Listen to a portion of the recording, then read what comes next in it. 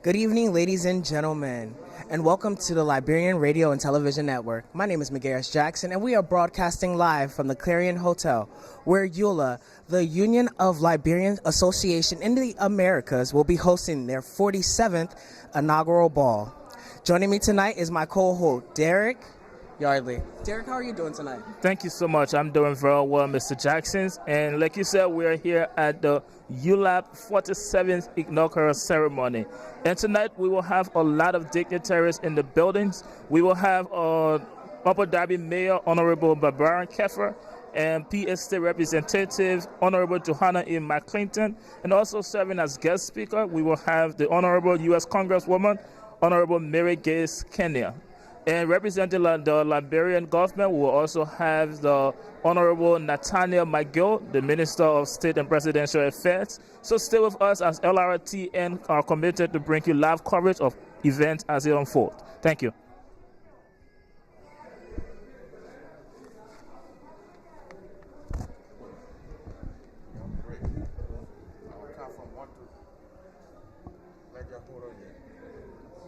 Isn't he on the camera? If we walk here, do we be on camera? Or? No, not on. Okay, all right. Just Do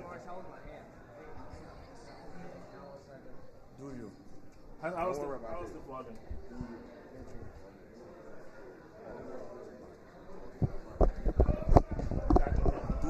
All right, just do you.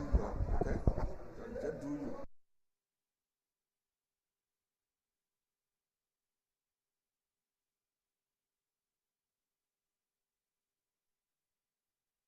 Want to bring us back in?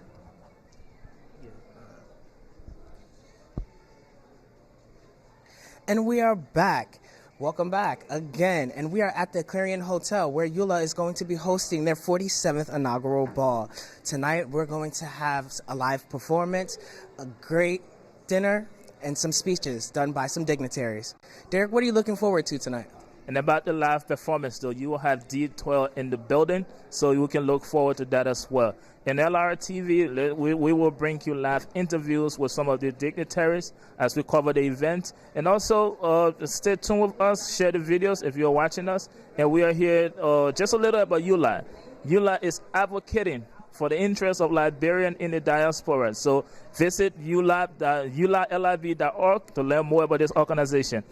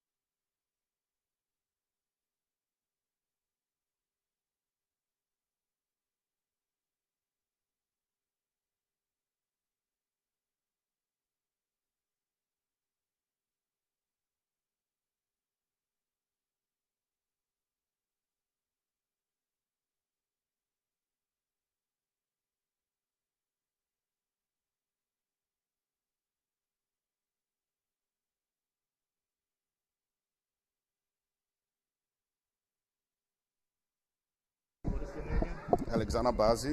Alexander Bass. Yeah. Good evening again, guys. This is LRT Network, and we are here at the 47th inaugural ceremony of ULAA, the Union of Liberian Association in the Americas. And we are here today with Mr. Alexander Bazzi. Mr. Alexander Bazzi, welcome to our camera. Thank you for welcoming me, and welcome to the United States as well. Thank you very much. And Mr. Alexander Bazzi, how do you feel about this program? What do you anticipate about the program tonight? Wow. This is one of the first in the history of a ULAA to see an inaugural program well organized and well attended. I am very, very overwhelmed with the attendant, and I'm hoping that we're going to have a good time tonight. And just to confirm what Mr. Alexander is saying, I was in there and I saw the scene. It's beautiful. And Mr. Alexander Bassi, I saw your name on the program sheet. Can you help us to understand what is your relationship with the program tonight? Well, for those who may not know me, I am Alexander Akubazi, and I am the National Financial Secretary of the Union. Okay. Thank you so much, and that's all we have for you now. For now, Mr. Bassi, thank you for joining us. Thank you. Thank you.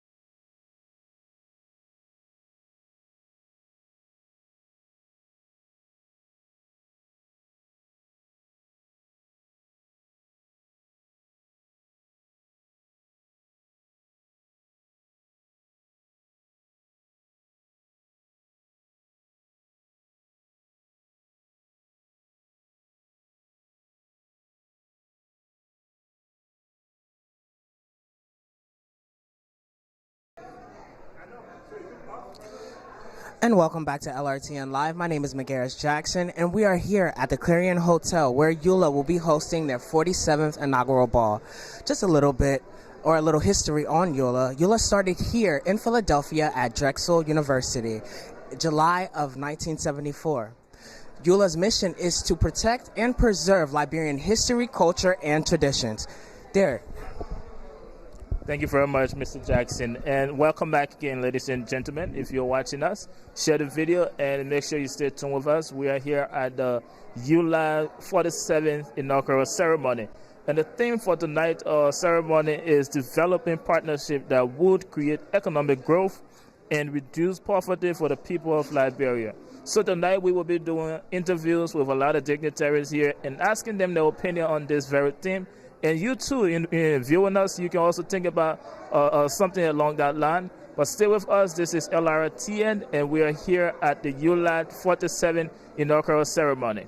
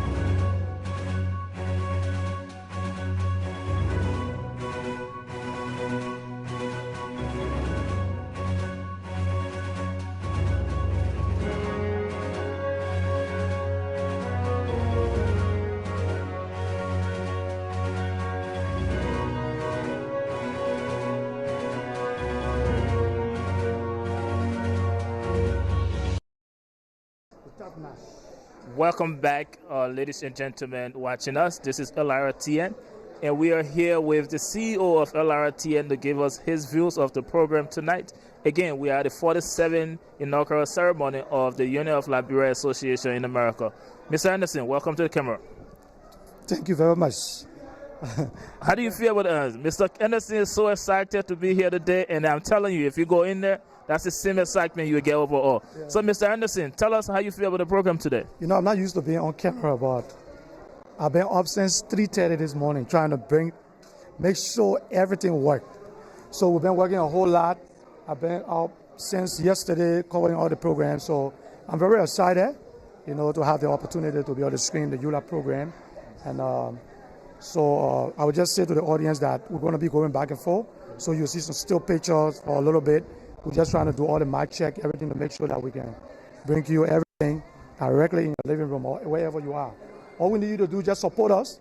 I'm going to put us cash app on there. Look for the little $10, the little $5, the little dollars around so I can be able to take care of these guys. All right? But the program is good. The prospect is wonderful. I see a lot of good folks here. I mean, you're going to enjoy it. We have behind the camera who is Morris. I got the Garfield who's our administrator, she's here. And we have the whole entire team here. We're going to make sure we cover the program to the best of our ability. And don't get me wrong, wherever we go wrong or we go right, just let us know. Well, there's always room for improvement. Thank you. All right? That is the voice of the CEO of LRTN. You just heard him, and guys, I will tell you, the team of LRTN has been working very hard behind the camera to bring you live coverage of this event. And here's my co-host, Mr. Jack. What I can say about Mr. Anderson is that Mr. Anderson works very hard for the radio station. Day in, day out, Mr. Anderson is on it. And it has been a pleasure to have been working with him since we started LRTN.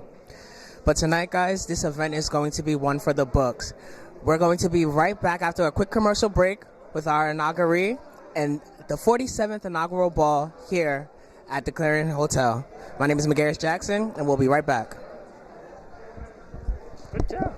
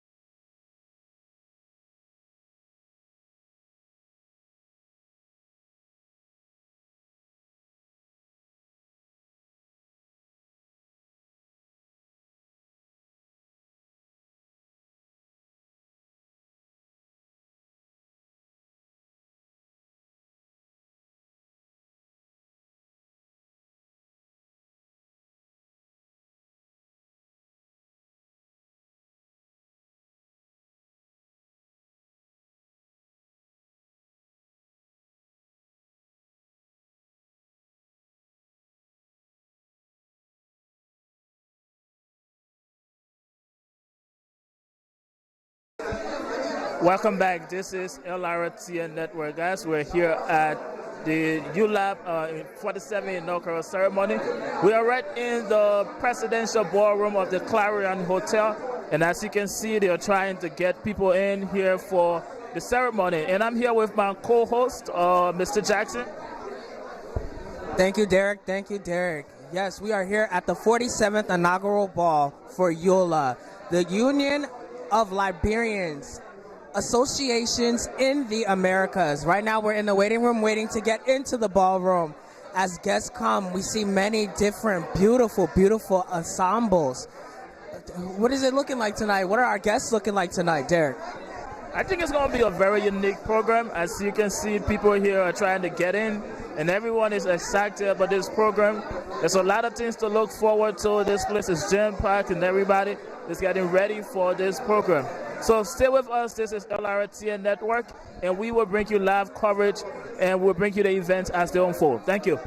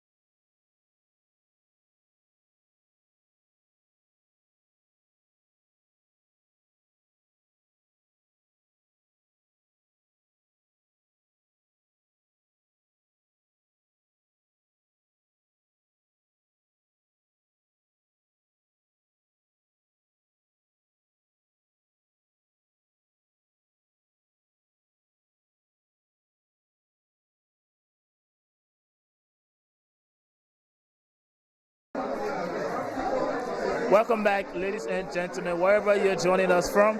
This is the Liberian Radio and Television Network. Again, my name is Derek Yale, and I'm here with my co-broadcaster, Miguel Jackson. Miguel Jackson, myself today will be bringing you live coverage of the Union of Liberian Association in America. We will be doing live interview, and as we speak, we have a worker in the U.S. Congress People Office that will be doing interview of. But guys, as we showed on our camera a few minutes ago, the event here is very exciting. They are getting people in right now, and we are looking forward to having a very good program. I will turn over to my co-broadcaster right now, Mr. Jackson. Hello, ladies and gentlemen. Again, we are at ULAA, the Union of Liberian Association in the Americas 47th inaugural ball. Tonight's mission or tonight's theme is to develop partnerships that will promote economic growth and reduce poverty for Liberians here and abroad. Tonight we have some special performances, some great speeches from some dignitaries, and some great interviews. Sit tight as we wait for our inauguree to enter and as we wait for our interviews. All right? We'll be right back.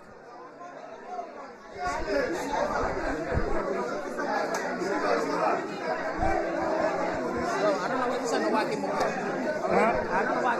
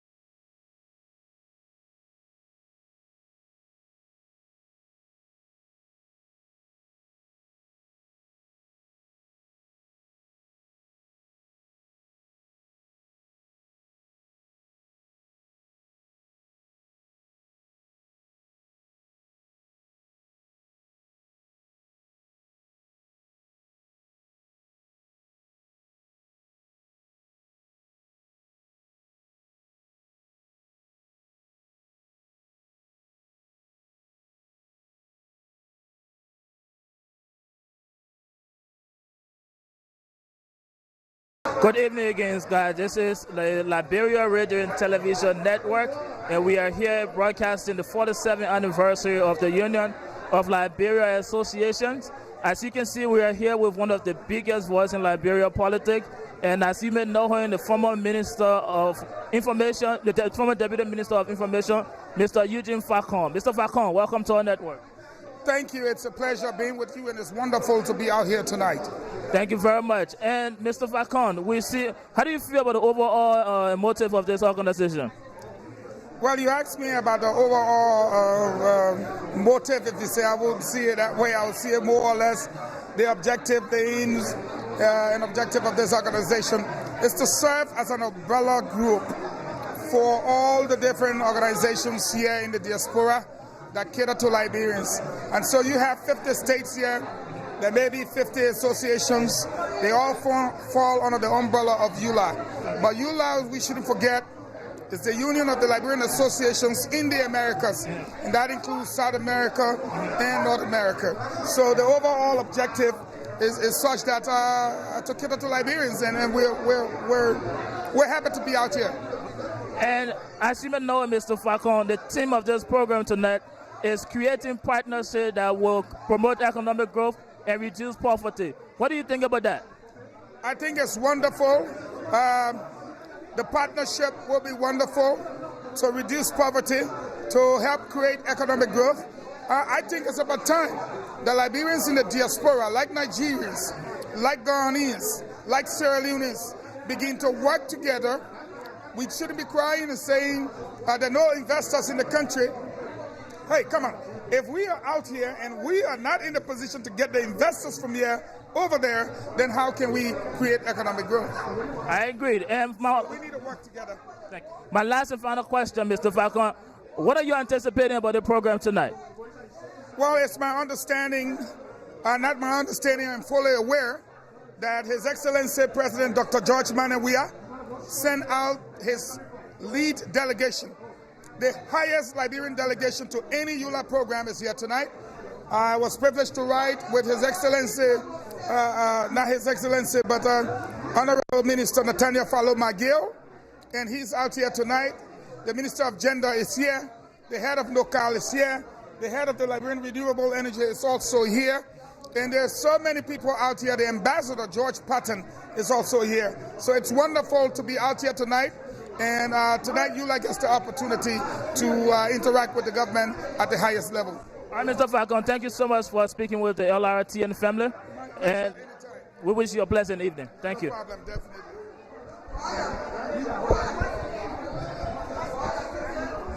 And once again, ladies and gentlemen, that was the voice of Eugene Facon, one of the biggest political voices in Liberia. And my name is Derek Robson Yala, and we are here bringing you live coverage of the Union of Liberian Associations in the Americas. And as you can see on our camera, we are trying to get in where the main event will be held. Trying to get past.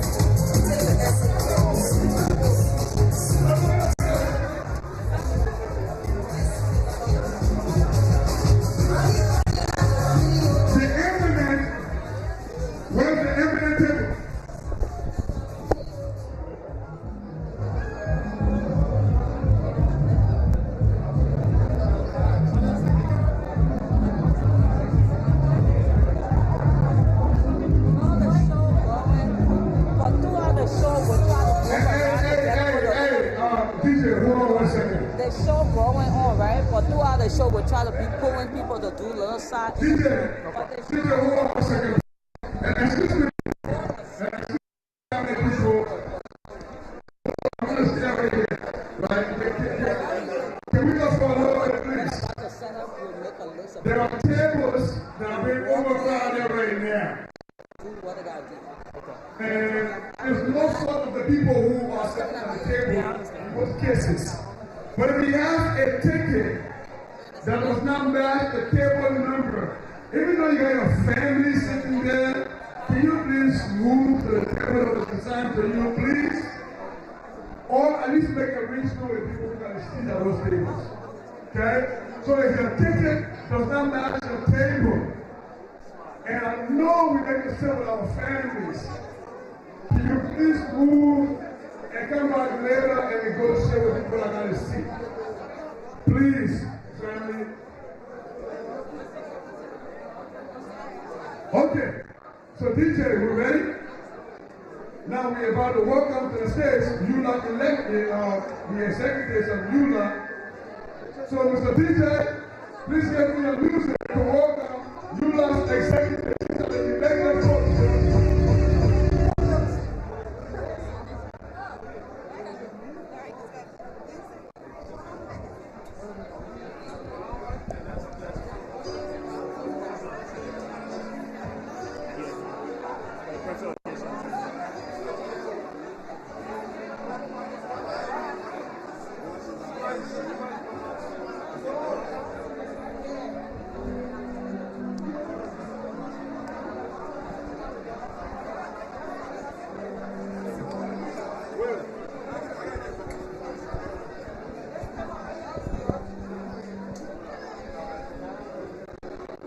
Okay, folks, let's do this, please. Can we please create clutter and plug? DJ, give me your music. We have the ULAA elected officials in the house. Right now, we see the Secretary General being held by arms by her husband, the chemistry teacher. Yeah, that's a Liberian teaching chemistry, yo, so you might want to recognize. Ladies and gentlemen, please welcome to the stage ULAA elected officials.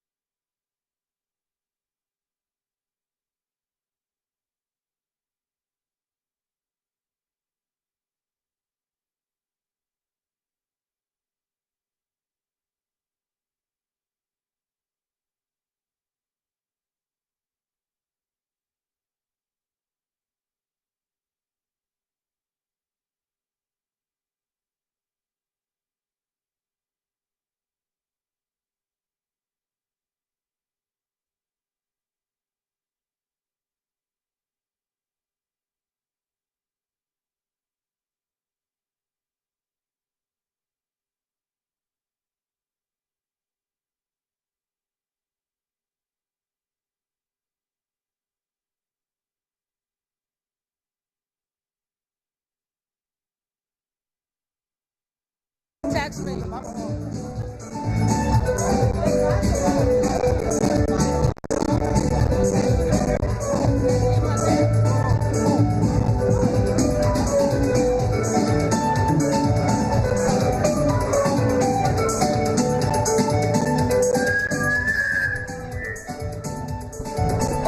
folks.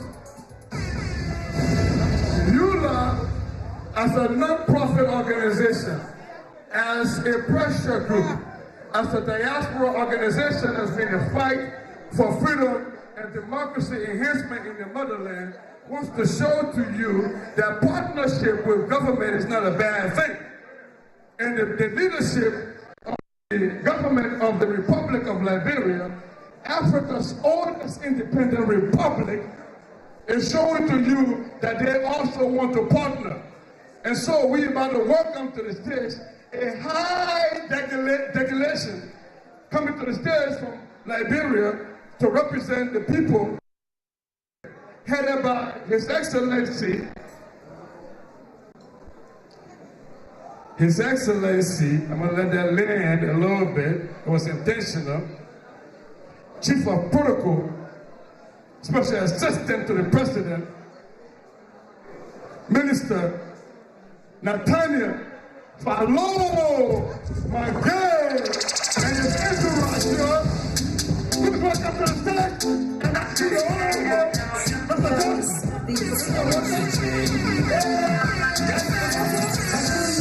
Blessings, some blessings, you call me blessings. What's my blessings, you call me touching. I know my level, my man, don't stress me. If I be blessed me, I'm here to party. Oh, yeah, zombie. Oh, yeah, bro, yeah, zombie. But then I'll bring it, yeah, zombie. I got a party, people dancing, yeah, zombie. Sound pro, we don't do it like Paco. If I want that song,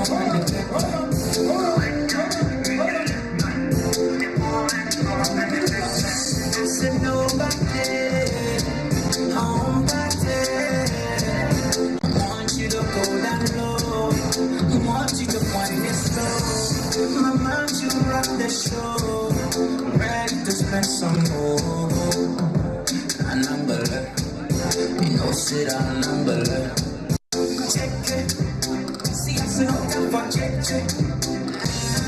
But I want you to dance like you really don't care. And do the dance for the zombie set. It's me and you, mama, no more stress. I want to dance, I feel myself. Oh, yeah, the zombie. Oh, body, I'm pro, yeah, the zombie. But then I'll bring it, yeah, the zombie. Body, people dancing, yeah, the zombie. Well, good t-shirts, they're down, they should get around. Bless me, if I bet bless me, just like bless me, you cannot stop me. You money can never go. Say that I'm gonna Okay, folks, so that was the entourage of the Liberian delegation led by Minister Nathaniel McGill, who is the Minister of State for Presidential Affairs. We appreciate you being here, sir. We know you had to take away from your busy schedule. Thank you to you and the government and people of the Republic of Liberia. And we also see His Excellency, the Ambassador, Mr. George Patton. My brother, I see you. Welcome, sir. And now, folks, and now,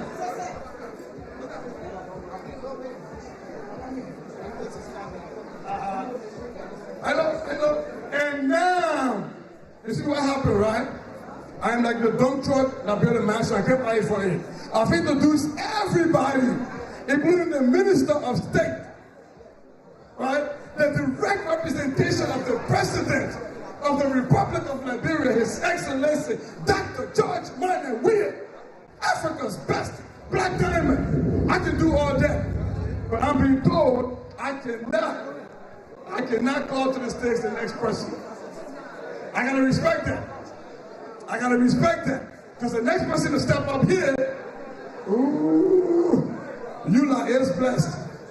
Find a friend like him. If you want your government to be fine, find a friend like him. That's what we better bring to the station, and I'm so not okay. So I'm going to turn over to the Chief of Protocol of ULAA, my co-host. You ready for this? You said you ready for this? We got this, huh? All right, folks, let's get ready. I'm going to turn over to the beautiful woman on the stage right now. She's going to tell you who's coming through those doors next. Hello, hello, hello in your house. Hello in your house. Thanks for coming out. Thanks for your patience. The moment you were here has arrived. I'm honored. I'm humble. I'm excited to introduce to you and to present to some of you this great, great man. Follow him, y'all. Follow him. Ladies and gentlemen, if you are in this room, you know that the president, he's from Lofa County. He's working with his wife, but he got some wives around here. So I want you to go back there and bring that man in style. His wives, all his girlfriend in. Y'all go bring my president inside. You understand, Tado? You understand? Okay. Ladies and gentlemen.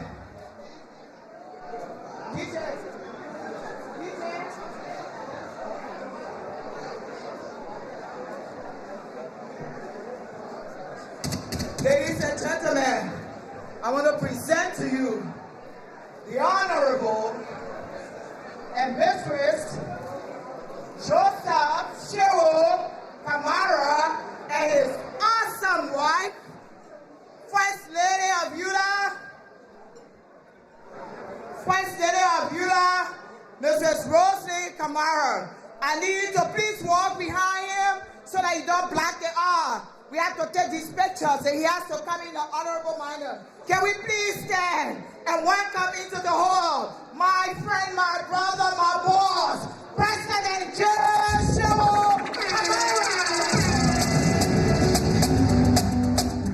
Come on, everybody. All I did was win, win, win, win, win.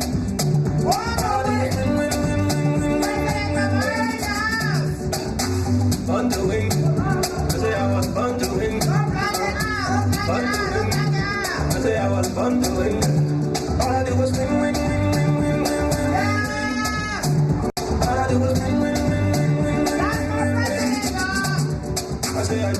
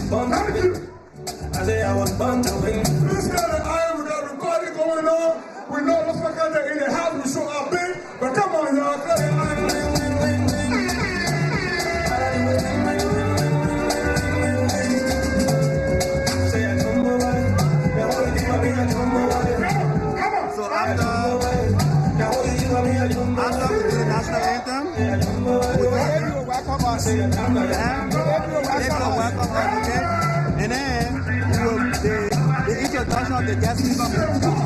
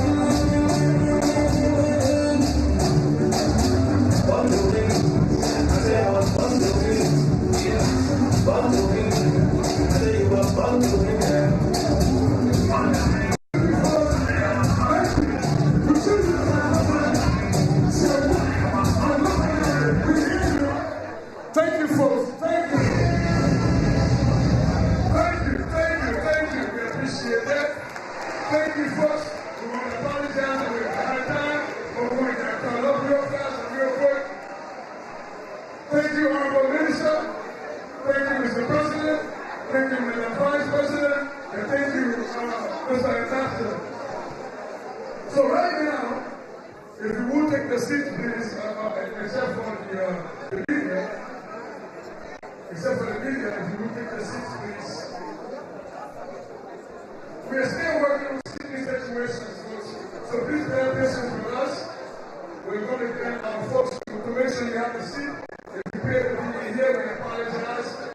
This is running a little bit out of schedule right now. And so we, as Liberians, are praying people.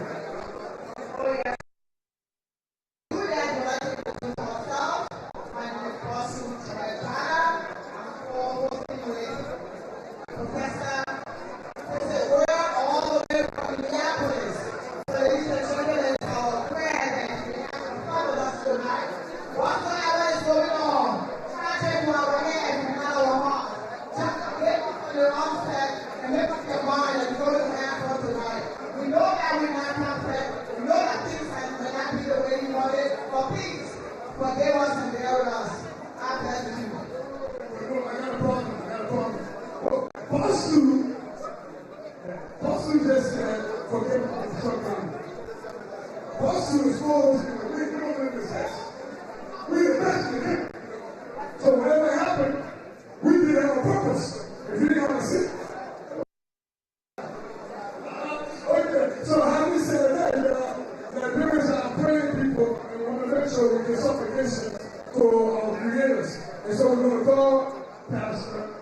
We don't Burma, that's the president's pastor, Pastor Burma. Can you please kind of welcome? The president is going to pray for us, please.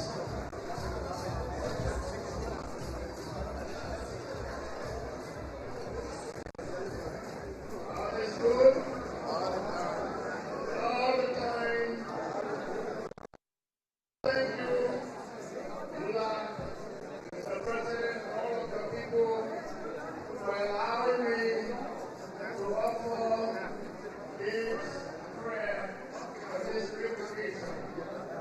Just before that, I'd like to read for you the passage from Nehemiah chapter 2, verse 17. And I said to them, you see the trouble we are in. Jerusalem lies in ruins, and the gate has been burned with fire. Come, let us rebuild the walls of Jerusalem, and we will no longer be in disgrace. After the Civil War in Liberia, the judges, in particular the Supreme Judge in Nigeria, adopted a team. Let us rebuild the walls of Jerusalem. This team was used at many occasions. Conventions, youth gathering, workshops, even in the sermon. It was our hope. It was our dream. We were prepared and we were ready to rebuild that which was destroyed in the Civil War. We were anything. Little did we know, and rebuilding is a slow process. Rebuilding is a difficult process. Rebuilding is painful. It is many years past now, and you all here, especially Nigeria, know that the past has truly been difficult. The life of people has not been changed as anticipated. Poverty, joblessness, insecurity are all those areas of the walls that have not yet to be built. Much of all, the news of corruption, mismanagement, injustice. But we can play a part, my dear brothers and sisters. Let us here, who are the lifeline of our people in Liberia, who send resources and do more to fasten this process of the rebuilding. What does it take for us to do that which is right? So my brothers and sisters, as we celebrate this day, celebrate the show and the rest of this day. Let us pray that we as the people, we as Liberians, can do more, can count all and request from our leaders accountability. We can do that. The fasting, the rebuilding process of Liberia. The Lord be with you. Let us pray. Heavenly Father, we thank you for this occasion. Thank you for all of us who have gathered here tonight. Thank you for the new leadership. And we pray that this occasion will bring glory to your name. And that the unity, the good thing that we need to do for our country will come to fruition. This is our prayer in Jesus' name. Amen. The President Pastor started with the President's speech. Thank you, Reverend Bowman. Okay, the next item on the program is the national anthems. We're going to have first the national anthem of the United States of America, followed by the anthem of the Republic of Liberia. That will be done by my love. The love of my life. Come on, start coming up, young man. One of my loves, my daddy is my first love. We know sometimes you don't believe it, but ladies and gentlemen, I present to you my son, Deacon Topa Ronald Jalaput II, to do the national anthems of America First and then Liberia.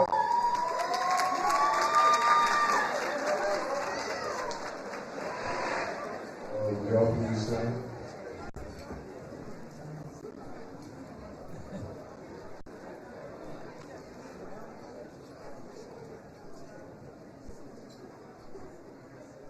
Oh, say, can you see by the dawn's early light what so proudly we held at the twilight's last gleaming, whose broad stripes and bright stars through the perilous fight o'er the ramparts we watched were so gallantly streaming, and the rocket's red glare, the bombs bursting in air, gave proof through the night that our flag was still there.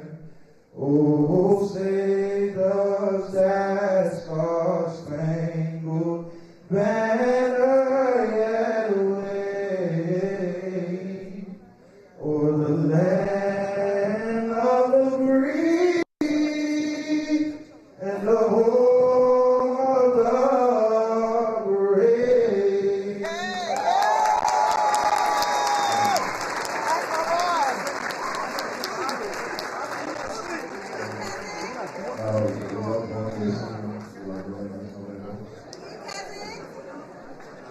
Oh, hell, Liberia, hell. Oh, hell, Liberia, hell. This glorious land of liberty shall long be ours. Though New England be of faith and mighty be apart.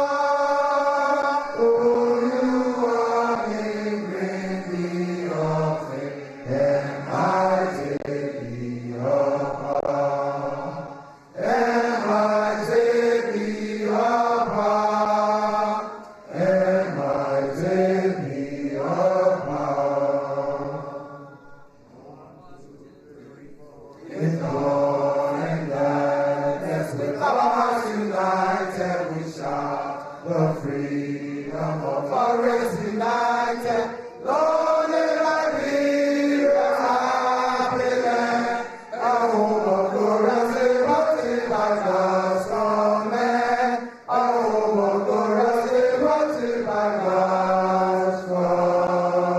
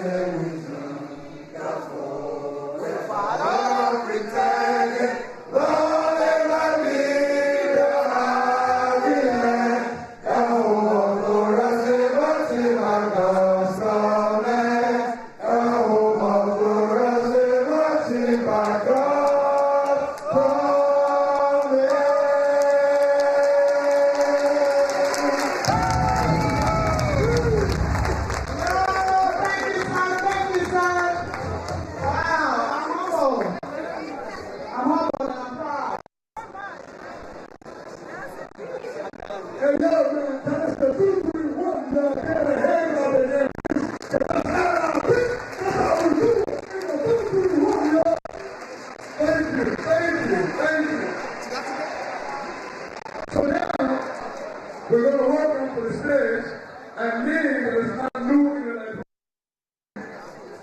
We're going to make a remark. It's a welcome remark. It is going to be by the chair of the inaugural committee, Mr. Liberian G. Masaleh. You know his name is. Take my hand down.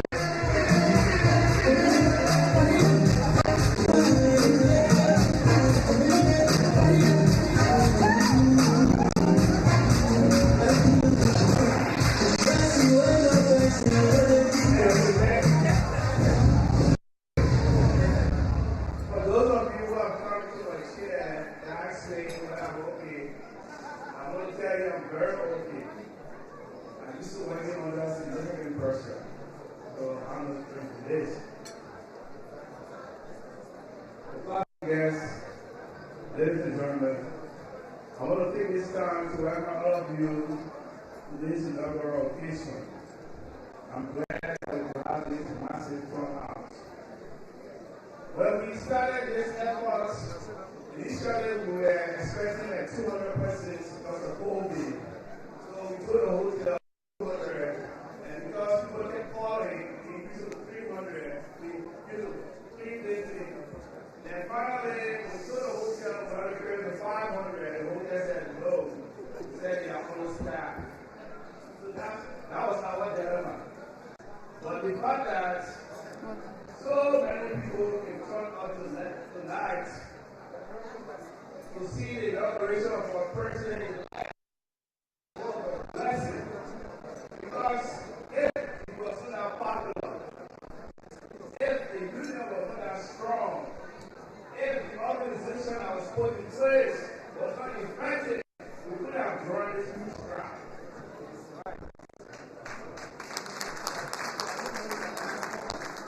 So while you will say it's chaotic, I would say it's a blessing. The Liberian people have come to embrace their union, to embrace their new leadership. Even though some have the benefit of because of the Liberian band could be and low, that's what they used to. But because of COVID, everything has changed. So it's for me a blessing. I didn't die. I was able to move over 500 persons here, and that's what I wanted. And I achieved that. So I hope and pray that you're going to have fun and good time here tonight. You see, that's what we do as Liberians. It can be chaotic, it can be this, but at the end of the day, it just feels smoothly. You see no crowd out there, everybody quiet, that's what we do, okay? Thank you. So we also want to recognize, see for me, I don't like to call names. No, don't call names. Those who are Friends of Liberia. Friends of Liberia, the Congresswoman, the mayor, and one person I want to recognize is Jenny Blackwell. She's always with us. She is the boom of our community, and I just want to extend my gratitude to her. Friends of Liberia, welcome, enjoy, and have a good time. Let's celebrate.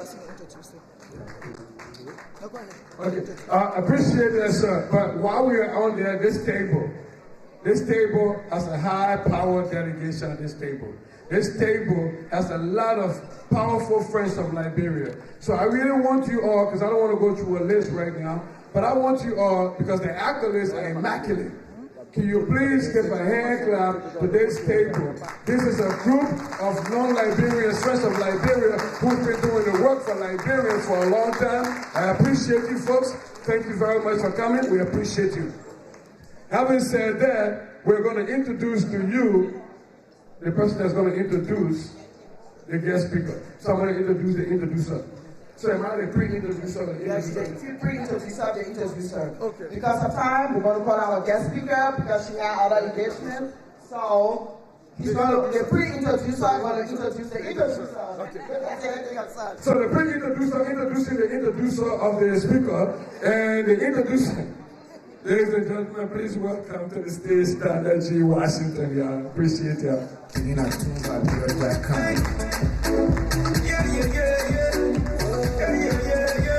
Exclusively at Tunes Like You. No. Danielle supposed to introduce her. Okay. Is she here? I don't know. Come on, Danielle. See that dress flowing, yeah. And our people, beautiful. Danielle?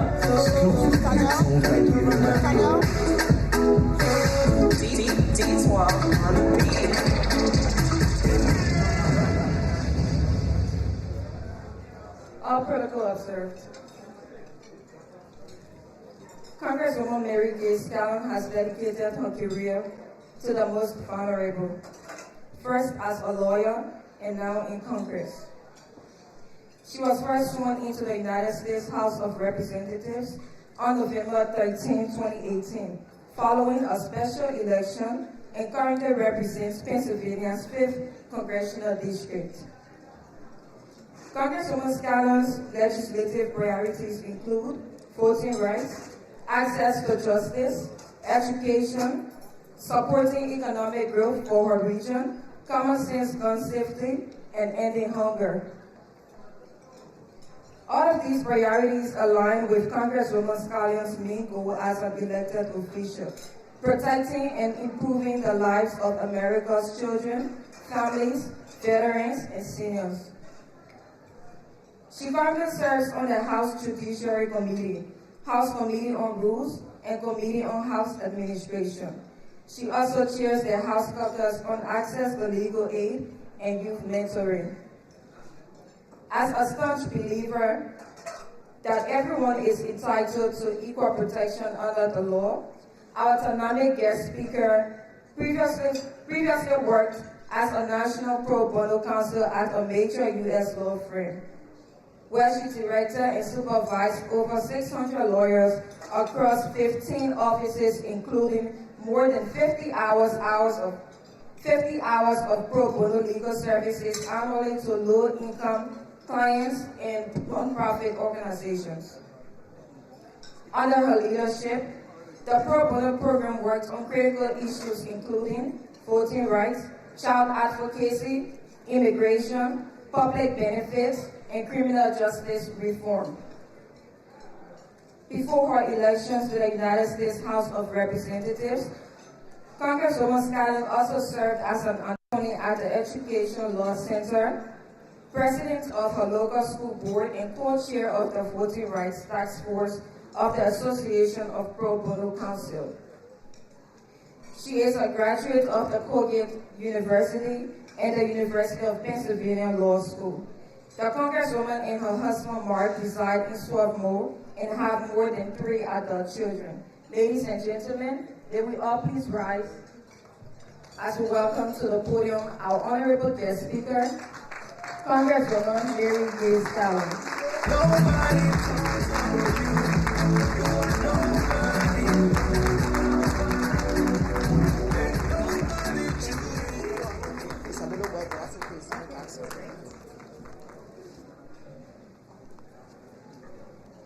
Good evening, everyone. I'm Mary Gay Scanlon, and I'm very proud to represent the district where we're having this wonderful evening. I'm so honored that you invited me to join you tonight, and I so appreciate the work you do every day to make our region a more vibrant and prosperous place. I'm so proud to represent such a thriving Liberian community, one of the largest in the United States. And as I often remind my colleagues from Minnesota and Providence, the size of the Liberian diaspora in our district rivals theirs. Of course, our region has a deeply rooted bond that goes back to the founding of Liberia. And the Liberian activists and advocates in Pennsylvania have always played a strong role in ensuring Liberia's success, working to rebuild communities abroad and right here in the United States. I'm proud to be in a room with so many individuals who've made such huge contributions to economic and civil advancements within Liberia and right here in the Philadelphia region. But we know there's still a lot of work to do. As is the case with so many other communities in our country, the needs of the Liberian diaspora in the United States have not been adequately addressed by our immigration policies. I spent much of the Trump administration years fighting against inhumane and unfair immigration policies created by the former president. And among those policies was the termination of deferred enforcement departure for Liberians who had TPS status, and the failure to implement the Liberian Refugee Immigration Fairness Act, also known as LRIF, in a timely and efficient way, even as people here in that program were trying to navigate the pandemic, the closure of embassies, and other federal agencies. We pushed back hard, and we brought together other members of Congress, like my colleagues Dean Phillips and David Cicilline, and as a group, we've been consistent in our advocacy for the Liberian community. We've sent letters, we've introduced bills, and we've worked with colleagues in the Senate, like Senator Reid, to pass a legislative fix to extend the LRIF program, and we will keep fighting to do that.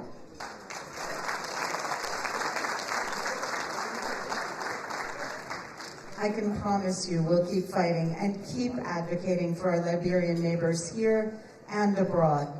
You know, one of the reasons I ran for Congress was to fight for fair treatment for our immigrant communities, because I know what all of you know, that our diversity is our strength.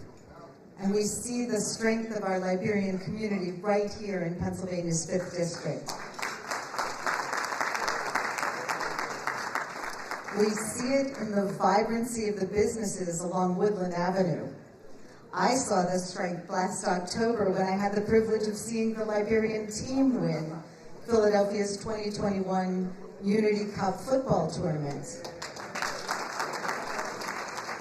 And we see it in the fine young people stepping up to be leaders across our area, such as Hafiz Tunis, a councilman in Upper Darby who also works with my office.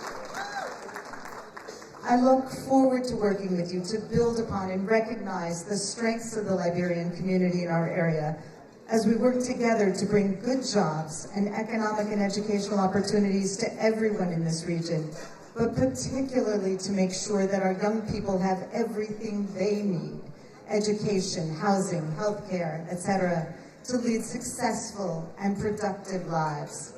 So again, thank you for allowing me to join in tonight's celebration. I hope you know you have an advocate fighting for the Liberian community in Congress, and I look forward to many more days.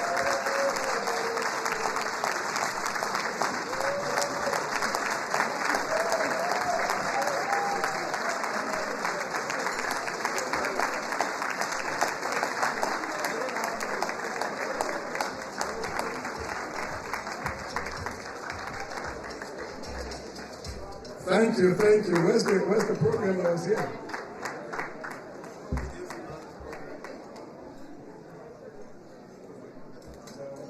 Where's our program? Bosu, where's my co-MC? Where's the program? You see what can happen? The man and the woman are MCing together, right? The woman gets sick, she gets food. The man gets sick, he gets food. Because according to them, I'm not supposed to eat. Okay, the woman see. Tell the woman see. It's still large. That's what I see. But I said, oh, well. Thank you. Okay, so on a serious note, we're having a seating problem right now. We know people bought tickets to be in here. So first of all, I want to apologize if you're having seating situations. We apologize. We own up to that. But if on your table there is an empty seat, can you please raise your hand so people who don't have a seat can see where those seats are and can go and move? So if you don't have a chair, just look around, see where the hands are raised. We apologize. We know you probably bought a VIP seat. Can you please just say somewhere? Thank you. Liberians are welcoming people. I appreciate it. That's our culture. Thank you. Thank you so much. Appreciate it. Okay, folks. And so now, if you paid attention, there were a lot of important people that came into this room. A lot more people important than you and I, right? No, the person I can't talk at home. Oh, you can't talk at I need my job. You need a job. Okay. All right. So here's what we're going to do. We're going to call on the chief strategist of ULAA. the propaganda missionary leader of ULAA, the architect of the propaganda and shall I keep going? The propagandation of the propaganda of ULAA. Her Excellency, the Secretary General of ULAA, my sister from Niba County, Emmanuel G. Nange, Please take me something back.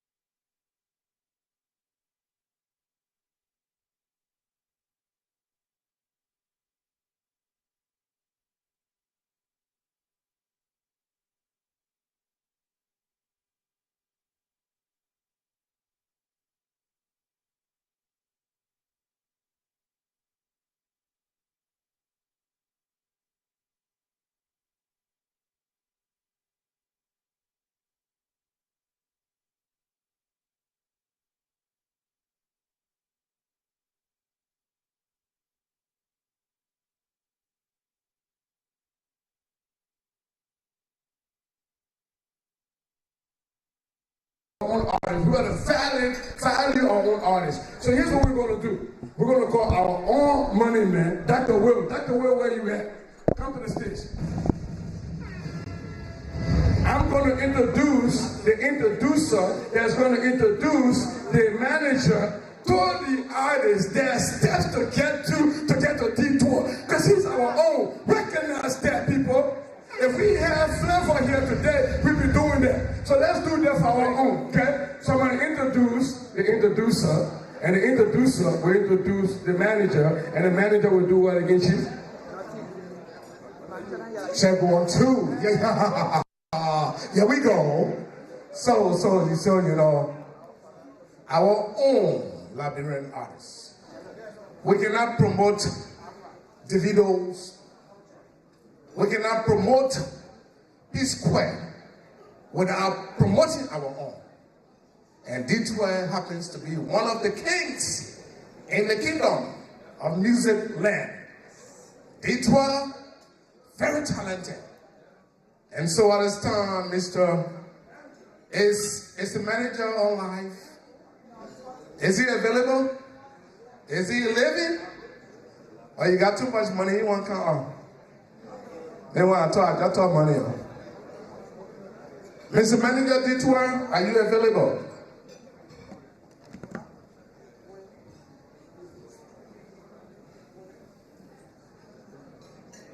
Mr. DJ, can you crank a little bit of song in the background? Foreign Minister, please enter in as we do the protocol, please. Okay, thank you.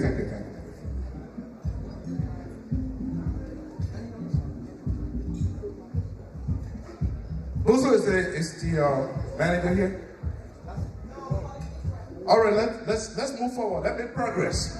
Let's go to the next item, please. I'm calling Detour right now. Let's go to the next item. No. Detour shows up when he shows up because he's a celebrity. Let's not make this thing look like the man is late. He's not.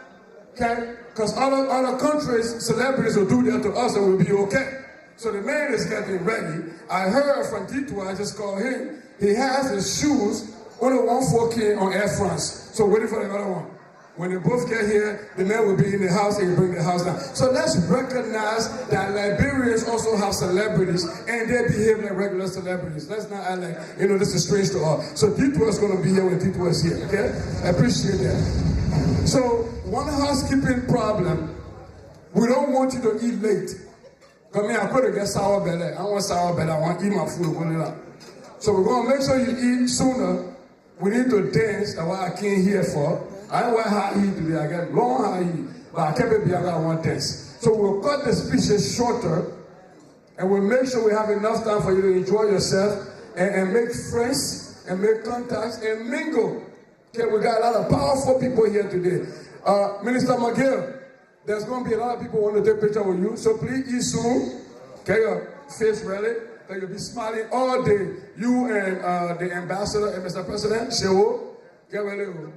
The picture will not be easy today. Anybody catch you not smiling, it will be on Facebook, just so you know. So having said that, we want to recognize that this entire event is being aired by a Liberian network, the Liberian Radio and Television Network. If you have not liked their page before, please go and like their page, LRTN. Okay? It's a good station. And I also want to recognize in the house that we got Spoon in the house. We see what you do for Liberia. We appreciate you. We might have some opinions, sometimes different, but we see the overall work that you do. You bring information and we have to digest that. So we want to recognize that. And since we're doing that, we also want to recognize the former assistant minister in the house. My brother from St. Dominic, deputy minister, I apologize, Chief. Former deputy minister in the house, my brother from St. Dominic. The Honorable Facts and Fiction Eugene Fagona in his house. Let's recognize that. We might not agree with him, but the brother got some intellect. Let's be frank with that. And so having said that, we keep moving. And if we haven't called on you yet, we apologize. But we know that there's a lot of people in this house that came to grace our occasion. Okay. So right now, we're going to move on to the installation. Okay? We're going to call on the installing officer. And I don't like to call on elected officials because, I'm Sissy Goya. Let a beautiful woman do that. And so we are going to have the installing officer come up. But before we do that, like I said, we have celebrities in the house. The Honorable Mr. Barnes, not Barnes, is in the house. You know, where's my chief at? Mr. Barnes, we see you, sir. We see you. You are a giant of intellect in Liberia. Thank you, sir. So the Honorable Tim Kenny, who is a member of the PA House of Senate from the 26th District, is going to be our installing officer. So at this point, we're going to call on the Honorable to come to the stage and do the installation, please. Ladies and gentlemen, as the installing officer is coming up, we're going to ask members of the executive, so please come up. And I'm SG. The foreign minister is going to bring them up. Ladies and gentlemen, President J. Shewo Kamara. Give it up for him. Miss Minerva Brent. Emmanuel Nangwe.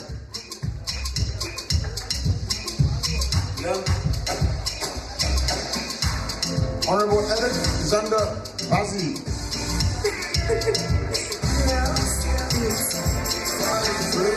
Alexander Bazi. Dr. Will Jala.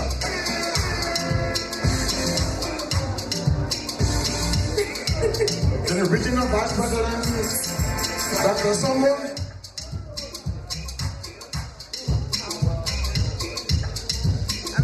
Followed by the Eastern Regional Vice President, the Reverend himself. And the Northern Regional Vice President, Mr. Alpha Tonga. Ohio in the house. Thank you very much. Reverend Robert O. Reeves. Can we please have our seats so we can get you at this moment?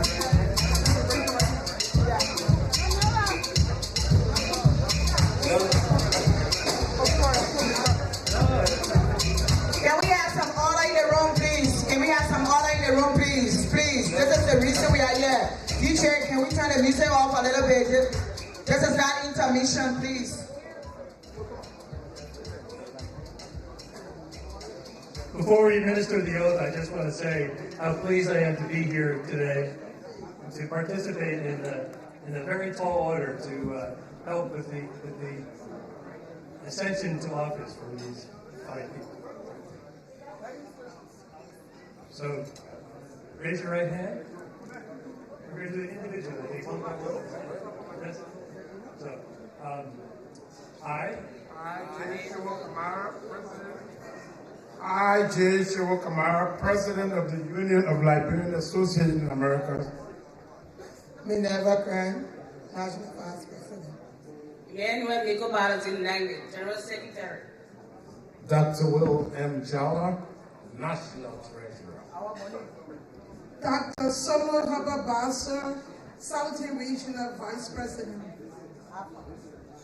Reverend Robert O. Reeves, Eastern Regional Vice President. Katanga, Northern Regional Vice President.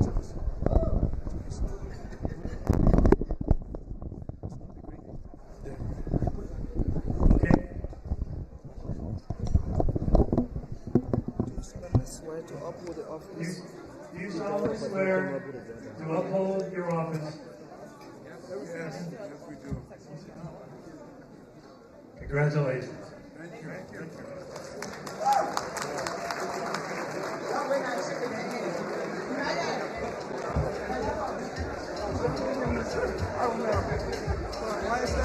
Why is that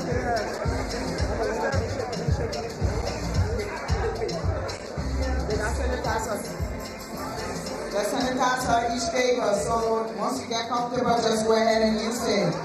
We're going to continue with our program.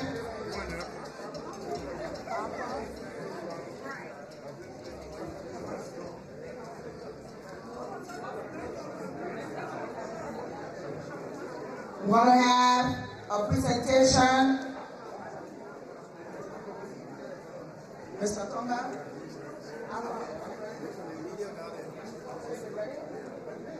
Okay, we're going to turn to our media team.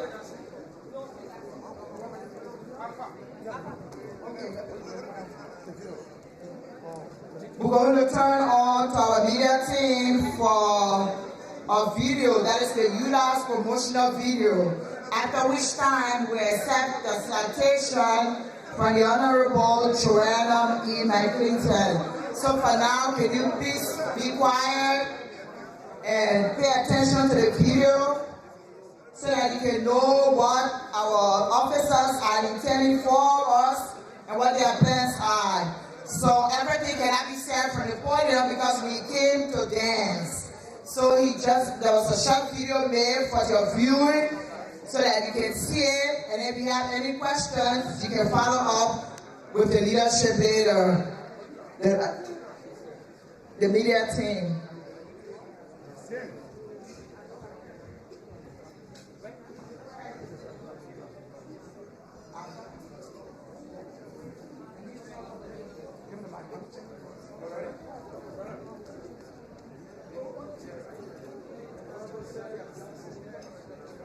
So we're going to shut the light off to the back, and everybody can just look back this way.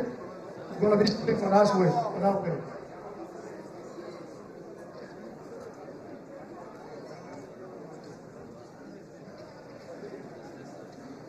Y'all want to be sure when they tell them light off, you have to look over there.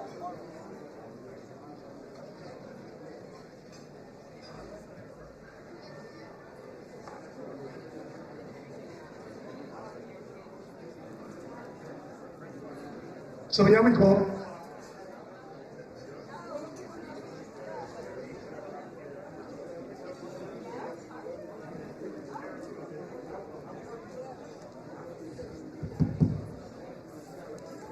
So we got to hurry all these people so we can, then that shit will speak. People, where you here? Here? Is he here? No. Where's my car? My Aaron Jackie, no food for him. So put the mic on.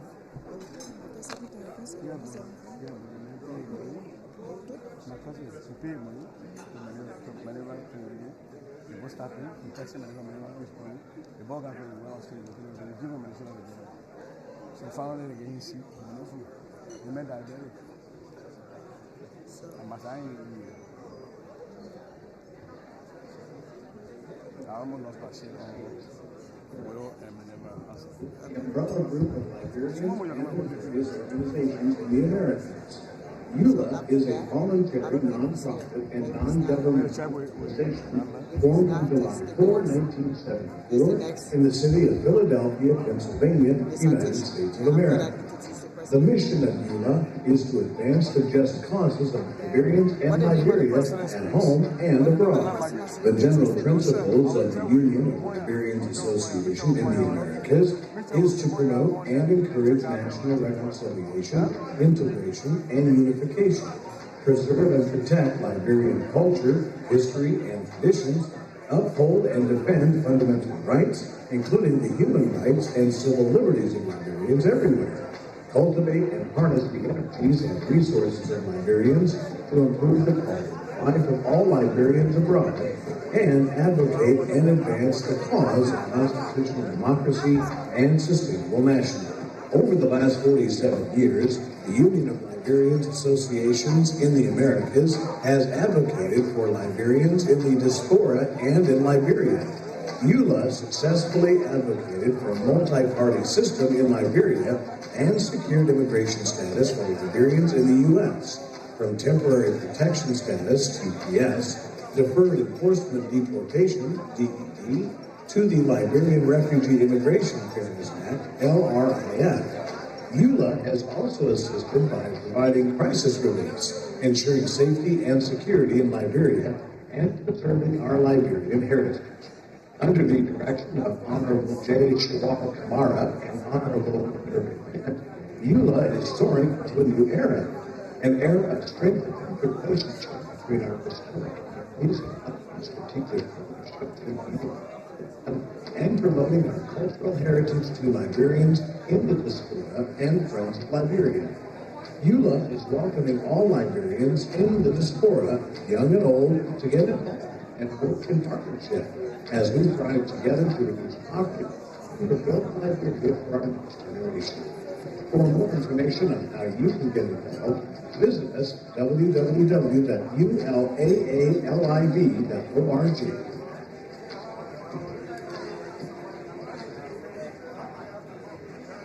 Thank you very much.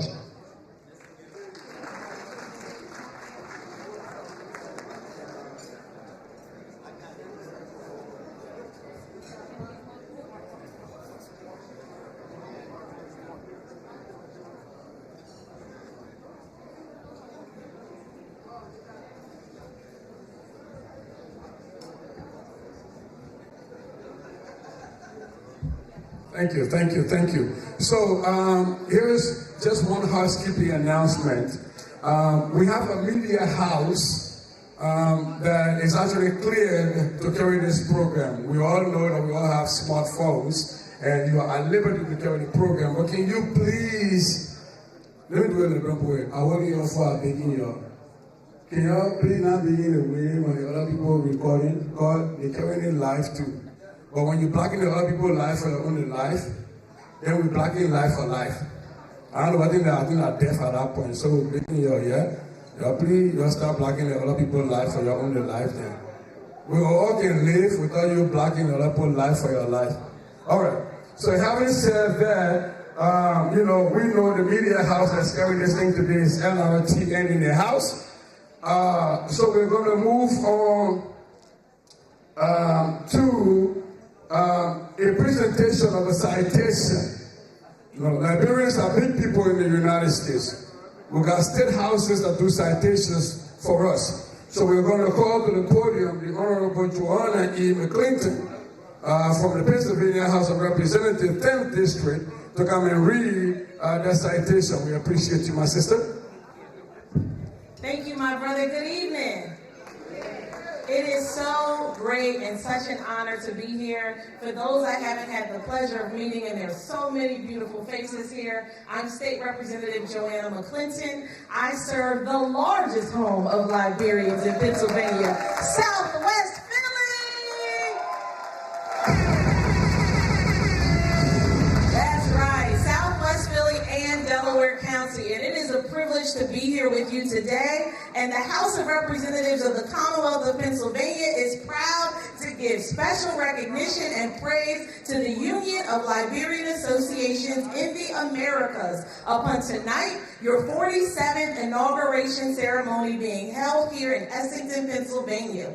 The ULAA has distinguished itself through its admirable work towards the betterment and advancement of Liberians and Liberia. The ULAA strengthens the ties between Liberian communities around the world, creating a communal bond that promotes cultural heritage, traditions, and economic advancements. And the ULAA leads in the fight against poverty in Liberia.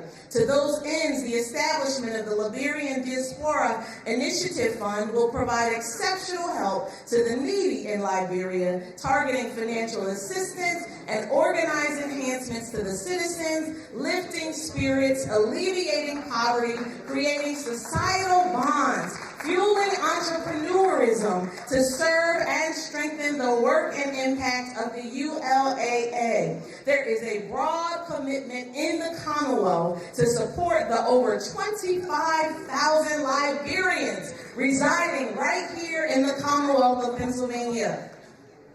There are so many grassroots organizations, businesses, and the community all around the state. Now, therefore, the House of Representatives of the Commonwealth of Pennsylvania recognizes the Union of Liberian Associations in the Americas and pays tribute to their laudable mission to promote economic growth, reduce poverty, and enhance the lives of those living in Liberia and those Liberians living abroad. And before I provide you a copy of this citation, I would love for my colleague from the Pennsylvania House, who also serves Southwest Philadelphia, State Representative Regina Young, to join me up here. That's right. We are very proud to be on the front line in Harrisburg. We make every effort to ensure that tax dollars come back to the community. We have a Akana here tonight, and as someone had to remind me on your Independence Day, thanks to our hard work and Councilwoman Jamie Blackwell, we brought millions of dollars to Akana, and we look forward to developing the first Africa town anywhere in the Commonwealth of Pennsylvania.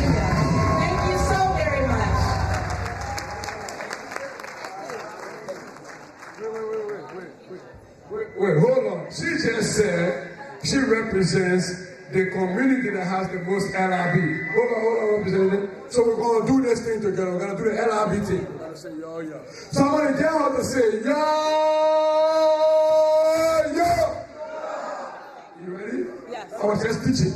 Yo, yo. It's your turn. You ready? There you go. Yo.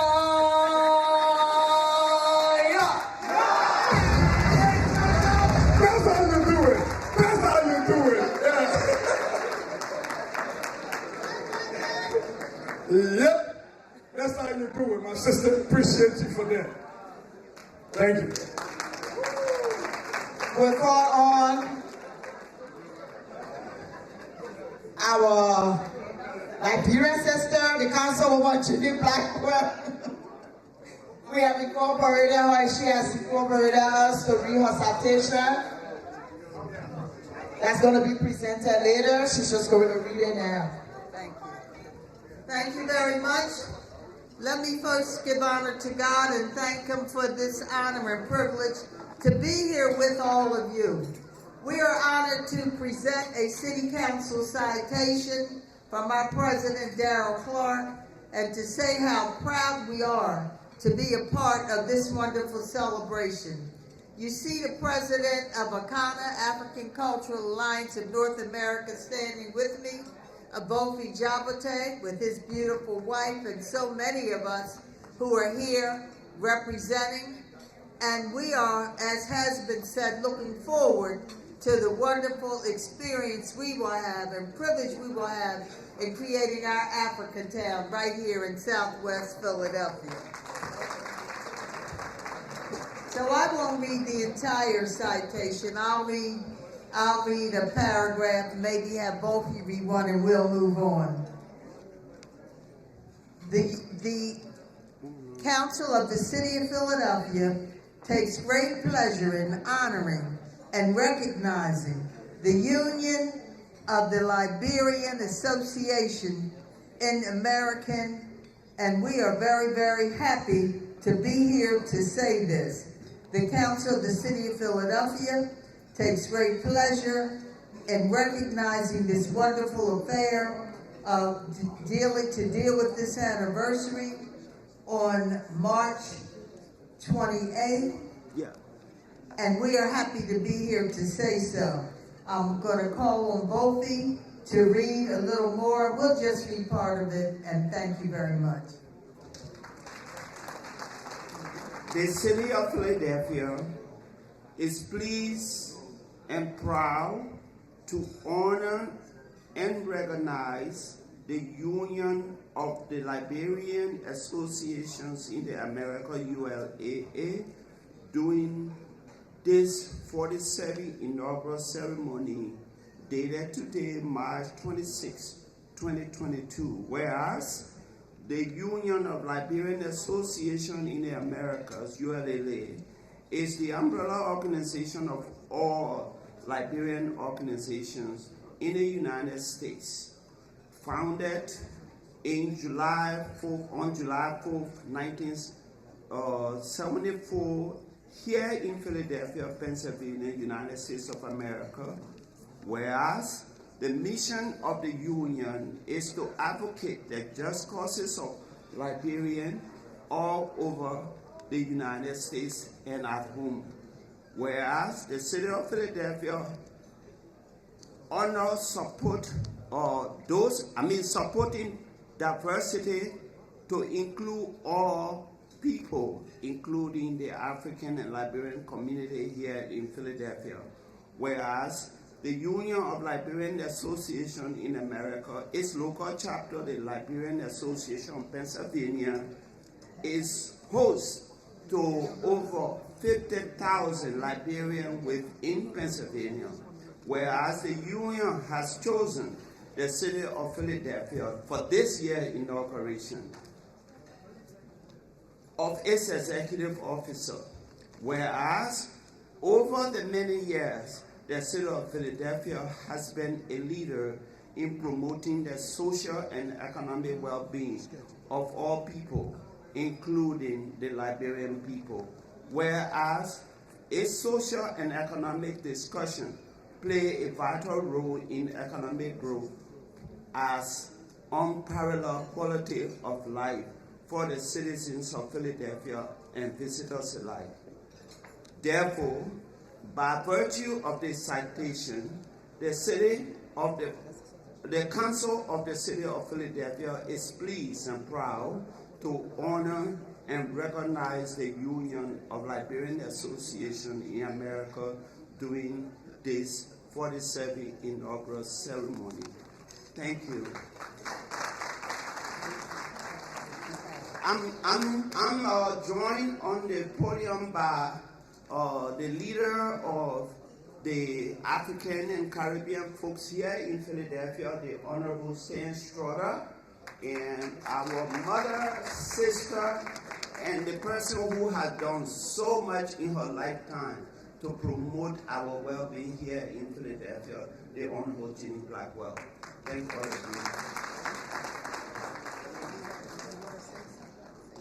Anything else?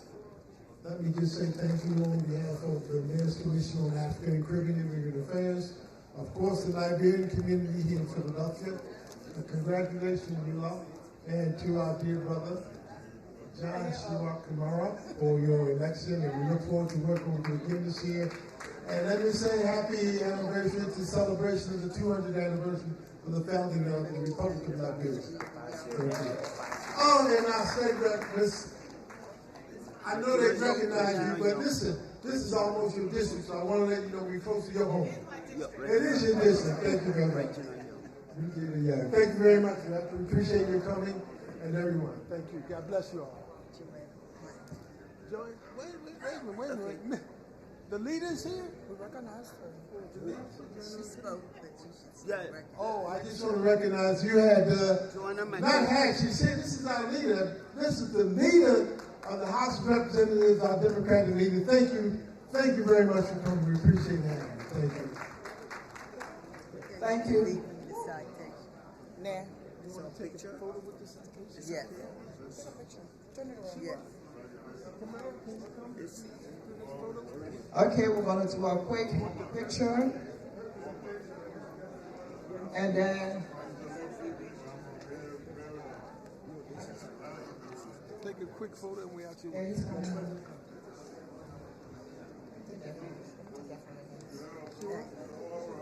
Hey, Jenny. Thank you. Yeah, thank you.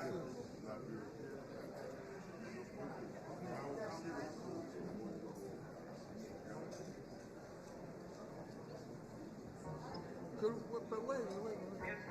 Could I have the rep here and Representative Potato? Could you come take this photo with us?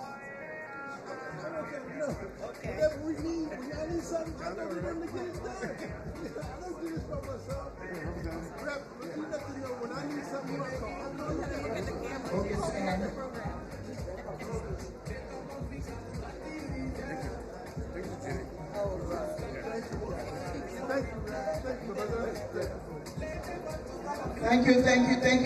Thank you.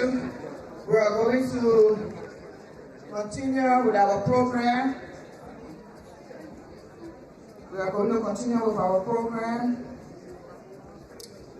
We are going to listen to our president at this time. The president said we should continue with the program with Prince Detroit. He had a point. The president up. Go ask him. Where? I know D2 is here, so we're going to bring him in a little bit. But we want to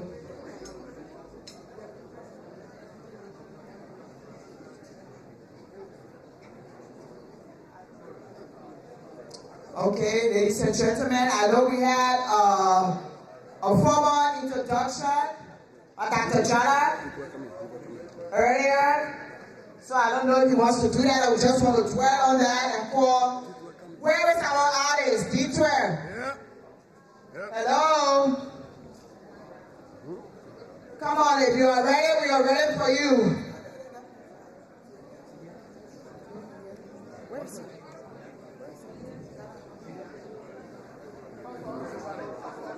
Okay. Well, yeah, so here's the thing. These 12 people, they're telling us that D12 said he doesn't want to come and do one song and go sit down. Because when he start singing, that D12 on the beat. So you ain't going to sit down. So you just want to go to the beat through. So what we're going to do is we're going to move on to the president speaking. And then when D12 get on the beat, it's just going to be on the beat. So let's get the person who's introducing the president. We okay? All right. Tonight we're having a fundraiser, so we're going to have our chief launcher later to launch the fundraiser for the project the president and his team has. So we are going to maybe have D12 make us act before that time. But right now, I'm going to introduce or present to you Ms. Jamila Kamara, the president's niece, to come and introduce the president. Ladies and gentlemen, Ms. Kamara.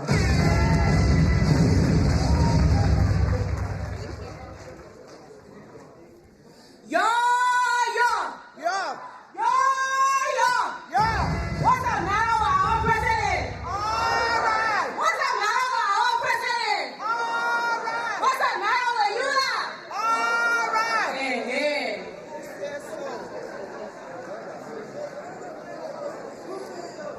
Who says so? Everybody. Who says so? Everybody. No.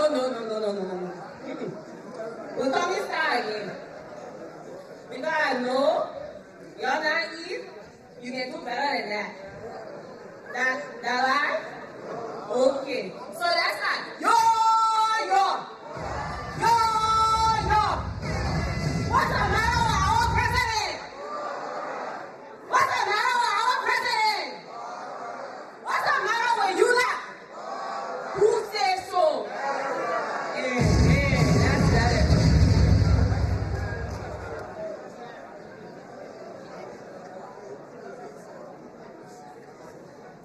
Me, our teacher, will wait until y'all start talking.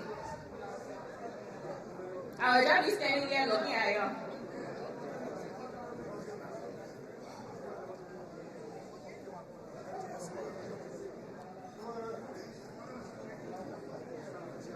Good evening to all.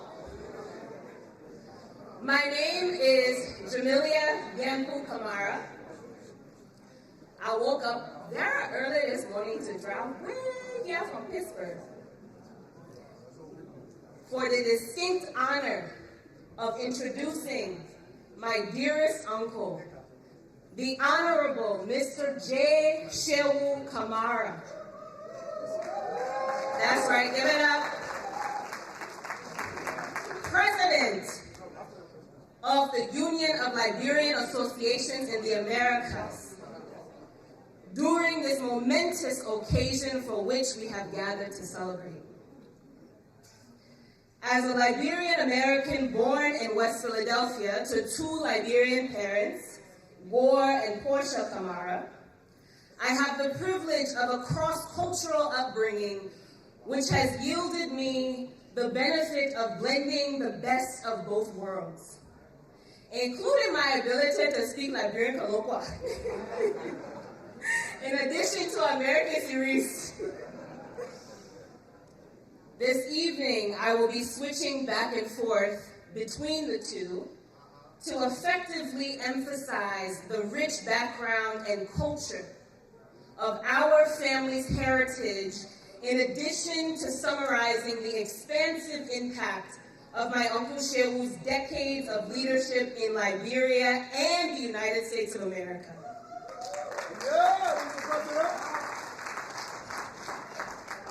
This is an opportunity for all of us to recognize the power of Pan-African solidarity on both continents, and an invitation to my generation and every single person in this room to join together and unite.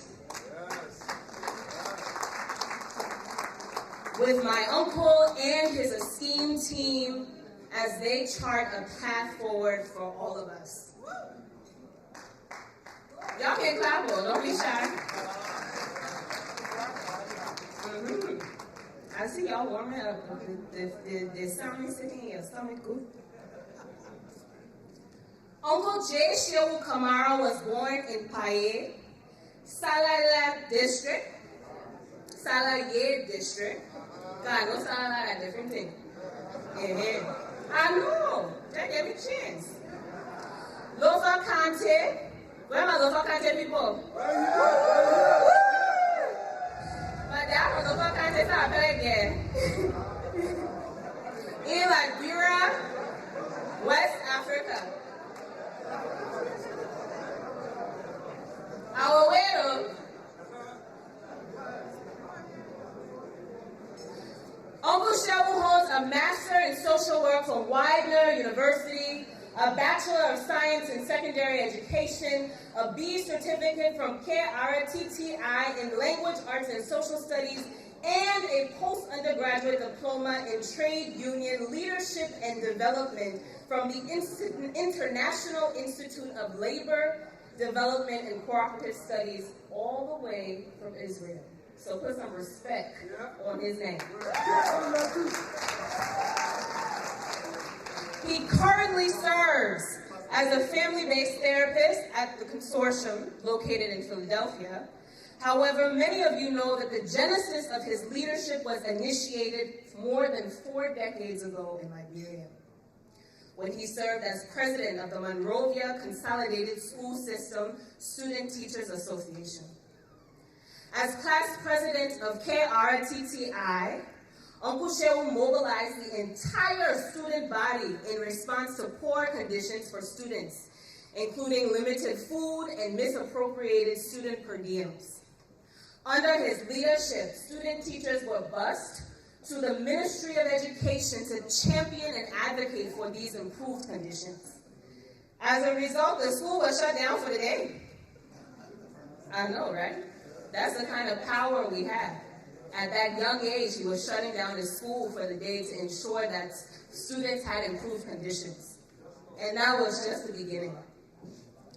From 1986 to 1991, President Kamara was the Secretary General, then Vice President, and ultimately President of the Monrovia Consolidated School System 28, demonstrating that even early on in his journey, his commitment to high-quality educational experiences for students and continuous learning was a principle inscribed at the foundation of his career as an outstanding teacher, activist, social justice leader, and dedicated community servant.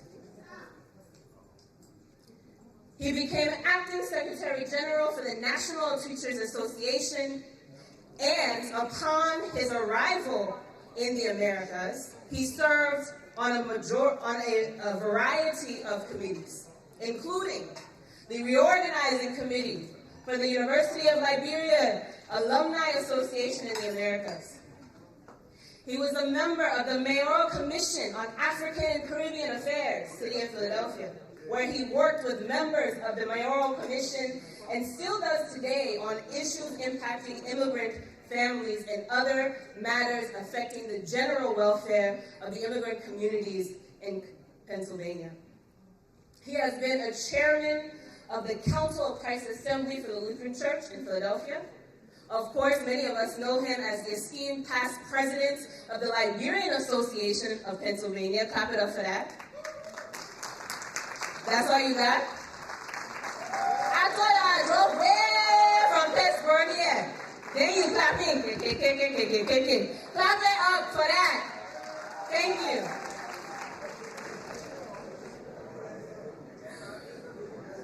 Uncle Shehu served 2 terms with the Liberian Association of Pennsylvania with distinction. He hosted the first ever youth summit for ULAA, making history in response to emerging violence and unrest. Uncle Shehu is a tested leader with the fortitude to manage crisis. This was demonstrated during the unfortunate fire which took the lives of many Liberians, where he was able to galvanize support and raise funds that were distributed to those families. Mr. Kamara is, or President Kamara, is currently chairman of the Agape Senior Citizen Group in Philadelphia, which was founded by Reverend Dr. John K. Jala. He has also been recognized by the United People's Church of God for his service to the Liberian Association of Pennsylvania. And he received the Liberian History, Education, and Development, Inc. Community Leadership Award, among others. Uncle Shehu has been married to my esteemed, beautiful auntie, Auntie Rosalind Kamara, for 23 years. Clap it up for that. And their union is blessed with 2 beautiful daughters, Eunice and Yanga. Now, as we all know, when you want to go fast, you go what?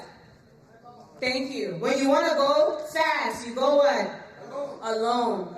But when you want to go far, you go what? Together. And so as we proceed to introduce the newest president,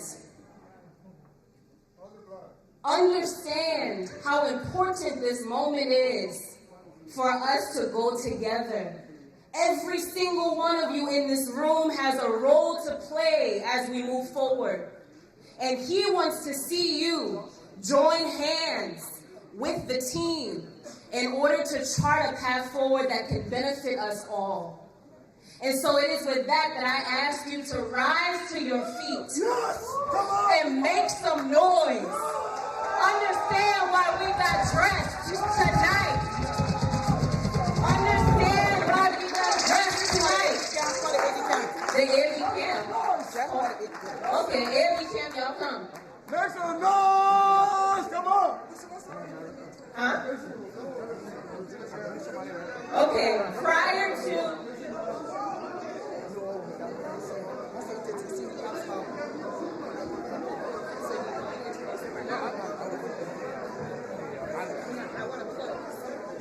Get the artist, and him.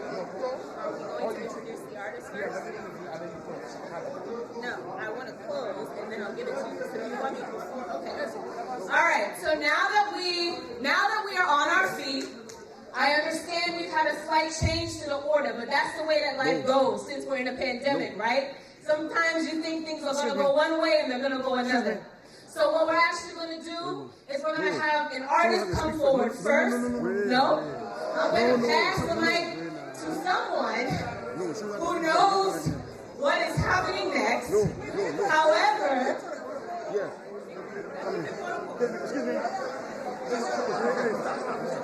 Stop. Let him speak. Let him speak. Let him speak. Come on.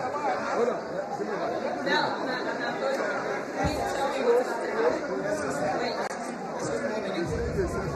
Excuse me. Ladies and gentlemen, you are standing to receive the president. You are standing to receive the president.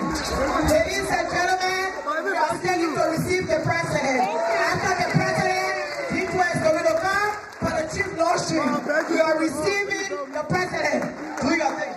Thank you. So as I was saying, prior to the interruption, I asked you to stand to your feet. All of you across this room, because we got dressed in our very best, to welcome the newest president, my uncle, the Honorable J. Shehu Kamara.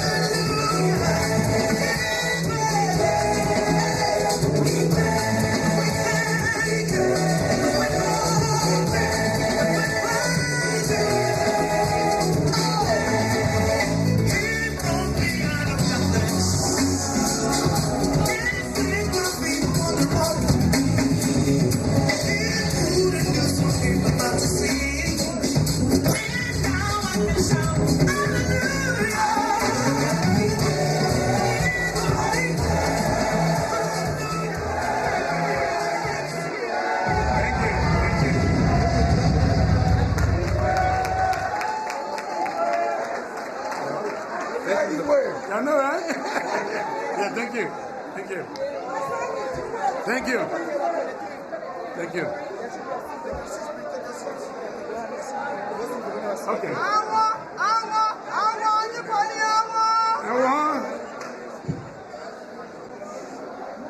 Ladies and gentlemen, can we please have our seats? Ladies and gentlemen, can we please have our seats? Thank you for welcoming our president to the podium.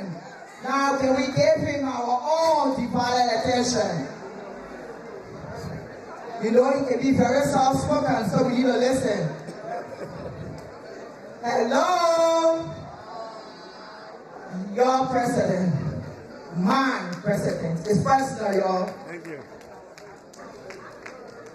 Distinguished ladies and gentlemen, on a very special note tonight, I want to begin this inaugural address by apologizing to all of you for the distress at the beginning of the entry into the inaugural hall. As president of the union, I take special responsibility for that. That's a leader.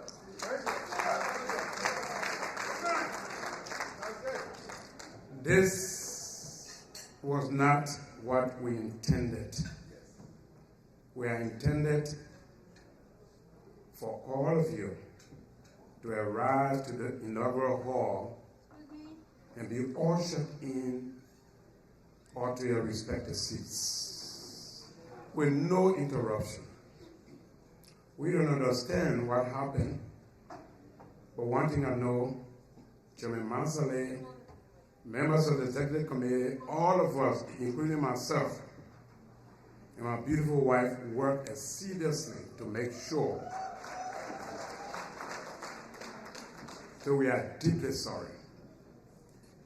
I want to also begin my inaugural remarks by asking all of you to please stand with me, if you can.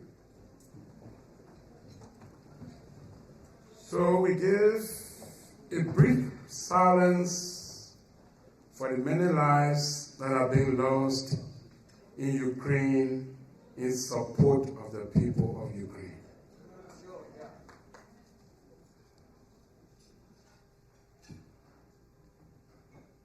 Thank you very much.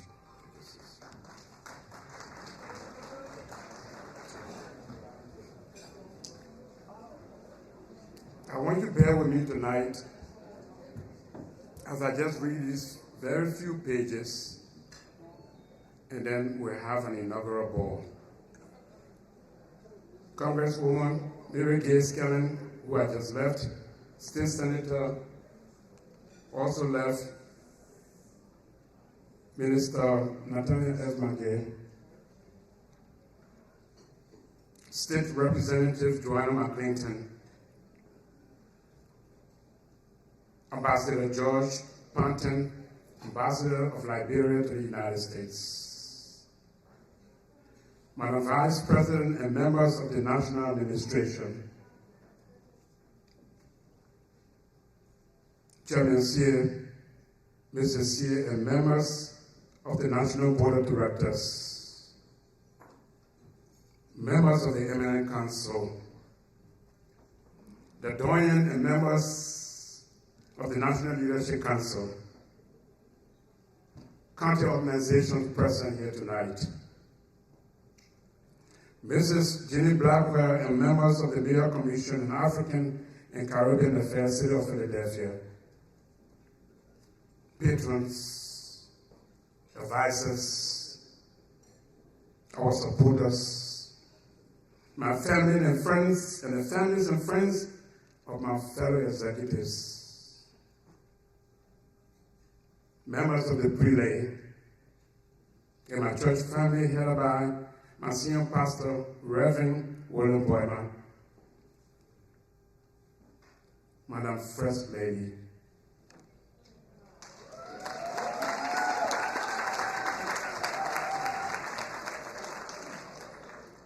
my real backbone,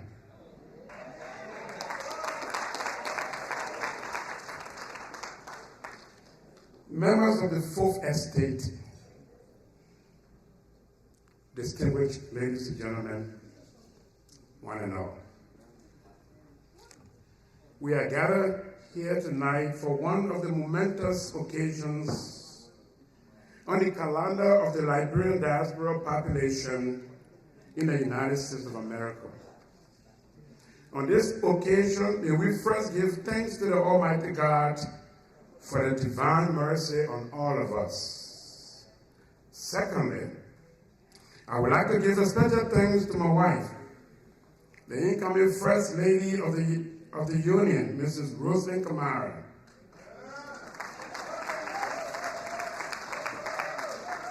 And my entire family for their support and sacrifices that contributed to this day. I'm also very pleased to extend the Union's profound thanks and appreciation to Honorable Nathaniel Magill, Minister of State for Presidential Affairs, and Chief of Staff to the President of the Republic of Liberia, who is here to celebrate with us. Please convey, Mr. Minister, our sincere thanks to President Dr. George Manuel for the high-level representation of the Liberian government at this program tonight.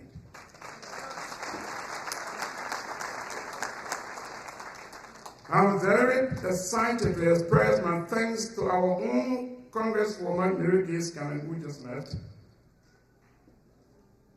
our Pennsylvania 5th Congressional District, State Senator Tim Kearney also left, State Representative Joanna McClinton, and the Chairman of the Mayor Commission on African and Caribbean Affairs, and all-time supporters, Mrs. Jenny Blackwell.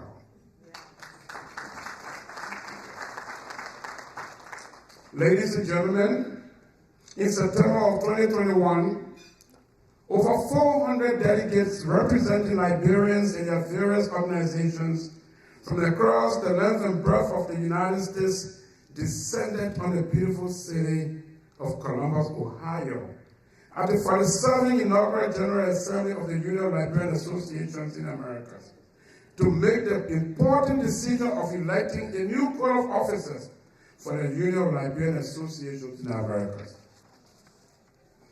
The fact that delegates braved the COVID pandemic in such huge numbers and assembled in Columbus demonstrated their commitment to the Union's funding principles of promoting democracy, good governance, social justice, and peace. Further, true to the tenets of democracy, the elections were conducted in a most peaceful and transparent manner.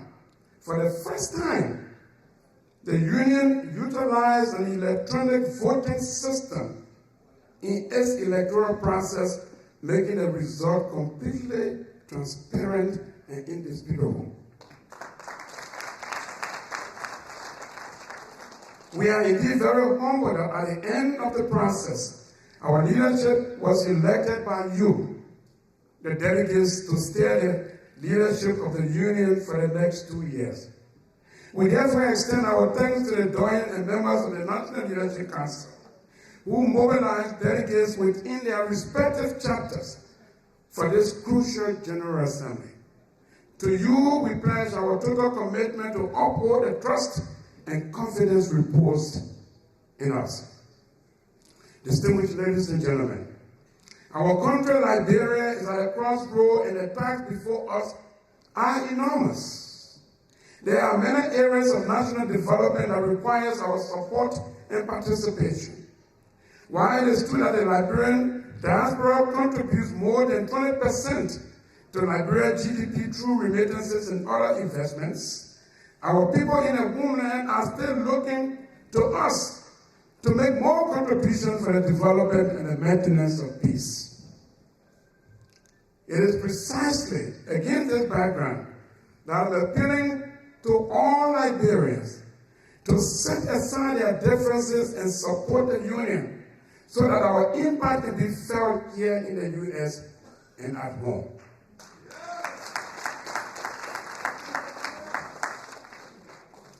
Let us always be reminded that the development of Liberia depends on a strong collaboration between Liberians at home and Liberians in the diaspora. In fact, these developmental partnerships cannot succeed without extending our partnerships to the sitting government of Liberia. Accordingly, it shall be the policy of my administration to maintain a constructive engagement with the government of Liberia in areas that are beneficial to the people of Liberia.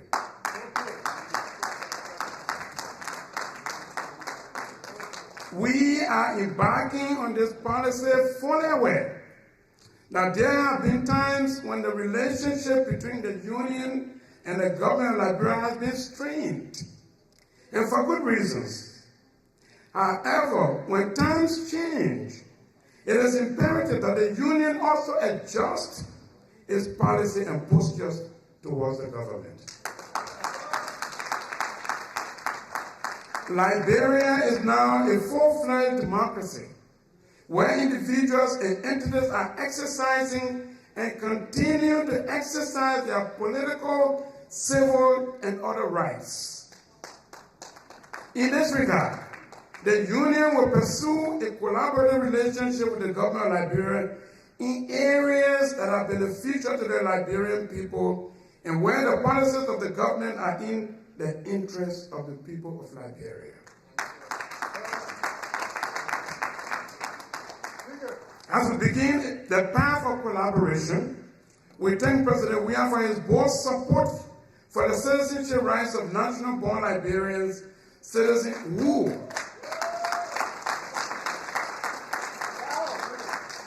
who may have acquired the citizenship of their countries of residence through this strong advocacy for the passage or the repeal of the Alien and Nationality Law. However, the Union is saddened by the delayed action of the Liberian Senate regarding the passage of this act, despite its passage by the House of Representatives.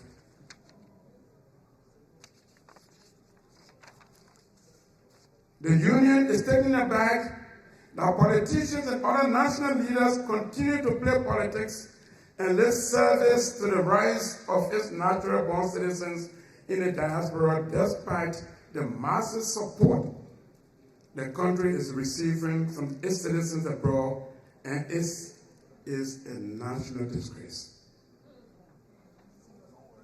We remain hopeful that cooler heads will prevail in the Senate for the passage of this act very soon.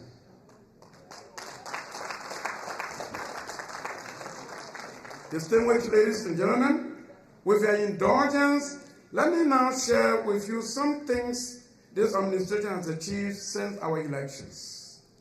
We embarked on this journey with a 100-day plan, a roadmap focused on 3 key initiatives that serves as a foundation for our service to you for the next 2 years. The first was community engagement, robust and impactful policies and procedures, and the marketing and rebranding of our August organization. I will now take a few minutes to share why these initiatives are important, where we are with them currently, and what the next steps are in our journey. Community engagements. This administration priority was to mobilize and create awareness around the Liberian Refugee Immigration and Fairness Act so that qualified Liberians could take the necessary steps to apply for this critical immigration relief before the deadline on December 20, 2021. The administration organized an immigration summit in partnership with USCIS, other immigration advocacy groups, and legal professionals on November 27, 2021. To educate, answer lingering questions around the law, and expedite the filing for their petition. In addition to the summit, we hosted a Call Your Lawmaker Day on December 10, 2021.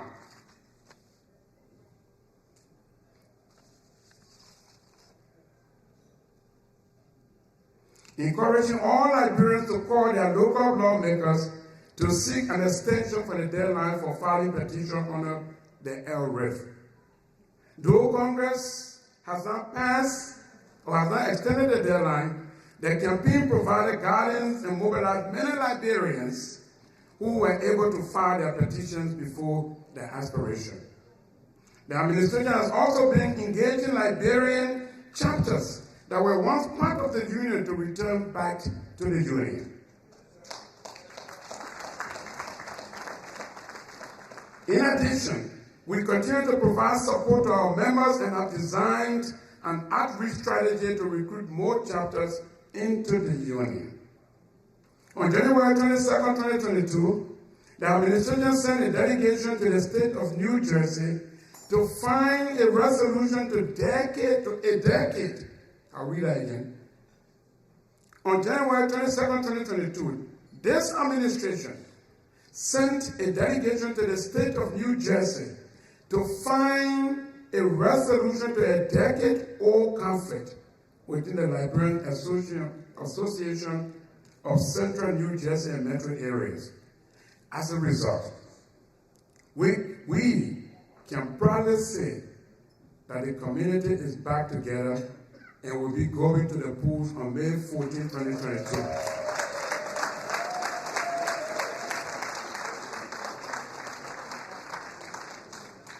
Our administration has reviewed and made significant recommendations to address all the union's policies related to fiscal management, conflict of interest, whistleblowers, record detention and instructions, and gift acceptance. We will do everything we can to be transparent with the Liberian people. Marketing and communication. The union is This administration has a comprehensive communication plan for the union, including ULAA branding guidelines, which you saw some of the videos here tonight, ULAA press releases, and private emails account. No more will I use shewo@yahoo.com.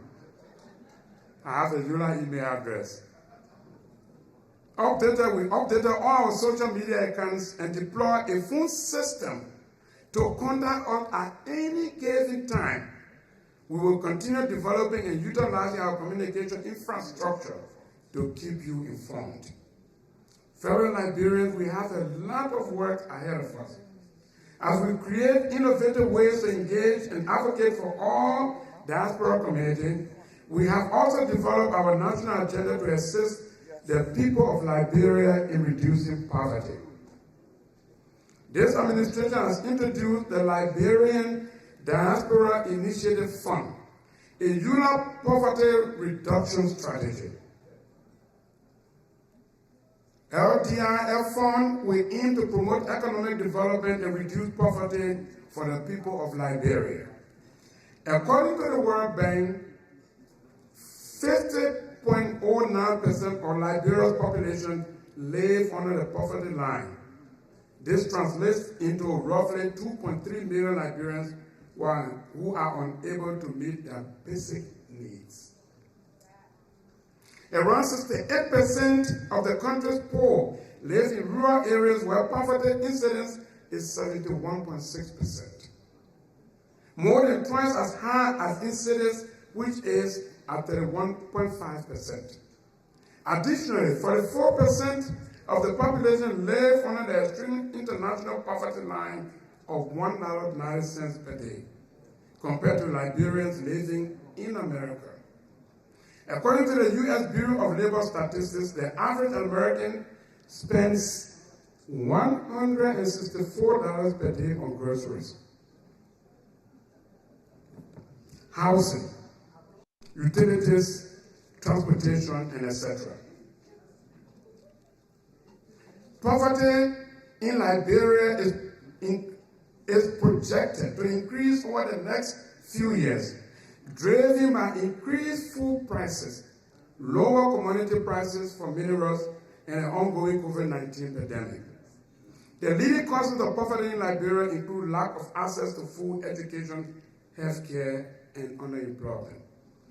The Liberian Diaspora Initiative was established as a meaningful way to support Liberia's poverty reduction. This initiative aims to support projects or institutions with the highest poverty reduction impact on groups and communities in Liberia in education, health, agriculture, development, technology, and entrepreneurship. In addition, the Liberian Diaspora Initiative Fund will give precedence to projects focusing on youth, women, small enterprises, and entrepreneurship, who can be agents of comprehensive social and economic development. The average will improve the lives of Liberians living in poverty, irrespective of ethnicity, language, religion, and gender. ULAA believes that all Liberians should have equitable access to living a life of dignity, equality, justice, and economic success.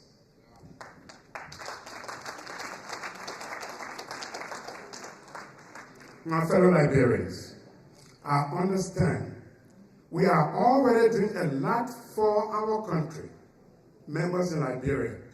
Our remittances inflow to Liberia in 2019 alone was $323.36 million US.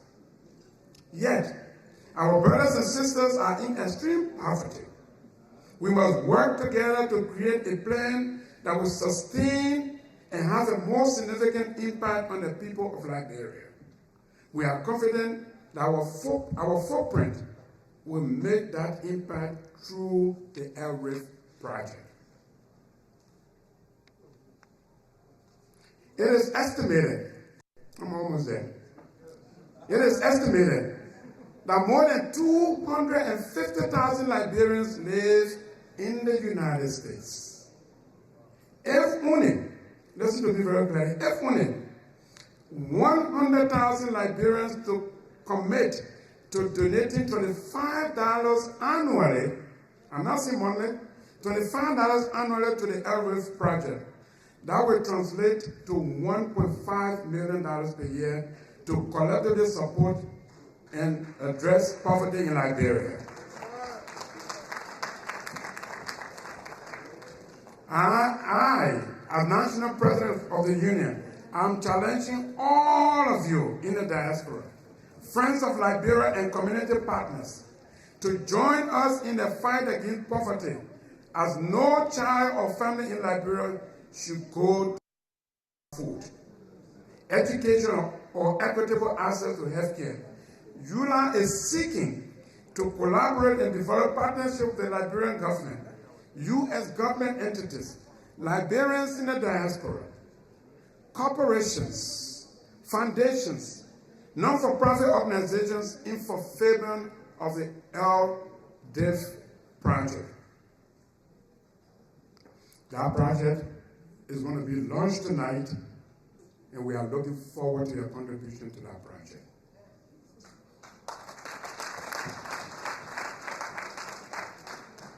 I would like to express my profound thanks to Chairman Ibrahim Mansari and members of the Inaugural Committee for the fantastic planning and execution of this program, despite some hiccups.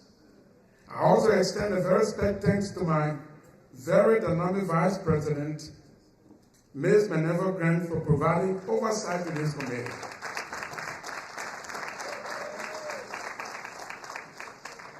I want to also extend thanks to all chapter leaders, Chairman Sear, and members of the Board of Directors, our patrons, and all of you, our special guests. I want you to please stand and give yourself a wonderful applause. Special gift. Special gift. Can you just please stand? All of you, all of you, all of you.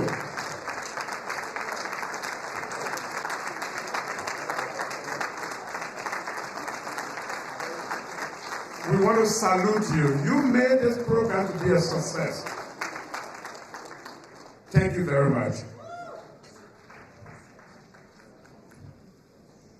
You set aside all your busy schedules, travel far and near to celebrate with us. Finally, our profound thanks to the members of the ULAA Eminent Council, our elders consisting of former presidents and board chairpersons, whose wise and timely interventions in our electoral crisis led to a smooth and peaceful electoral process that contributed to this day.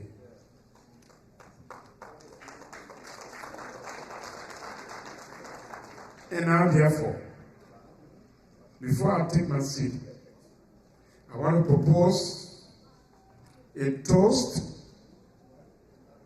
to the generosity, the tolerance, the opportunities, and the love of our great host, the United States of America, that offer and continue to offer to us, many of us, the vibrancy, advocacy, longevity of the Union Liberian Association in Americas.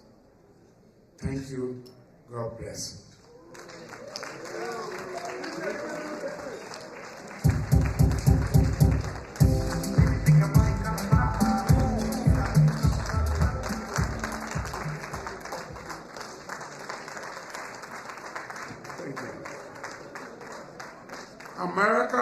America has continued to provide peace, security, stability, and development to our great country, the sweetest country on planet Earth, the Republic of Liberia.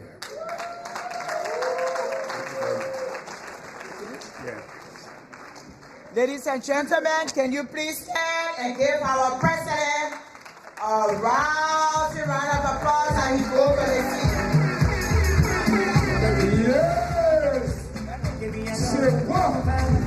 I be a man, I say, no, that's a better name for me. Say what? I say, come on. Give me a dollar, okay. I be a man, I say, no, I be. Come on, get that way that you come by you. Yeah, you come by me. Okay. Yeah, you come by you. Yeah, you come by me. Get that way that you come by you. Yeah, you come by me. Get that way that you come by you. Mr. President, you come by over the message. Mr. Kanda, love is never going. Baby girl, I'm ready to follow. It's gonna be just you and I. Till we can die. Nobody else in my shawty. Put it together to the end. Call me whenever you need me. I'm coming. I'ma be your baby for life. I'm gonna try to make you smile. Angelina, my temperature is passing for you. Passing for you. Thank you. No, yeah. Thank you. You may be seated. Mr. President, Shewo is a name that means something in Pella. You back my all that message. Appreciate that, sir. So the gist of the president message in two of the languages that I speak is Kwatika, which is in Pella, and Loma is Ziblikizi.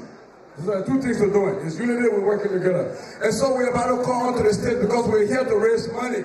Please, hey, can you close the door, lock all the doors, because we won't do it at church. We're offering time to come and leave. Yeah. Can somebody lock the door for me, please? So we need you to kiss, because the president told you why.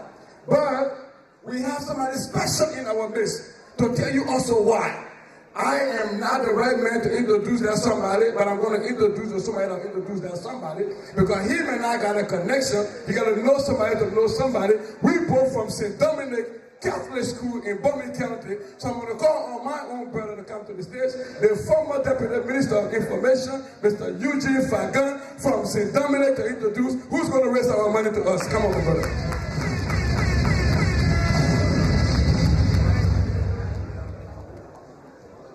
Thank you.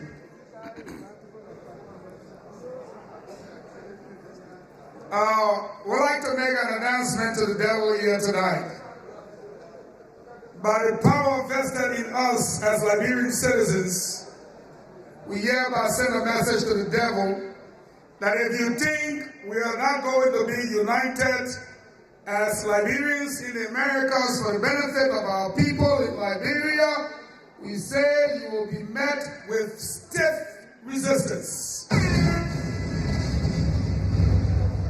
Now we're going to give you some facts versus fiction while we introduce the Honorable Minister of State, the Honorable Nathaniel Fallow McGill. Fact number one, but let's start with the fiction. The fiction here is Liberians will never come together for the betterment of that country. The fact is, by demonstration here tonight, Liberians in the diaspora have renewed their commitment to work for peace and to develop their nation as demonstrated by their presence in the country during the last Christmas holiday. Fiction number two, ULAA is highly political. The fact is, by demonstration here tonight, Mr. President, ULAA is apolitical. Fact number three, and this is the most important one. you are an American citizen by virtue of your birth as a Liberian citizen, you automatically remain an American citizen.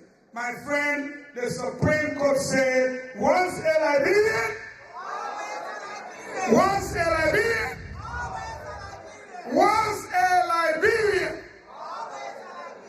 And that's not going to change. So it's facts versus fiction.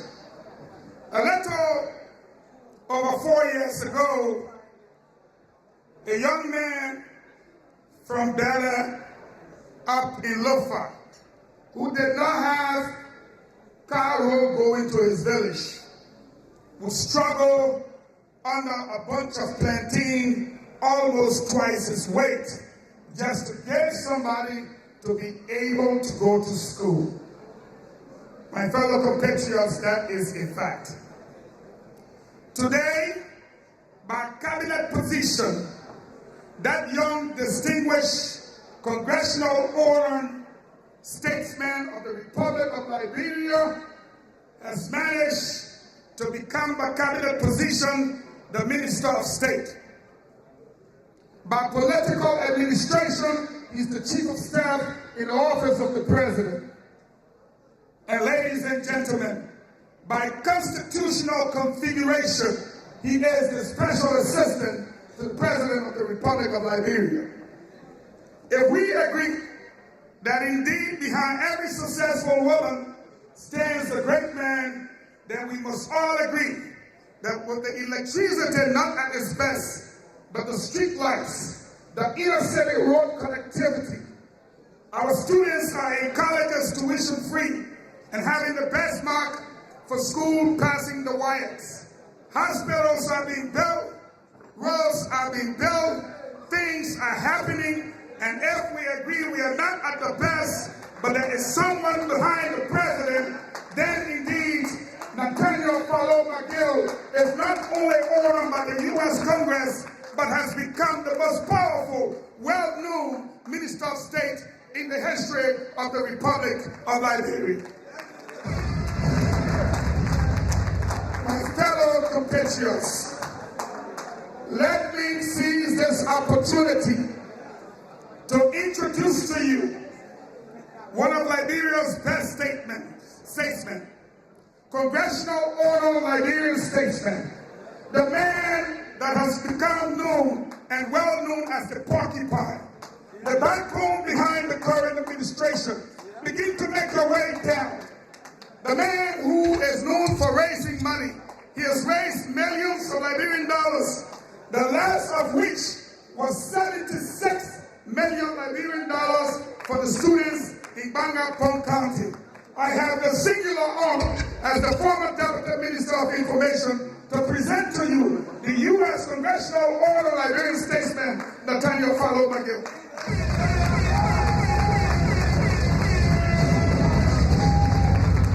Thank you very much. Thank you very much. Please have your seats. Please have your seats. Thank you very much.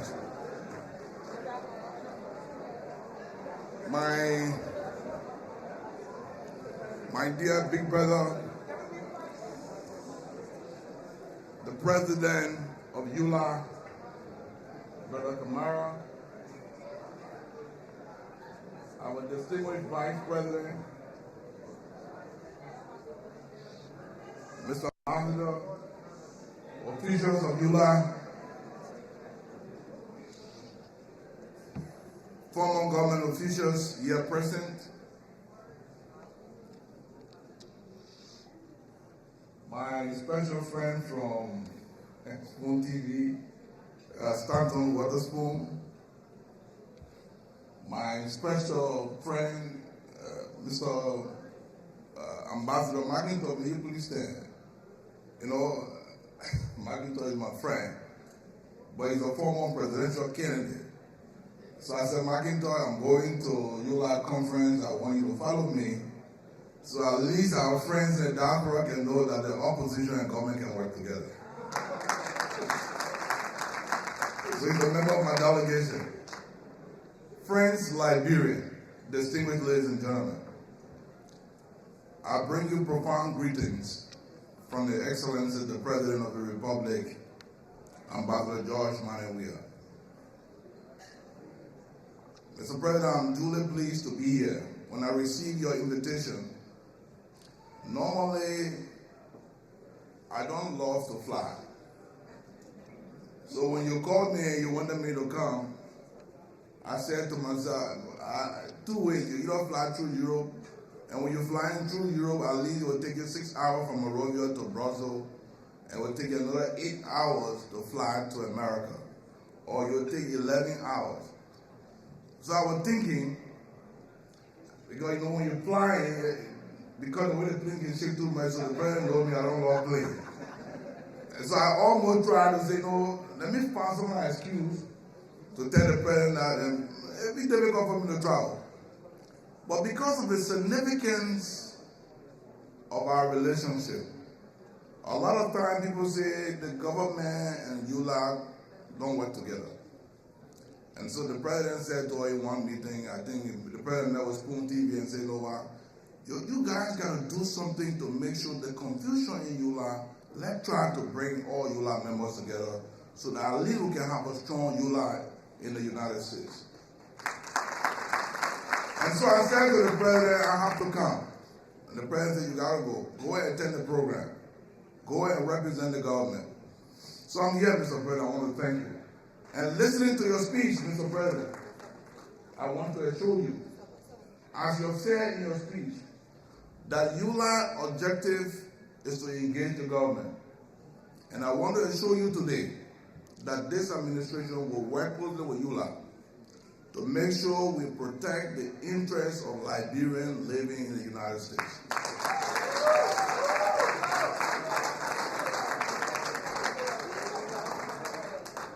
I'm here to launch, to raise funds.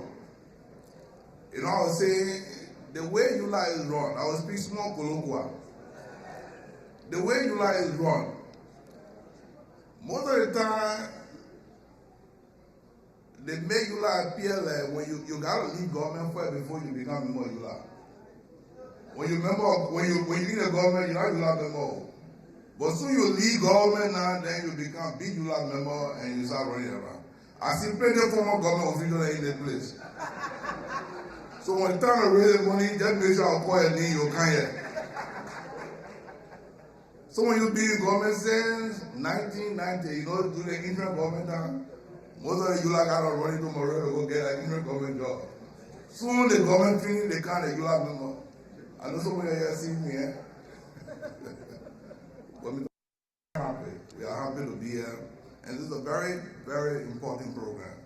Liberia belongs to everyone. One of the things you left out, Mr. Chairman, Mr. President, while it is true that you are engaged in the government, do not relent as President of ULAA to call on the government when you see the government going wrong. If you believe there is corruption issue, do not hesitate to raise it.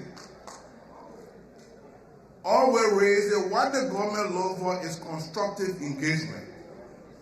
The government, we are not in the business of trying to run after anyone. And that's the reason why a lot of you, quite recently, the president made an overture to reach out to one of the fiercest critics of the government. And you all know Mr. Henry Costa. I saw Costa say you're coming here today. Costa, are you around here? What the president did is a clear manifestation that the president has no intention of going against any Liberian who believes there's an issue. Last time, Mr. President, when we met, you raised a few issues with me. One of the issues you raised was the issue of unexplained death in the country. And I said to you, Mr. President, the government is as concerned as you are. And as we speak, the president has given instruction that the police should do everything to make sure that Liberian people deserve answers where answers must be held. So most of the time when things happen and police don't explain, it's very easy for the police and government today. And they will even accuse people like us. And when they say government, some are playing a very important role. The first thing we think they are talking to us. Because when they say government like Liberia, the first thing they say is Natalia Magay. Like Jefferson Koji. That's Samuel Twe. And so when these things happen, and the explanation is not done properly, it makes it easy and fair enough for people to assume that powerful hands are behind it. But if the police can provide adequate information and Liberian people can be informed, there will be no room for speculation. So I want to encourage you. Liberia belongs to everyone. The unity of ULAA is very important. ULAA belongs to all Liberians irrespective of their political persuasion.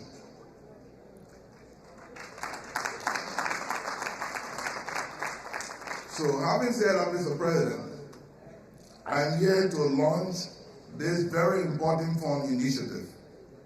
You called me at a time that we're finishing passing the budget. We're finishing passing the budget. Because you know, you got plenty mathematicians and financial experts here. If I say anything like the budget, will be asking, but where the money coming from? They will soon say, because, you know, I was talking to the Minister of Finance. And I said, my man, tell me how much I can pledge on behalf of the government. And the minister said, my girl, Lord, you got people there, when you go say anything, and not in the budget, they will say, ask you questions. So I want to be very careful. But let me assure you, Mr. President, that in the next budget, ULAA will be in the next budget.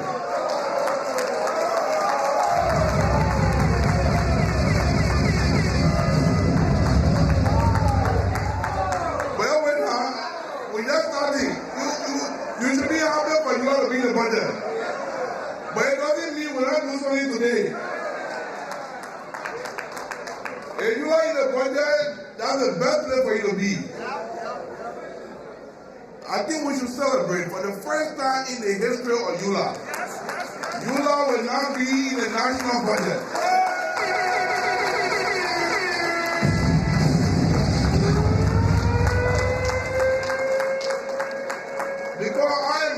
I am leading the fundraising, so I will be the last. Because if I announce what I do, some people will fall below. Because we have some very important people here. If I say it's really hard, more people will fall below. So I will start with my personal contribution before I go to the government contribution. You know, two things we're going to do here. We're going to make a personal contribution, and I'm going to membership contribution. The reason why I want to make a membership contribution is because I do not want to leave government first before I make myself a member of ULAA. I want to start being a member of ULAA while I am staying in the government. So when I leave, it will just make it easy, and I will start making my contribution through the Pennsylvania branch.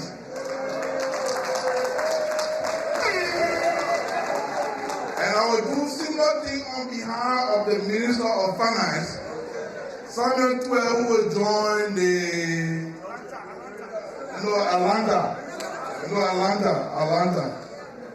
Atlanta. Then we'll make personal contribution. So I will start with a personal contribution as a membership drive of $2,500 US. $2,500 as the membership due for the Minister of Finance.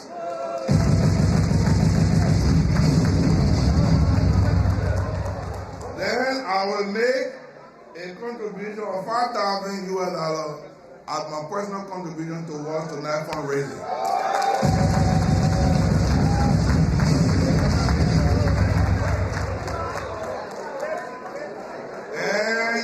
I will pledge the seed amount on behalf of the Minister of Finance who has authorized me to do so.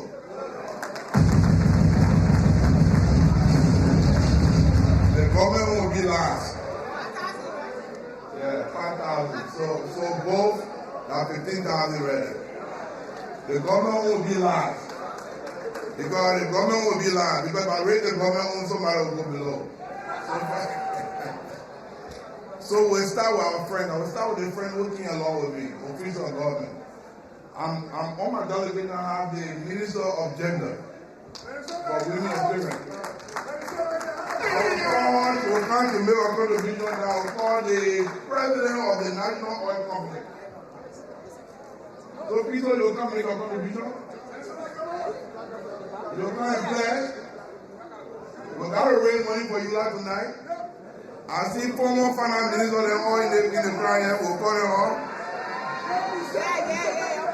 We'll call them all. I see the former minister of operation for internal affairs. We'll call them all. If you knew you were in the government before 10 years ago, just show yourself. Because I don't want to call you, just show yourself. So people tell me how much you get. Well, hello everybody. I was a member of ULAA. I lived in the U.S. for a long time, and I worked in Minnesota with the Organization of Liberians in Minnesota. I even ran elections in Minnesota. So as a former member, and hopefully at some point in time, like Miguel said, who won't wait till we leave government? I think once a member, I'm always a member. I'll go ahead, and because the office of the presidency has already spoken, we cannot top that. So I said the office of the presidency. So I will not speak about that. So on behalf of my family and myself, I'll go ahead and pledge $1,000 to start on. Thank you. Thank you. Those who are back in the media, take your chance. The president said to me, we need to raise at least a minimum 100,000 tonight, correct? So the target is minimum 100,000 before we leave from here. Then we can add. Because between 100 to 250, correct? But we'll start. We've got to read 100 first. Then we'll call the president of the oil company. People, how many say you get? 1,000? Of the oil company.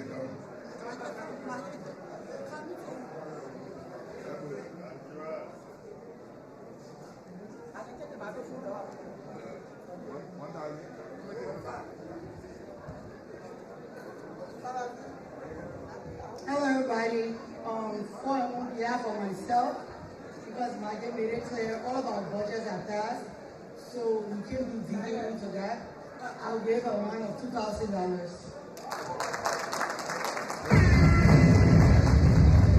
All the government officials who make it president are responsible for the money. So you got to worry about the money going there. Now we'll call the Standard Bureau of CDA, Window McIntosh. If any Standard Bureau here, just make sure I'll call you. All the people want to be president, y'all got to see yourself. So you want to be president, you cry, you got to see yourself. Hello, everybody. On behalf of myself and my wife, we'll contribute $1,500. 1,500. The man only brother got $1,500. Now we'll call, when the school TV people went to Monrovia, the president said to them, you guys need to work with ULAA so that we can have unity. And so I will call the president of school TV or the chairman, the CEO. He's a Liberian guy. He's been working very hard. He told me he would make a very significant contribution to what ULAA program tonight. So I have the honor to call Stanton Waterspoon, who will join me on the podium. If I thought I would stay here and raise the money. So Stanton, if we don't raise 100,000 tonight, I will not call the government home because I want to make sure. If we don't raise 100,000 or more tonight, we're not getting from here.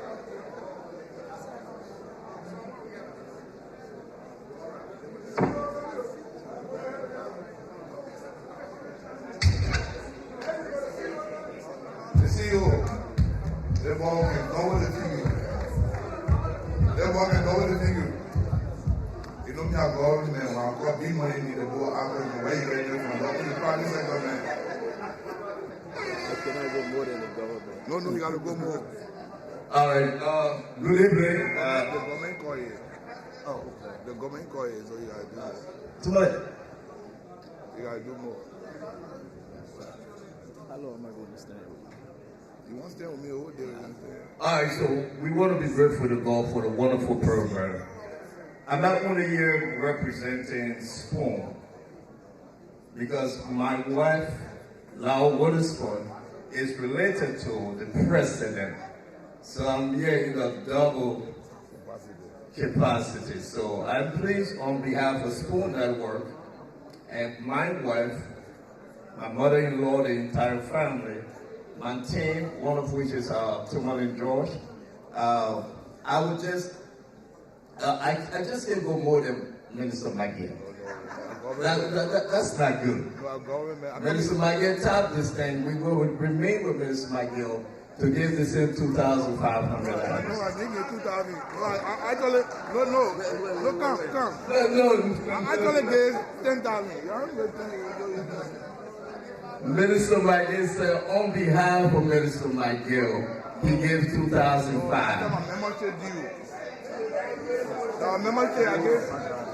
Okay. All right. Okay. All right. So we're going to observe the donation, and we will reach it up to 5,000 for now. Thank you. All right, thank you, Sasha. Thank you very much. You know, I will intend, because I don't know most of you guys in the crowd. I know my Liberian Business Association. In fact, what is that? Liberian Business Association. Child Wamina. Oh man, I think he told me the money in the hotel. I'll bring it up. I see your business is talking about Liberian Business Association. Oh my God! I mean, don't put me on the spot, man. Well, ladies and gentlemen, it's a pleasure to be here and to have an opportunity to hang out with such a wonderful gentleman. So on behalf of the Liberian Business Association, representing Mr. George, who happened not to be here, we would, he gave me a limit to play, so I might as well just say what he gave me. I give $500 on that end. And then on behalf of my company, the Dwamina Media, Voices Magazine, and Liberian Marketplace, will pledge $1,000 for a total of $1,500. What is that from me?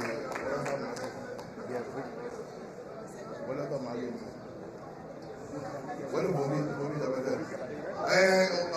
My dear friend, brother Sam Jackson. Rennie Jackson. Former Deputy Minister of Operations, Minister of Internal Affairs. Rennie, I mean, you're a big brother, man. You know where I'm you before. Can't make contribution. Anyway, you start there, we'll feel it like former boss man. I'll be coming to speak. Okay, Rennie say when you can't make contribution. Thank you, Rennie. Is the former President Yula correct?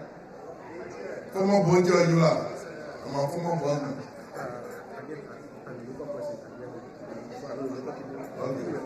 Okay. My man be having the local people. So any local person you think we can call them, what is out here or the Bonanza market? But there's a important person in the community. Yeah, Fofi Chapate. Fofi Chapate. Fofi? Yeah. Okay. We met before. I don't know you. Click on.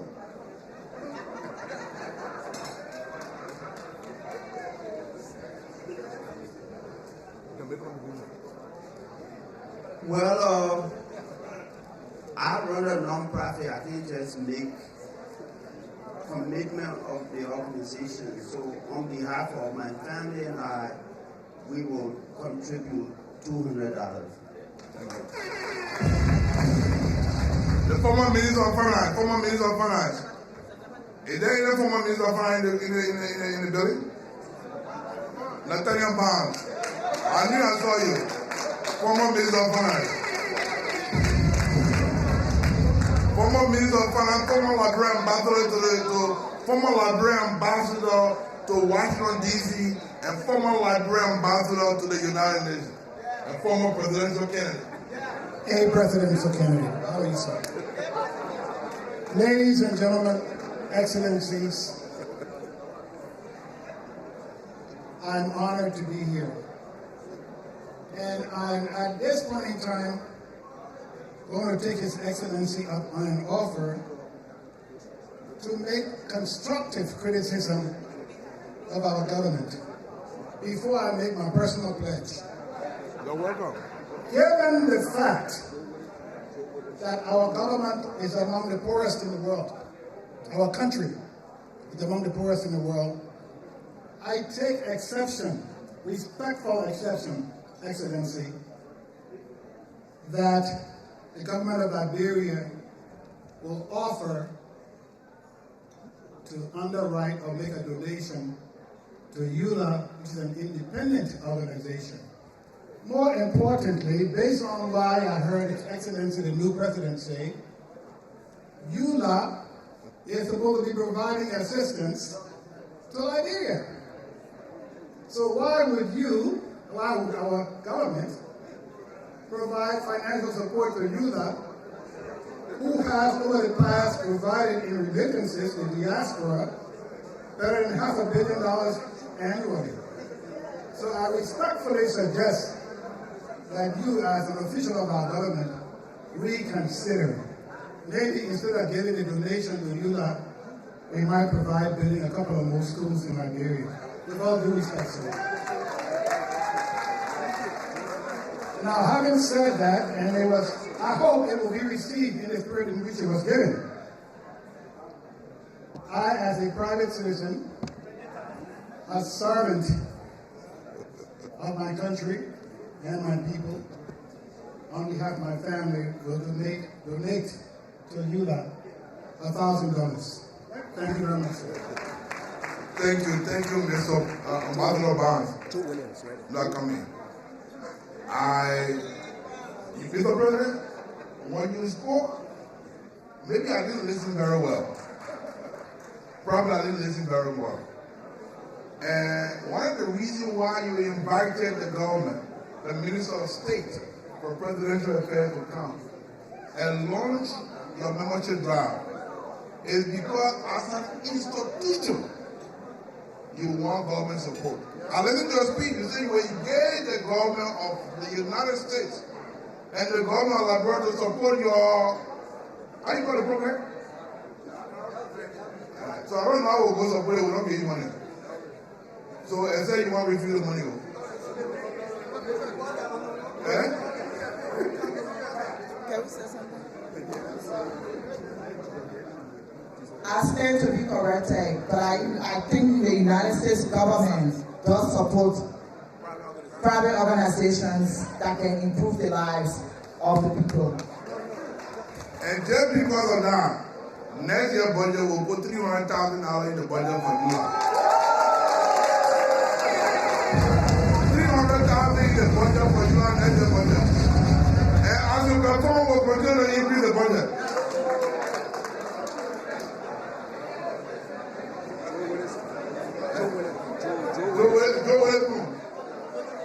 Anything you want to be president, you say, okay, you want support, and I think you want support. Nobody will come get on. Ladies and gentlemen, please, let me just say what I heard just now from the Honorable Ambassador Barnes. Sometimes politics has to end at the water's edge. This is not. ULAA is not an opposition party in exile. Of course. It is by time that we, as members of ULAA, begin to position ourselves as partners, because the future of Liberia is all our responsibility. And what we are here to do is to promote this august body. So therefore, without further ado, me and my partner from Ducal Liberian Investment is going to make a contribution today of $1,000. Thank you. ULAA is not opposition party. ULAA belongs to all Liberians. ULAA is not opposition party. If you're from United Party, if you're from CDC, you're from AAP, you're from Kwakwa Party, put your party business outside and can't do ULAA business here. When we come here for ULAA business, we're not coming here for political party business. ULAA is government of Liberia in the diaspora.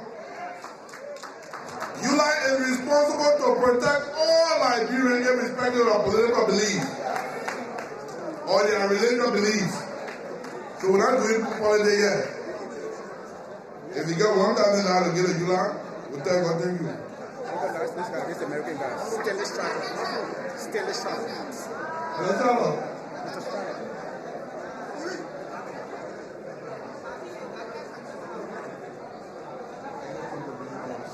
Thank you very much. It's an honor to be here again. And on behalf of myself and Mrs. Blackwell, who we are members of the Mayor's Commission on African Caribbean and Immigrant Affairs, we first of all want to say to you on Thursday, March 31st at 2:00 p.m. in the City Council, City Hall, the Mayor's Conference Room, we'll host a press conference on the announcing the 200-year anniversary of the founding of Liberia. So if you can make it, please come out, fill up the City Hall. And for myself and Mrs. Blackwell, we're going to commit $500 to ULAA and our friend and brother and his wonderful father. Thank you. Before I end and allow the MC to take over the microphone, sending MC knows all my brothers and sisters and fathers who are here. So we're still waiting for the government? I will make this final position. And like I said, the budget has already been passed. However, Mr. President, this will be an initial contribution of the government. And I'm quite sure that contribution will come through the Ministry of State for Presidential Affairs. The government will make a contribution of $100,000 US.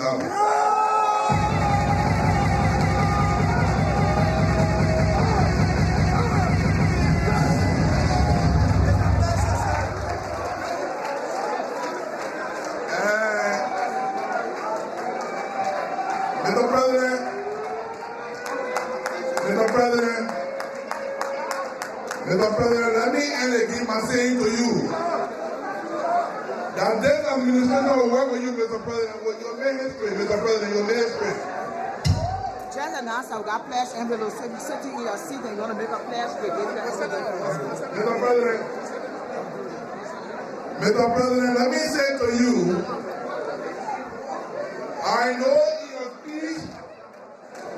in your speech, Mr. President, you said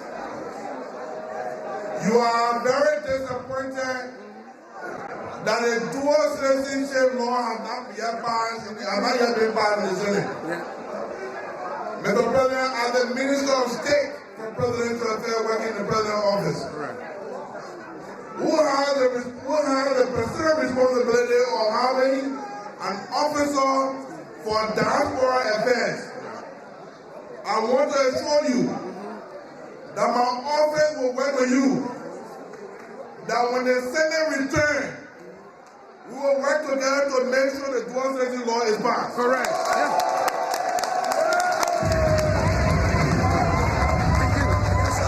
Yes, sir. Thank you.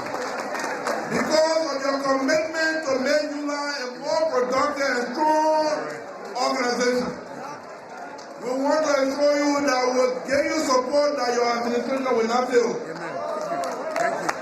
That Liberia, that ULAA will be one of the most outstanding organizations in the United States.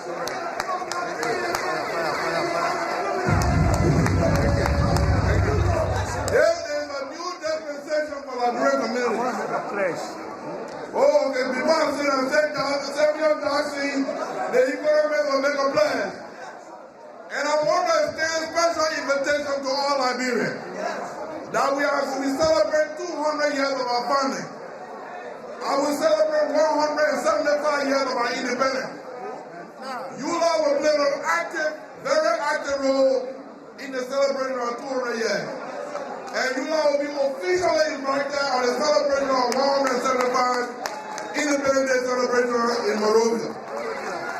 And ULAA will always be at the table when that government speaks.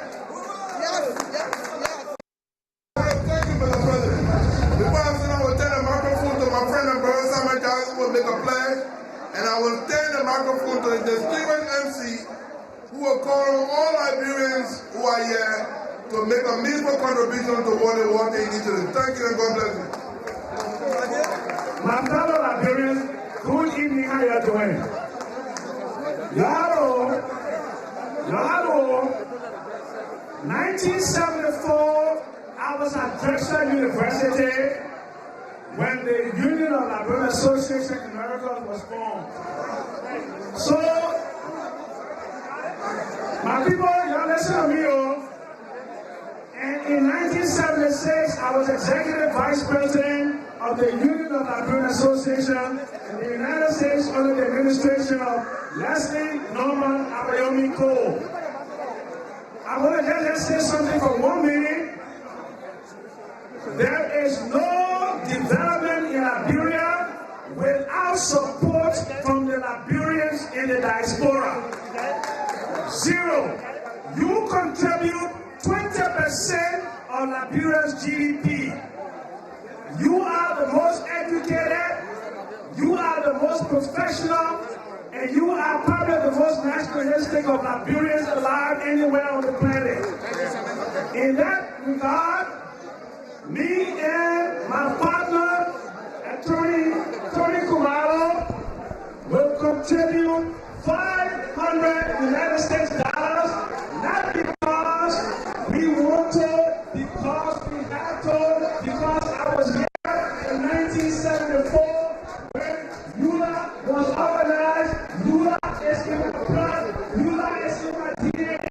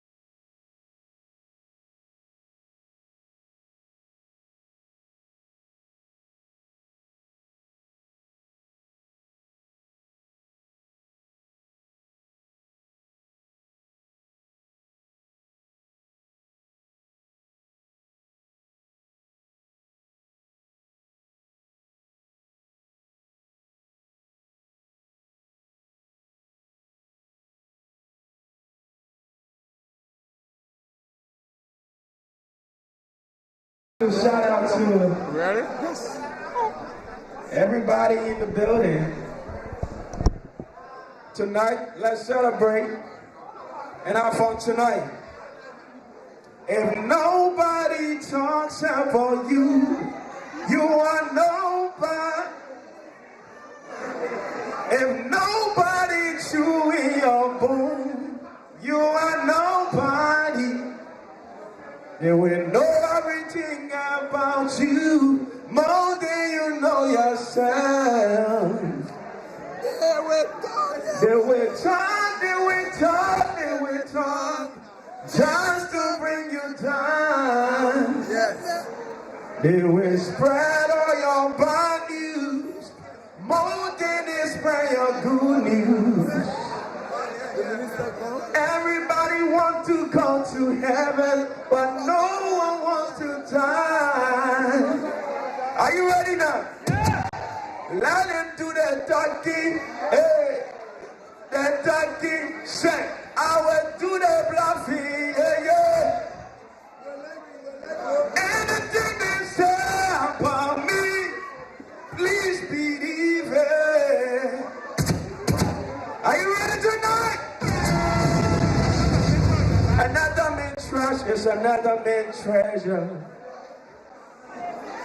TJ, you ready? Let's do it, let's do it. Hey. Yeah. Where the ladies at?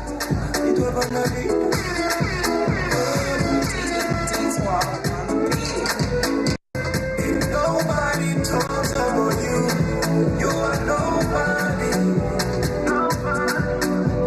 If nobody chooses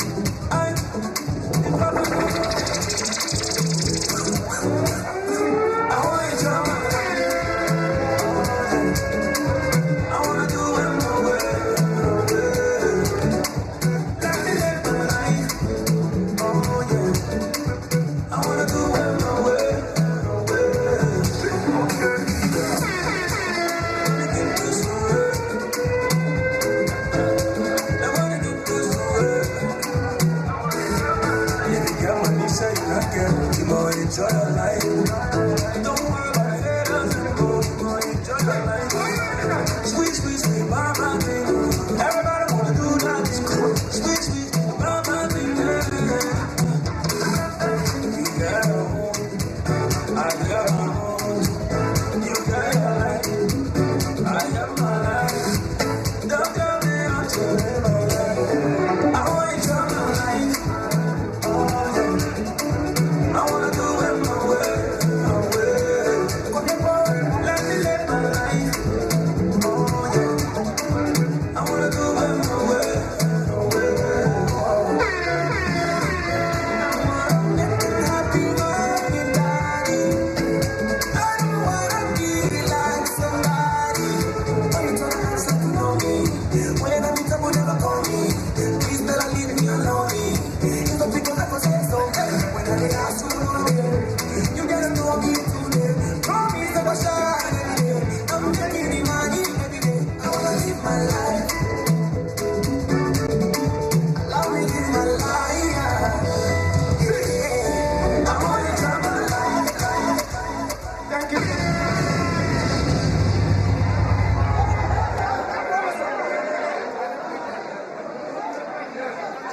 Thank you. That was really twin. Can we please? I was singing so we can close. Thank you.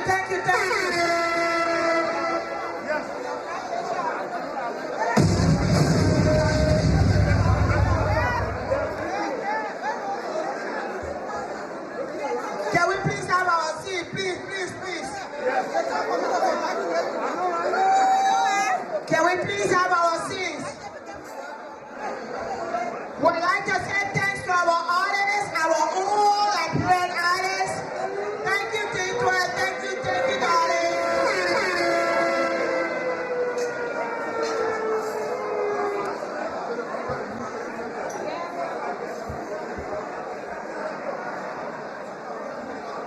Okay, we are going to finalize this program so we can do our grand march. Tomorrow,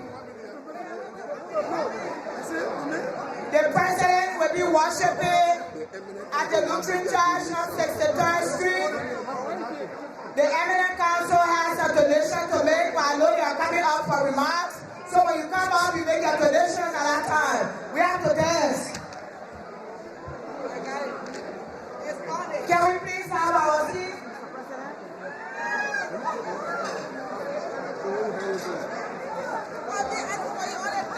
Yeah. Mr. Pastor, can we please have our seats while we welcome to the podium the president of this chapter, followed by the doyen of ULAA and the National Leadership Council. Mr. Taro, Jara Miller, personal. This thing is personal to none of people. You just have to allow me to do that. Hello, President Snap, are you in the house? All right, can we please have our seats? Please clear the dance floor. The red cap and the red jacket on the dance floor. Can we please clear the dance floor? Can we please clear the dance floor? Can we please have our seats? Can we please have our seats? Can we please have our seats? Can we please? It will not happen. It will not happen. Especially I have to help us. Can we please have our seats so we can get it? Let's go. play a lot of I was singing it. All right, can we please be quiet? President Spector, followed by Joanne Miller.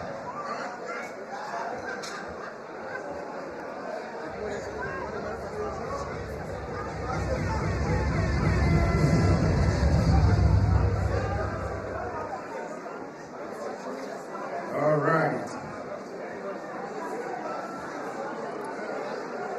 Can we please have some order in this place? I can't talk with what is it? I can't. Hello?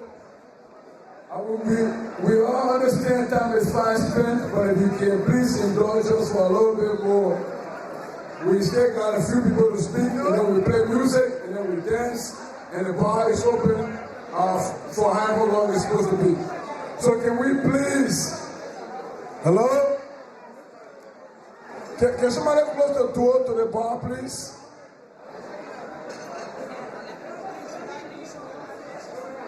Can somebody please help me close the door to the bar? My brothers, can you please close the door to the bar so the noise in the bar can stay in the bar? And can we please just listen to members of the board of directors and other people that have been called out here to speak, please. We understand that D2 has energized the building, but can we please listen to other people as they speak? They want it for us? Yeah. All they got put in. You saw the text I sent you? Yeah, I said I responded to it. Sorry. I didn't put one right now. Because if they have it like that, then you will not even have the boat chair to be speaking. You will not get people below the level with you. I don't want to tell you the truth. It will not happen.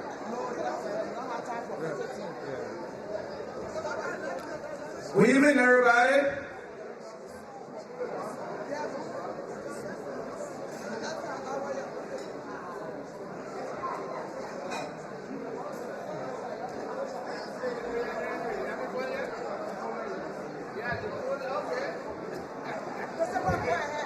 All right.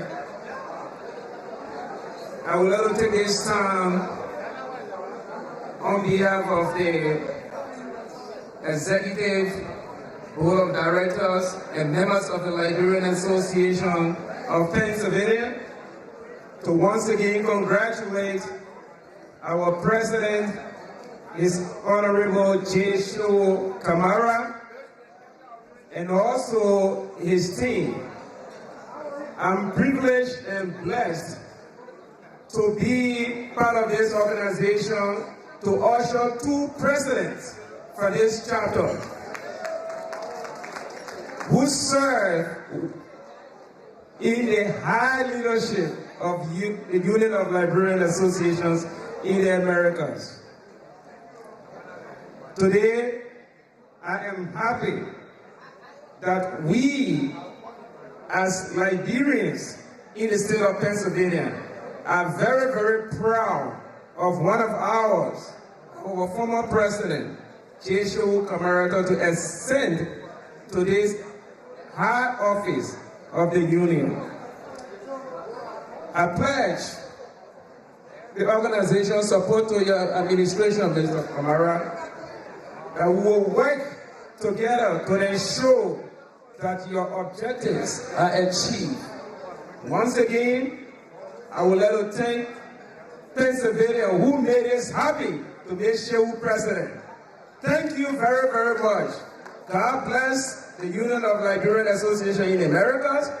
God bless the Liberian Association of Pennsylvania. God bless the Republic of Liberia. Thank you.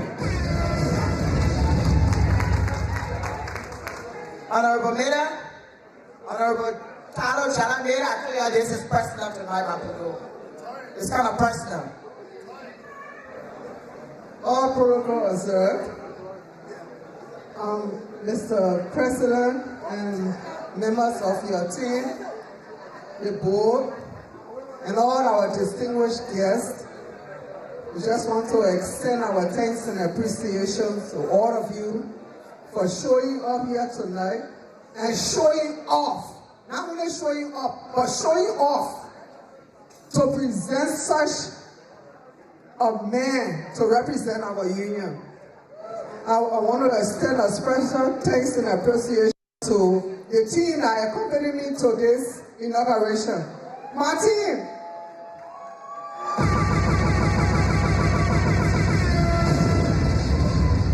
I want to thank all of you.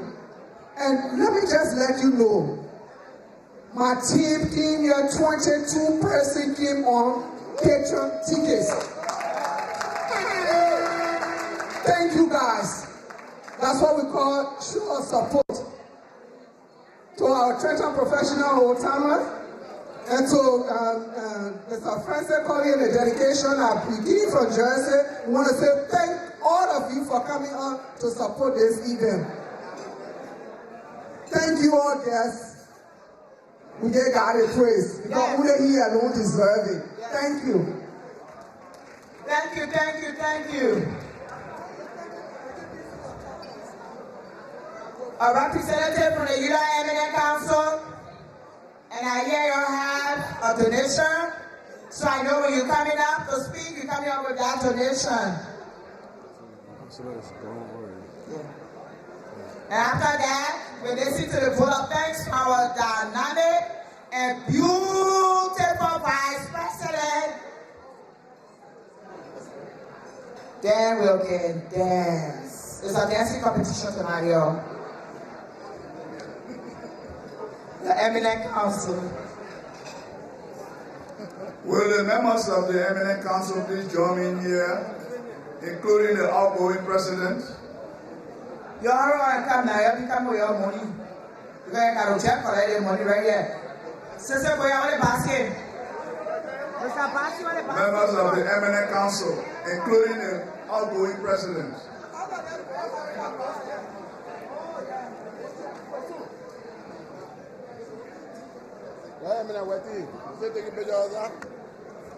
Okay, yeah, we're talking about donations, but we just want to take this time to congratulate the president, the vice president, and the poor officer. Mr. President, we want to congratulate you for your elections and your induction into office tonight. Our chairman, Mr. David Flomo, could not be with us here tonight, so could not make any decision that has to do with what we really would love to give tonight. But we pledge, until we meet our chairman, we pledge an amount of $1,000.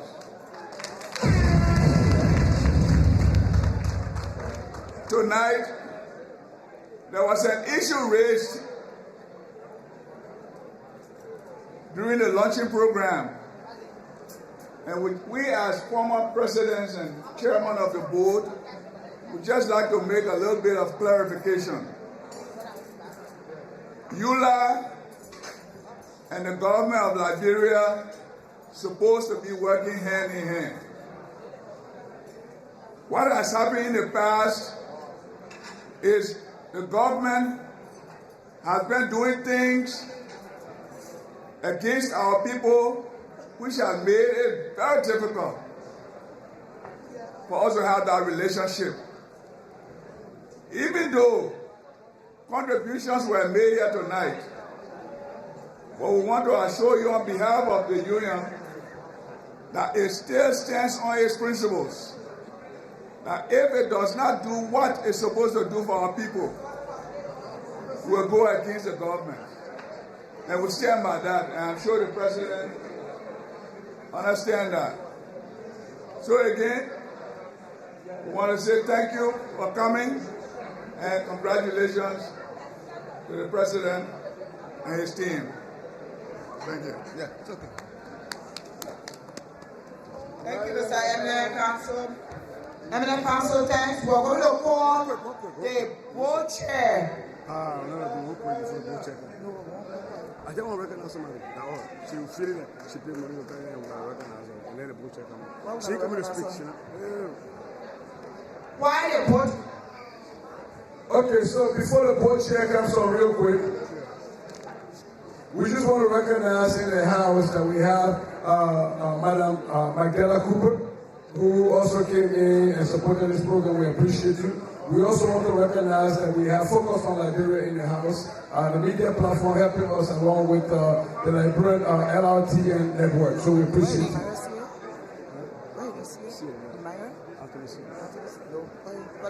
So at this point, we'll call on the chairman of the board of directors, the man who makes a lot of decisions in his organization, rightfully so, His Excellency, Mr.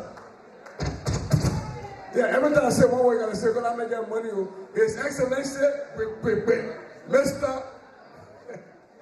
What's your say? Come on, Reggie. Thank you so much. Thank you. Mr. President and members of the administration, members of the Leadership Council, my board members,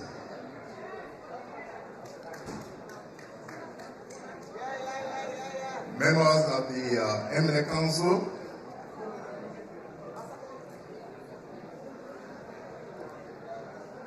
fellow Liberians, ladies and gentlemen.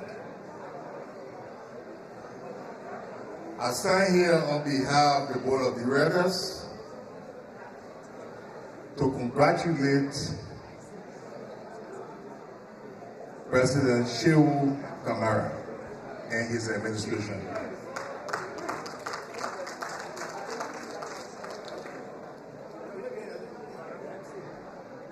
The board and the administration have demonstrated democracy since September of last year. Immediately after the elections, during the process of the elections, there was better relationship between the board and the administration and the candidates. But immediately after the elections, we realized that ULAA was bigger than any of us. So we joined forces, we made defenses, and we have been working together.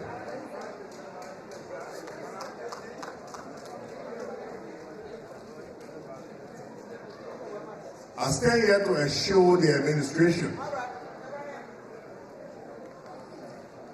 that you have 100% plus one support for the board of directors.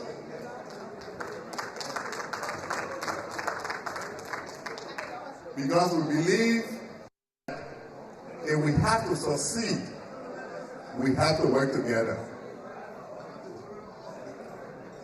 If ULAA has to move to the next level, we have to work together. And Mr. President, the board is ready and willing.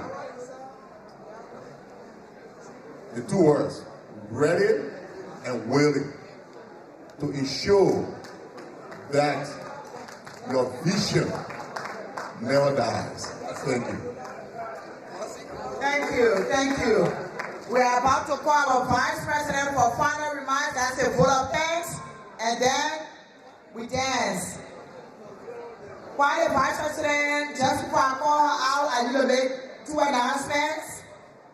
3, there's a card on your table. Please fill those cards out and we'll pick it up. If you have $1, $10, if that's all you can afford, please fill this card out. Or you can do a cash app if you want to do it. Just tell us when you're going to do it. And it's $ULAA. You can't miss it.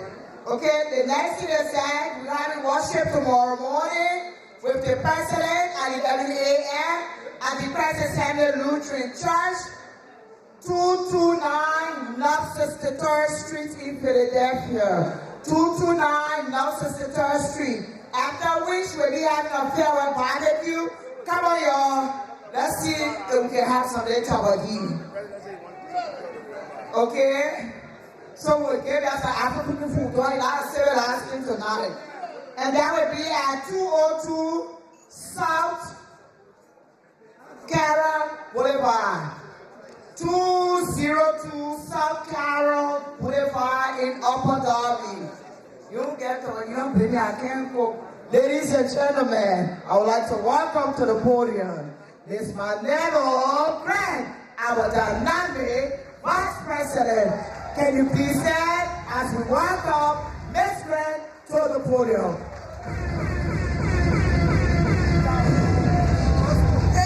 Oh my God. I need hot tea. My voice on.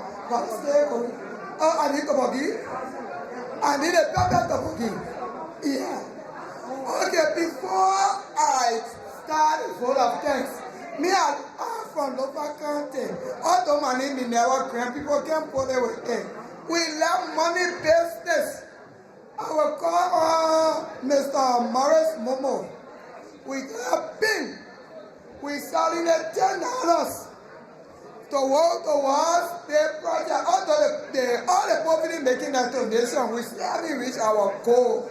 So, Mr. Momo, come on talk to my become I want this.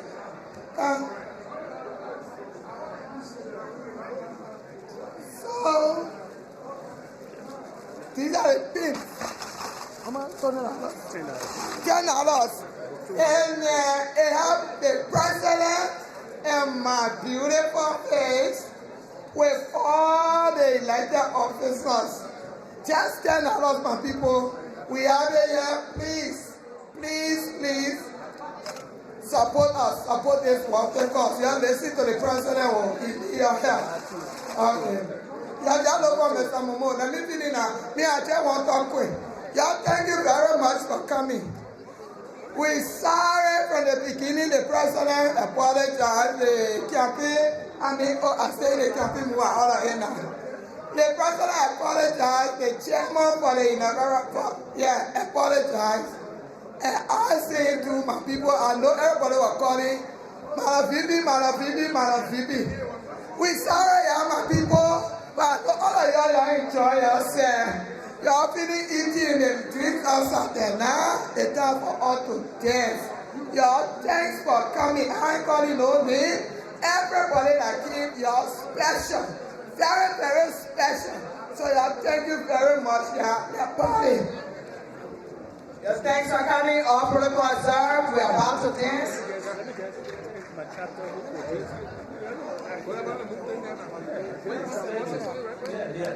Okay. New Jersey chapter, New Jersey in the house. We are contributing, this is our contribution to the diaspora program. New Jersey chapter, can you please stand or come forward? 1 minute, please. Can you please stand, New Jersey? New Jersey, please stand. All right. Thank you very much for your contribution. Thank you for your support. Thank you. Thank you. Mr. DJ, please open the dance floor for the people.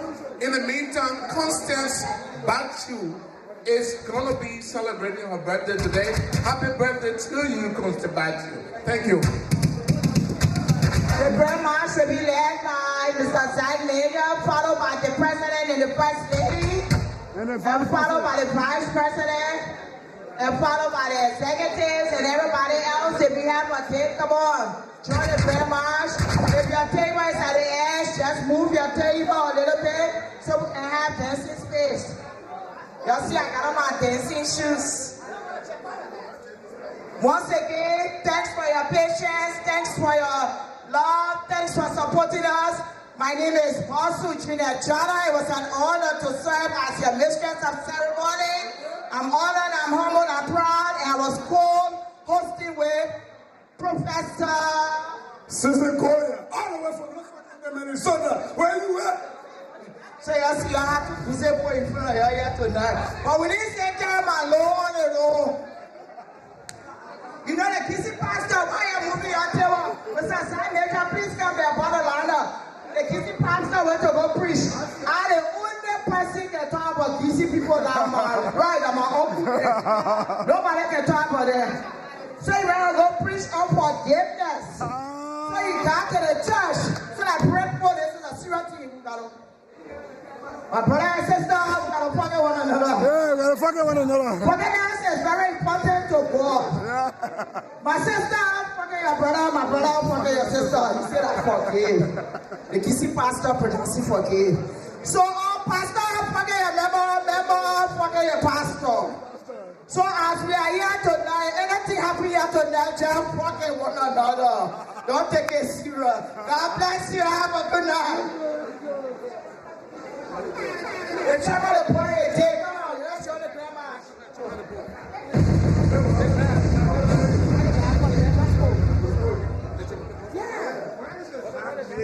Okay, so the Grand March is on. Zach Major is leading the Grand March. It's going to be followed by Mr. and Mrs. Kamara, who's going to be followed by the Vice President and the dancing partner. It's going to be followed by Mr. and Mrs. Steer. We appreciate you. Man, Mama, you're looking so fun. The brown people are fun. You don't make it under the road fast for. Who went the area without recognize it? Thank you for coming, Mama. Mr. Steer, come on stage, please, with the madam. We appreciate you, sir.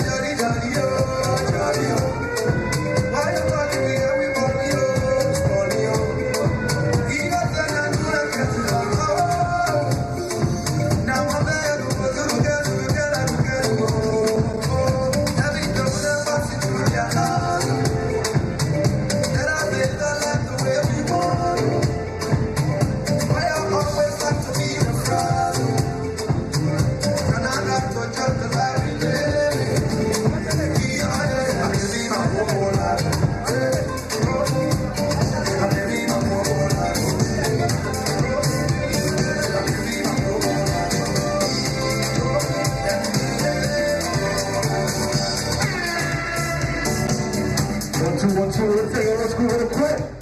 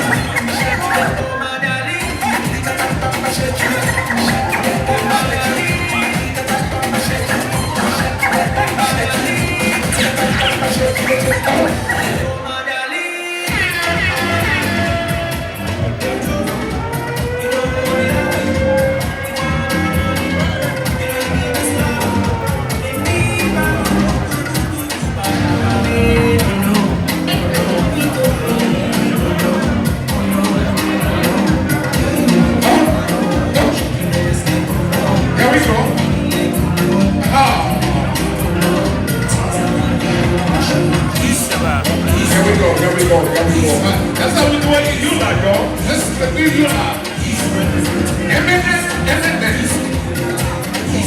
Eminem Talavilla is in the building, y'all. Here we go.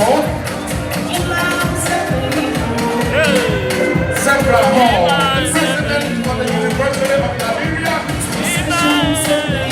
We say happy birthday, girl.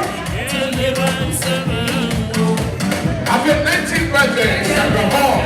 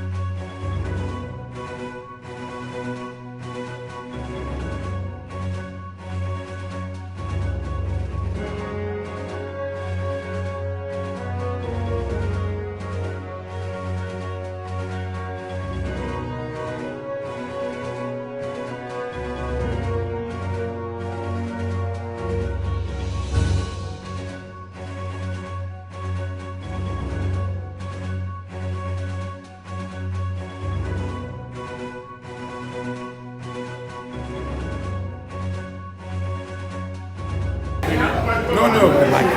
Come on, never. We know, my man. Okay, all right. Now come here.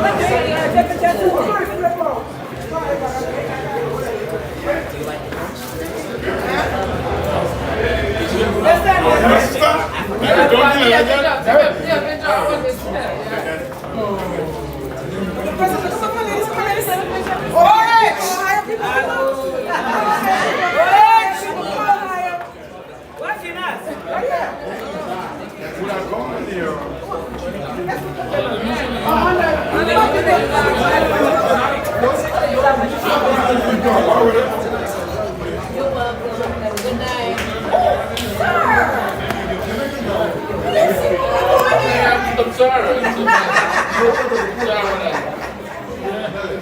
have a favorite song? You should. Right here, come here. No, after the interview. You gonna pay? After the interview, I'm coming to look for you. Owe me money.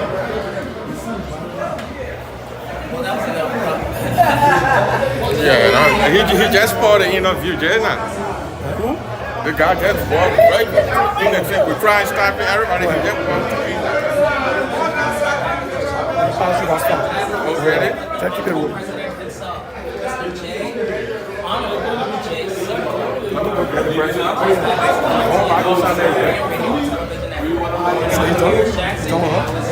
No, he's still going to.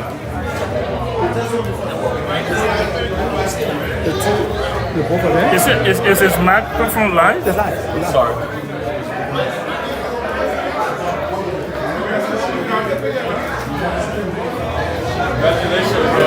Yeah, such a good one.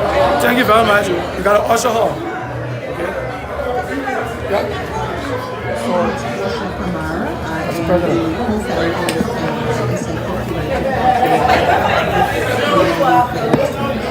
I want you to be talking to the guy. Let me stand behind you. Yeah, just a minute. Okay.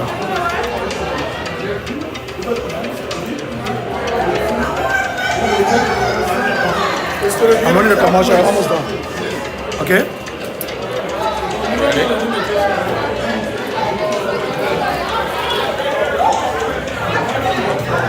Oh, hold on. Set it to correct, and then I'm going to go through.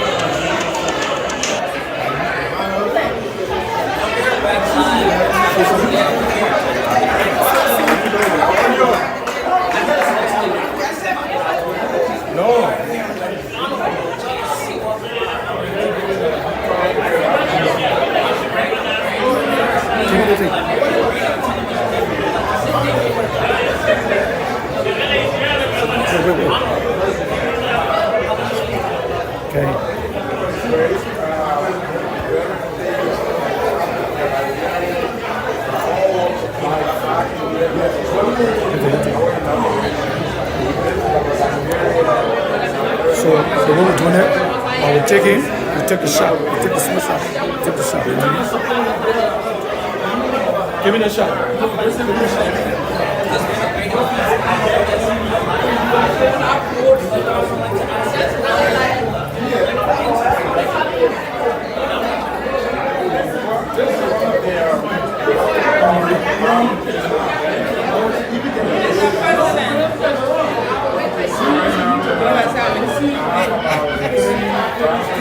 Forgot I did again.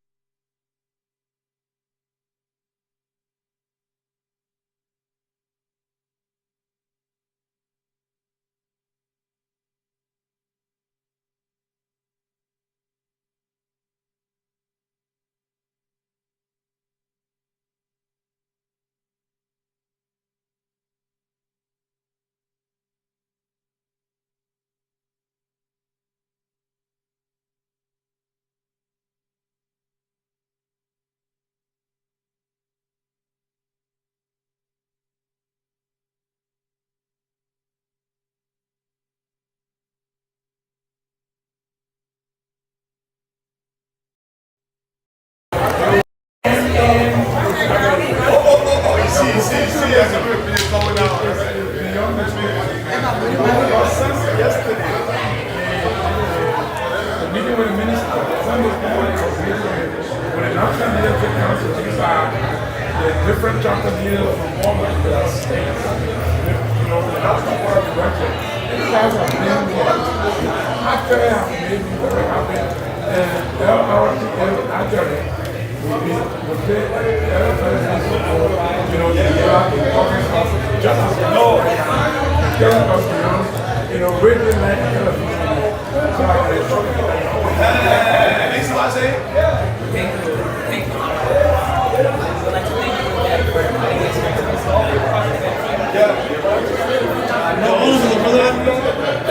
Which station is next? Which station is next?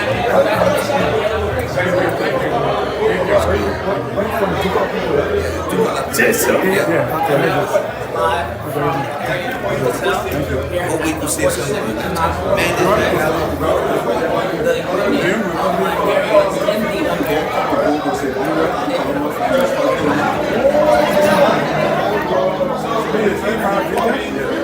Hold on, performing at the same time? No, we are performing at the same time. As one person, are you ready? Huh? I'm going to do two of them together. Okay, yeah. If y'all do promotion, I was with my pay. Okay. We're not so good. With the color direct investment fee offer. We don't have a problem. Like I said, I'm over there to stand up. Alright? Wait, so the mic was not on the whole time? I just noticed it. No, I took it off and I got it. I still got audio. You gotta change it. I know what I was doing. Listen to this. Alright, can I go have a drink now? But I'm gonna sit down. Take it out.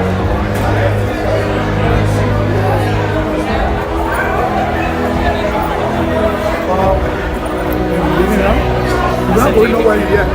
No, I don't need. Do you want to do another interview or you good? I only have planned on doing 2 interviews. The other person that interviewed who else is here to interview? I said, who else is here to interview and what are we going to ask? I want to bring the guy I want to show you. Harold. I tell you Harold. I don't know if you're done, Dennis. Okay, you want to know if you're done? Yeah. You ready? You ready? Ready? I'll be back. I'm going to go find some water. I'm thirsty. Yeah. Please, I got to get up here. No problem. I'll be here. I'm just walking up here. Yeah, don't leave. Put the money there.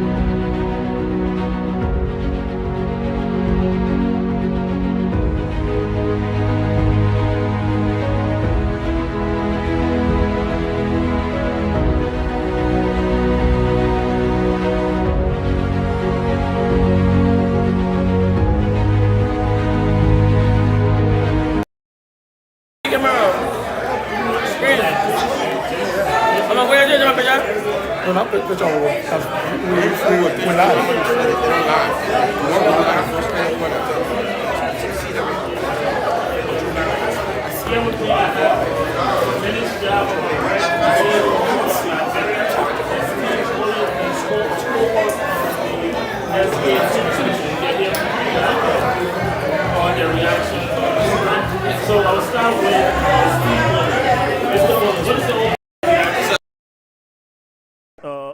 with the ULAA program. Well, overall, I want to say congratulations to the elected officials. It's an honor being here. I think the program was good to some extent. However, there were some highs and lows that we could look into. But overall, I think the program was a success, and congratulations to the newly elected officials, and I wish them the best. That's on your.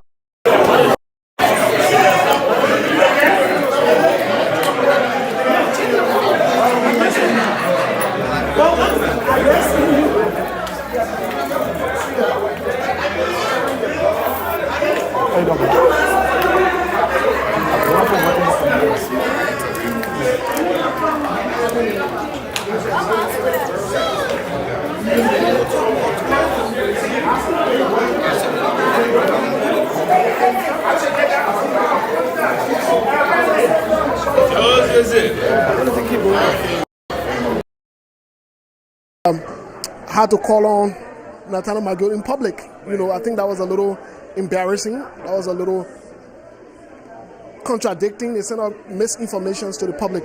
But overall, the program, from my view, I think it was good, well set up, well planned, and well organized to some extent. In as much as there were people that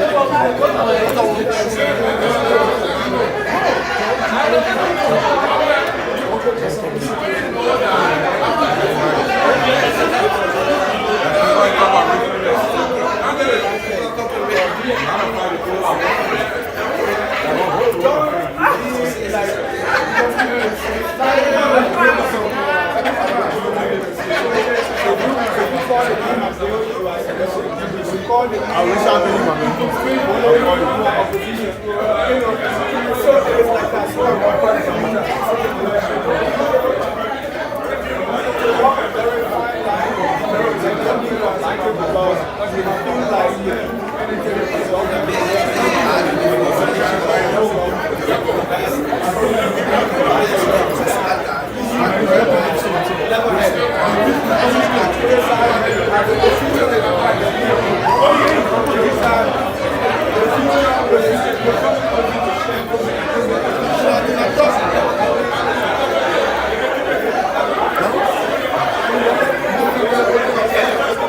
When you finish, you go for commercial break. Be mute. Thank you guys for speaking with us.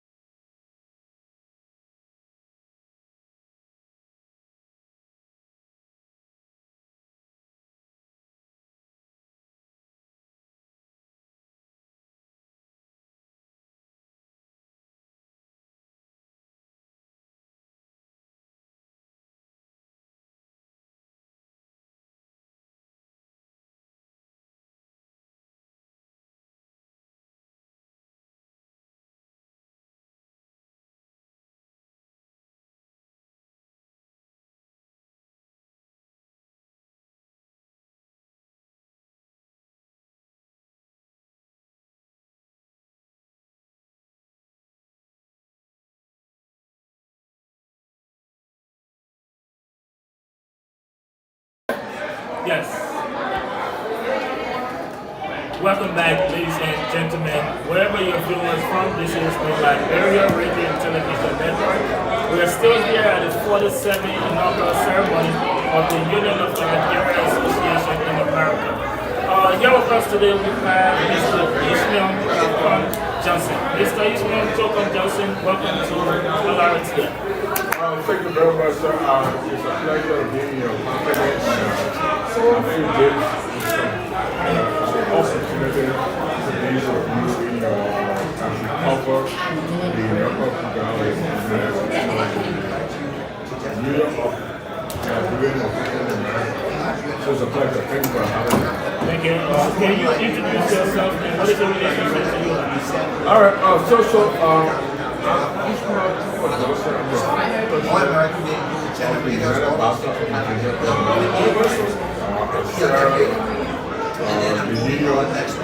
I'm the local chapter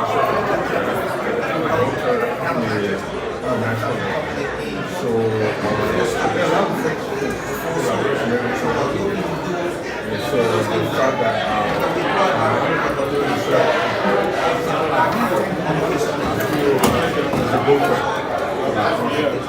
So what is your reaction to that, and how is the program? What is your reaction on the program tonight? The things are very basketball and also that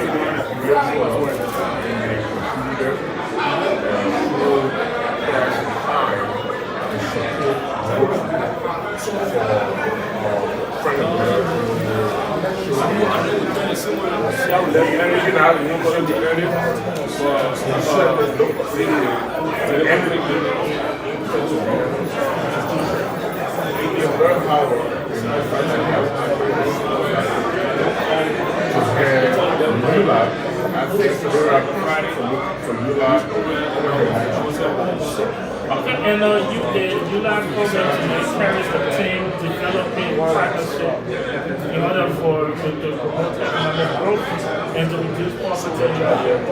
In your opinion, how do you think ULAA can work on achieving that goal? I think it's a good thing. It's something that the government has actually extended the system outside of America. To contribute to and just a backtrack, because I had this one in my zero, I came back in the Monday. And if I take a while information on what my trip is about, it has 3 stages. We have the project, personal project, and my trip to Liberia. I had an opportunity to go to my village. There was 3 sisters members. I was given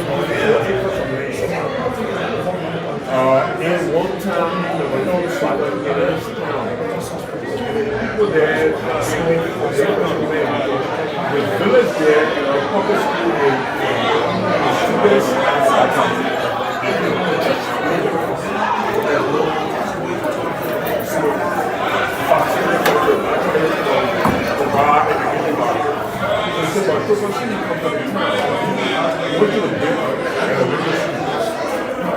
so I felt that was a whole organization in America to give back to our people. So I took that as a challenge to come back and go back here and solicit for new ideas and so to help people back here. Because most of the people in Russia, to happen and attract to go Liberia. To avoid me, there can be a site Mike Zuckerberg in that village. So I took that, I embraced that, and I feel that it's a challenge for me. I see the next one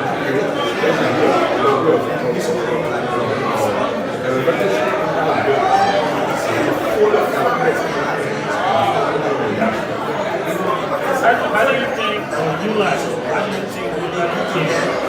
be more inclusive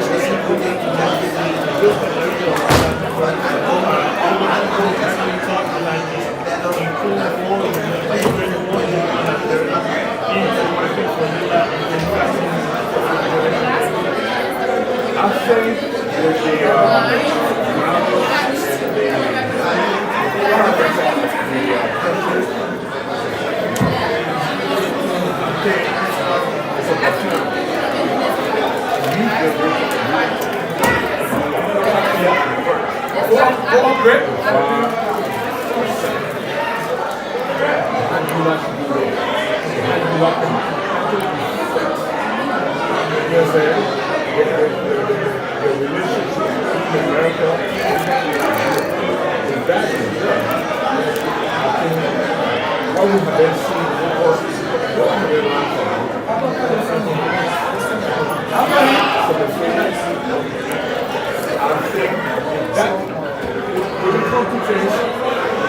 Guy, love King now, right? You got traffic to talk. I just drink water. Sorry about that.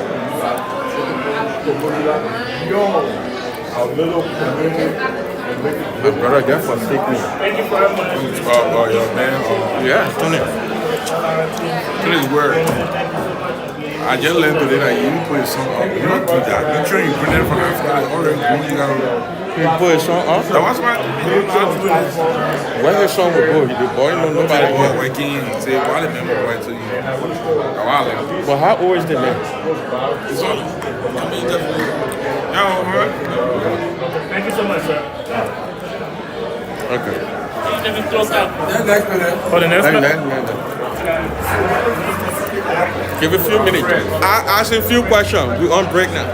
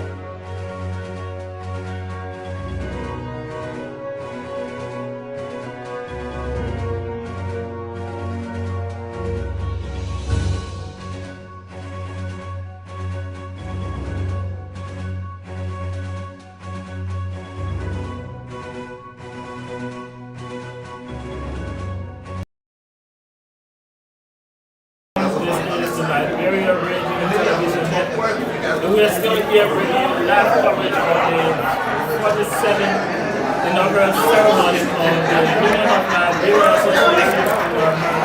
Here we have Fred Ryan, who is the former member of the board ALP and LP. Welcome to our microphone. Thank you. Mr. Wayne, tell us, what is your reaction to the program tonight? Well, I just told the president that she should come out that this will let's do that program that I'm saying. You know, I've been around for so long, very long, and I got into the government in 1991, and the first Lula convention that I saw, the first Lula election that I saw was at Liberian College in Australia. At that time, Lula elections were open. When I say open, I mean that there were no delegates. So they will come and then everybody, once you're Liberian, you are there, you vote. I've seen the progression, the transformation of ULAA up to this time, and the president now, he has been in ULAA for so long. He was even president for LAP. He is, I think, second term, running to be national president. So what I've seen tonight, what I've witnessed, and what I was part of, I think was very historic. I would say it's showing because when we look at ULAA, we think ULAA is supposed to be this oppositional entity or whatever government. In fact, that's how ULAA was funded, if I'm correct. But to have the Minister of State and all these government officials coming and being embraced, I think it was historic. And that's what we need as Liberians. Staying on that now, of course, the Minister of State, Nathaniel Michael, pledged of 100,000 of the government of Liberia, and also promised to the ULAA in the national budget next year. What is your reaction to that?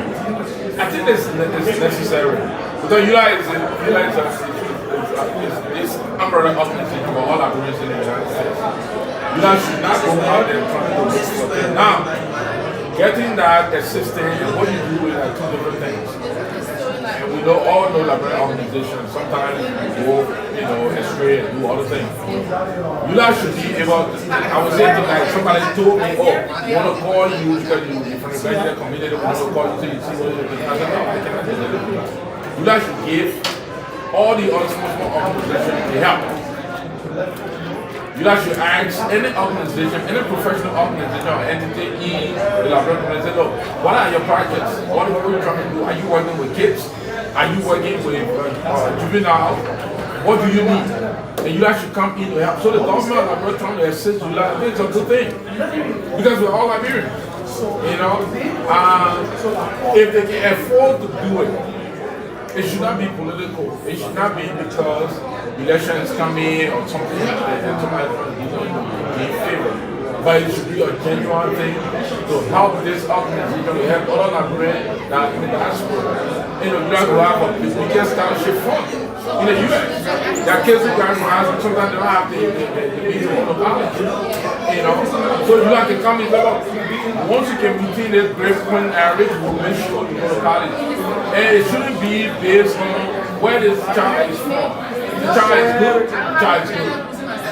So I think the government coming in to make this pledge to ULAA and the minister saying that we'll try to put ULAA in the national budget. I think it's a good thing for us here and for our own country, Liberia. And someone may say that while there are existing conditions affecting Liberian with regards to lack of electricity in Liberia, thousands of Liberians today still living below the poverty line in Liberia. So the question is, why is the government giving $100,000 to a organization in order to make it continue to work? How would you guarantee that? Well, that would be a valid point. That would be a valid point. But sometimes I look at problems in Liberia. I've been in Liberia twice. I came here in 1991. I never went back until after 29 years. I was 2021. When I saw Liberia, I was discouraged. Some of the problems that I see in Liberia, I think is based on the individual. Because you can't tell me the person that punched you is being managing director of LC or Liberia Water or Telecom. The question that I asked, what is the competitive edge? As a Liberian, why are you not trying? When you talk to someone in the ministry in Liberia, you give the simple excuse. I mean, they are not innovative. And sometimes I'll say, President, when you appoint people to technical positions, you tell them to look, your hiring is based on someone like a contract. You have to hold it. You cannot produce. You gotta wait. While it's true that people are living below the poverty line in Liberia, it's also true that Liberians are here, even though we're in the greatest country in the world, but there are some Liberians that still need help. I can understand that. And you myself would agree that there are no trying problems in Liberia. But there are Liberians, like let's say our immigration program. There are people who come here and they decide to stay. They can't get papers. If you don't want to hire an immigration attorney, there will nobody to do that. The only thing that an immigration attorney should be there to be honest, to find Liberians who need help. I'll give you an example. I was not called the president of Montana. She was qualified for the Trump program. She been here years and years. She couldn't get papers. And she went to the white lawyer. The lawyer told her, oh, you're not qualified. After she gave $750. And that's where you want to step in? No, I step in. And I told her, look, there's a Liberian attorney that I know, Alosha Kappa. He can help you because he's a Liberian, he knows our problem. Alosha Kappa was right here, but just moved back to Liberia with me law firm. And I called Kappa. That woman gave Kappa $350. Today the woman got on citizenship. And she went to Liberia. So ULAA, the only thing ULAA needs to do, forget this, situation. Because in leadership, not everybody knows how to lead. What I can do, other people cannot do it. So if you have to look and see who can perform and bring them on board. Well, let me follow up my question about the 100,000. clinic, the government like we're pledging $100,000 to ULAA. Now, who do you think is more deserving of that $100,000? ULAA or those of the Liberian ladies in the public? Who do you think is more deserving of that $100,000? Well, when it comes to how the government feels, because if you tell the government that they're not doing well, they say we're doing well. So, you know, so in your opinion, who do you think is more deserving? If you had $100,000 today, who would you give it to? One of the signed Liberians? I don't know whether there were conditions. I don't know when the minister made the pledge. No, I'm asking you now. Everybody deserves the 100,000. I'm a politician. Everybody deserves the 100,000. We here deserve it. There are kids here who want to go to college. There are kids who graduate from high school here and still can't go to college because either the parents cannot afford. What are you not going to use that 100,000 in the direction that it needs to be used? That's what we ask for. In fact, what are that 100,000 going to come? It's a pledge. It is a pledge. The government going to come back and say, well, we want you to do this and this and this and this. And you're not going to say, oh no, you cannot do that. You guys still fighting to make sure that we all get more citizens. You know, maybe we use that money to pay lawyers in Colombia to say, look, we have to fight our case. You know, so we all deserve that money. Liberia, America, we all deserve the money. And all other topics. The theme of the program here tonight is developing partnership for economic growth and reducing poverty in Liberia. How do you think the new administration can actually work towards achieving that goal? Well, to be honest with you, I've thought for the longest that I was in Philly. I've thought for the longest.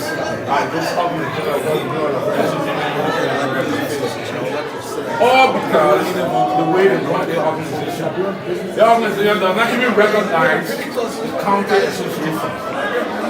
What they do is they perpetuate themselves with chapters because they know during the elections, chapters will send delegates. Those delegates will vote for them, so they don't want to open it. But with that team, I'm hoping that this administration that is going to show Kamara, who is a good friend of mine, we all live in Pennsylvania, I've been from the 30 years, will follow up and see the areas they can touch. They need to touch certain areas. Use the $100,000 that the government gave to the raise more money. You know what I mean? There are people here who can raise $1 million for you, only if you gave to $75,000. They are fundraisers, they are here, they are Americans, they know how to raise money. So use that money to raise more money to do what you want to do. But ULAA needs to be involved in the affairs of our country. ULAA does not have to be political because she cannot decide who becomes president of Liberia. But she can go into other areas. Look, I am president of an organization that went all the way to my county and built a $45,000 market building. I was just there. He and Mattel in Liberia together.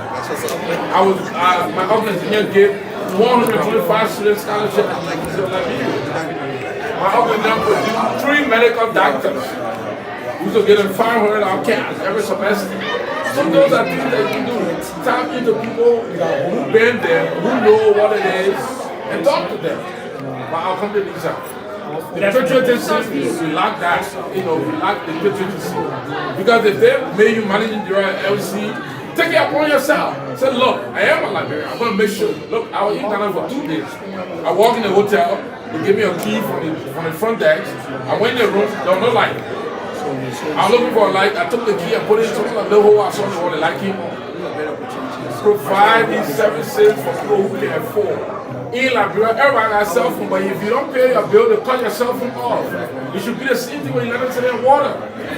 You can't have a country where you go there, it's so dark, and you pay people millions of dollars, you say, oh, I'm running during AC. What are you producing? You know?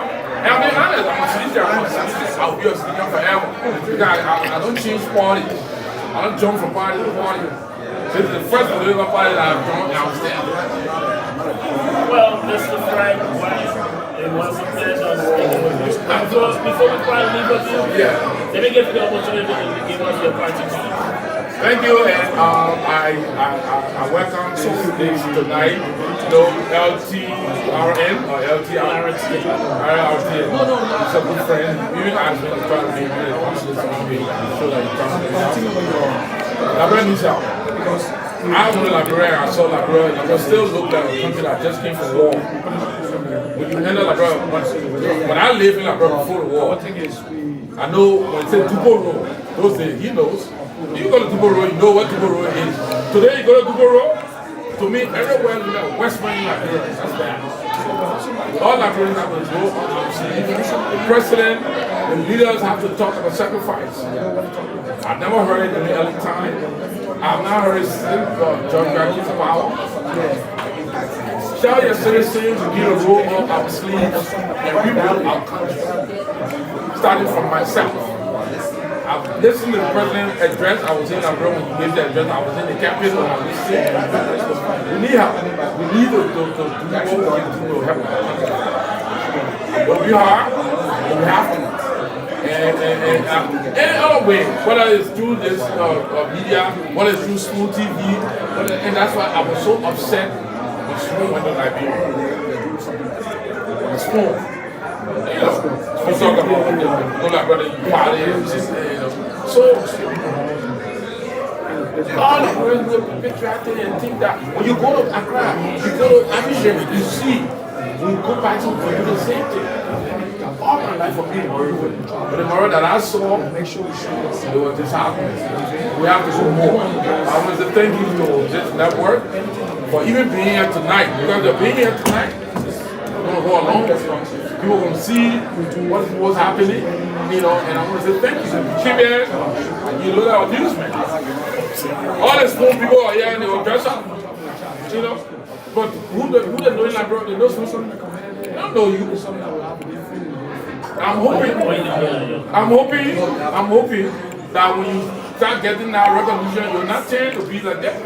Because now that the celebrity, we go visit and dress up, you go soon now, and nobody, you know, you're up of it. But I hope this network will do what it needs to bring the actual story to the people. No, I think get out the ice already. Everybody start making a story. Everybody, because when somebody like that, take control of it. Let the police take control. Secure the crime scene. But if you don't come on and say the right thing, people will speculate. You know, I thank you for the network. I'm hoping that the network will stay true to the core and deliver the real story to the people. Don't be that Spoon TV. Thank you. Thank you very much. That was the voice of Frank.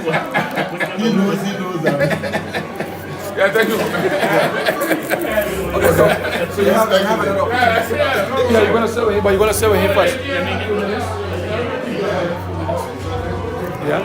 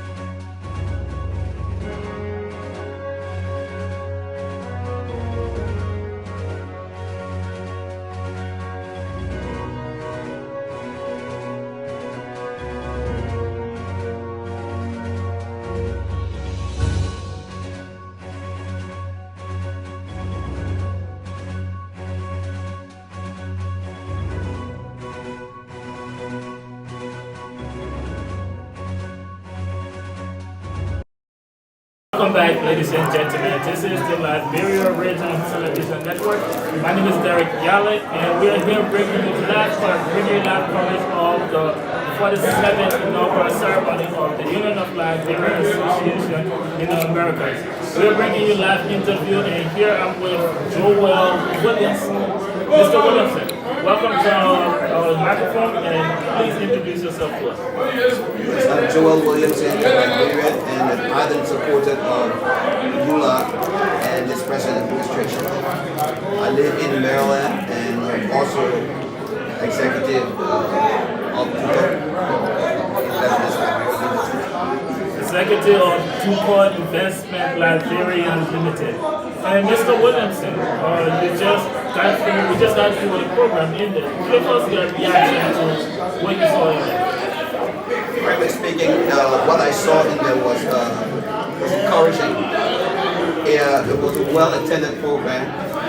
The ambience was one that swelled with unity to see Liberians here, and the camaraderie that came from that, the kind of vigor that Liberians were giving to raise the kind of money we're talking about.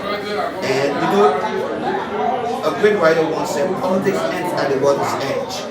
It was a water's edge movement where Liberians came together and an opportunity for us in the diaspora to figure out how we can be effective when things happen. For long, ULAA was seen as an opposition party in exile. Tonight, I think we're trying to page to create a partnership with the government of Liberia and this administration, whichever administration comes, to have an economic footprint in Liberia. This was a good moment. Thank you very much. Speaking on that line, there was an opposition to the Honorable Nathaniel McGill pledge, or the government pledge, 100,000. There was an opposition to that. Give me a reaction to that. I think if you watch immediately after Nathaniel Bond spoke, I had the opportunity to speak, and I debunked that idea. You know, like I said, politics at the water's edge. There was not a place for gotcha politics. We always have time. He had a moment, and I think he missed his moment. Liberians were looking together to form an opportunity of unity. He took the moment to sow the seed of discord, to blame the government. If we do not want ULAA to be a opposition here, and we need ULAA to be a partner of government, and they are going with a project, and government like we are beginning to assist, I think it's okay. If we did it in America here, the government of America do help organizations such as ULAA. You know, they have programs that will do that. And this money is coming. So I don't understand Ambassador Bond's position. I think it was being political here at this point, and I think it was distasteful.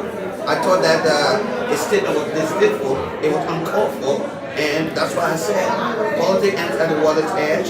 This is a moment for Liberians to see.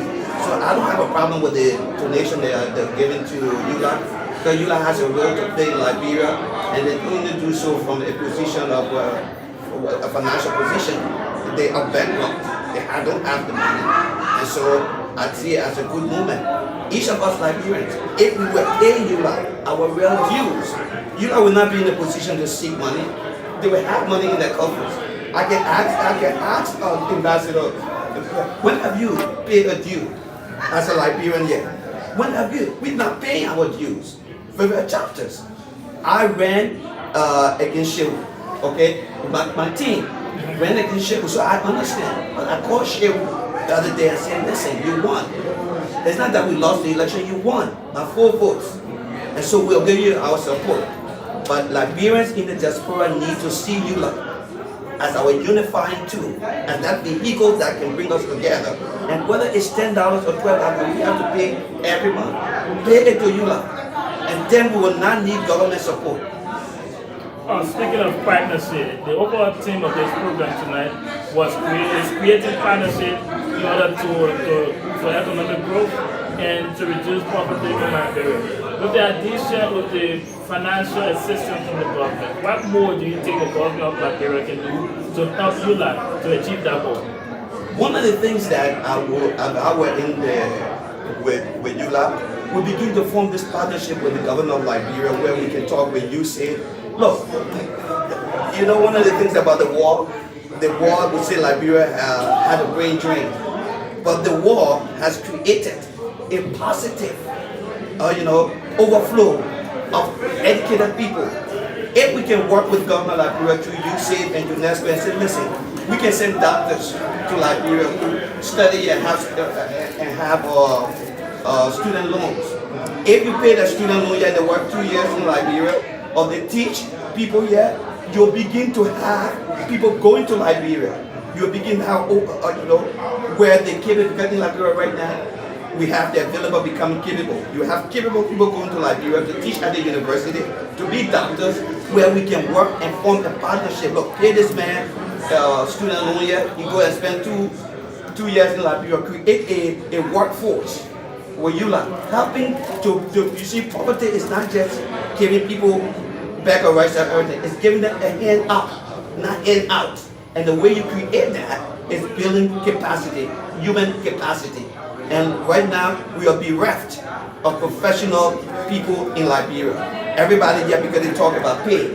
But if you were paying somebody student loan here to go and do 2 years in Liberia and teach or go to a professional place like it can be hospital, it can be nurses, and what have you, to serve 2 years, you will begin to see the change. The change in the people's lives. It's not just about going there and say poverty is not going to be overnight. It's not going to be taken away, eradicated overnight. We got to begin to build the human capacity in Liberians. Yeah, and we promise to keep this interview to 3 question max. So for my last question, please include your closing statement as well. And also speak to us about ULAA plan on integrating more younger Liberians into the organization. And also on the issue of partnership, you keep mentioning ULAA partnering with the government of Liberia. Now, to what extent do you think that will compromise your stance at being neutral? And also speak on ULAA partnership with the opposition community. I'll go back and say, look, there is a statement by the American ambassador who said, look, we can't always criticize, come with ideas. Being partnered with the government of Liberia do not mean you compromise your ideas. It doesn't mean you compromise what you stand for. Your partnership with the government to find the weather of the plans. Giving government a have a think tank, a group of ULAA, that ULAA sponsors, say, okay, this is the budget government gave. Let us sit down and peruse that budget and see, okay, dollar for dollar, what is the government, how is the government doing this? Ask the government of Liberia, what is it that we can do? It's not that you're going to be silent. I don't think it compromises the ULAA stance of being neutral, but what that neutrality is. Neutrality doesn't mean you negate your responsibility as citizens. Citizens should have 2 things. They have benefits and responsibilities. What are our responsibilities to Liberia? As Liberian citizens in the diaspora, we need to work and find ways to help change the economic situation in Liberia. But we also begin to give constructive criticism when necessary. We should just have a penchant to criticize everything government. That's not going to do so. So the next question you asked about the young people. The young people, what I think I suggested to them when we were running in Columbus is that you need a secretariat. You need to create on the board of ULAA a youth membership that's solely to be able to let that person sole responsibility to reach out to people. Yes, you look at ULAA board, that's not something created for the youth. And I think if you create a position for the youth secretary that they can run for and bring them in, then you will be able to encourage them. And so I think ULAA has to work to create a kind of seat on the board for the young people. So that's what I would think. You have to go out and reach out to them, outreach to them. And if I would close here on this statement, I would just say that Liberians must understand we are all the harvest of one banana tree. And we must always remember the words of our national anthem, "In union strong, success is sure." It cannot be an ideal. It has to be a reality. And everywhere we come, that's why, again, I taught Ambassador Barnes, this statement was out of place. It was not the place. We have an opportunity to do great things as Liberians. So I think the future of Liberia looks good. The hurt of Montserrat will stay verdant, and the resilience of the Liberian people will remain evergreen. Thank you very much, Mr. Williamson, for speaking with the ULAA Network. Thank you.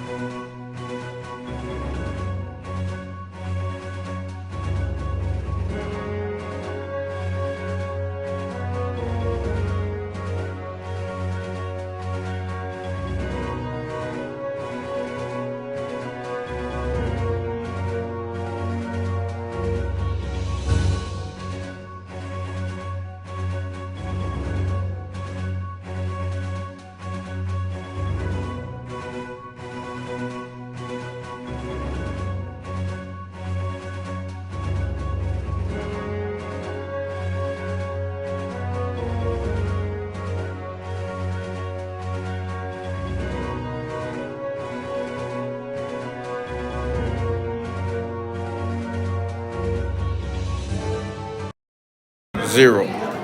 Welcome, ladies and gentlemen. This is the Liberian Radio and Television Network. My name is Derek Yale, and I'm bringing to you live interviews from the 47th inaugural ceremony of the Union of Liberian Association in America. We are here right now with Mr. Charles Duamina, who is the IT director of LIBA. Just help us the Liberian Business Association and the Liberian my name is Charles Duamina. I'm the IT director and also marketing and branding manager of the association.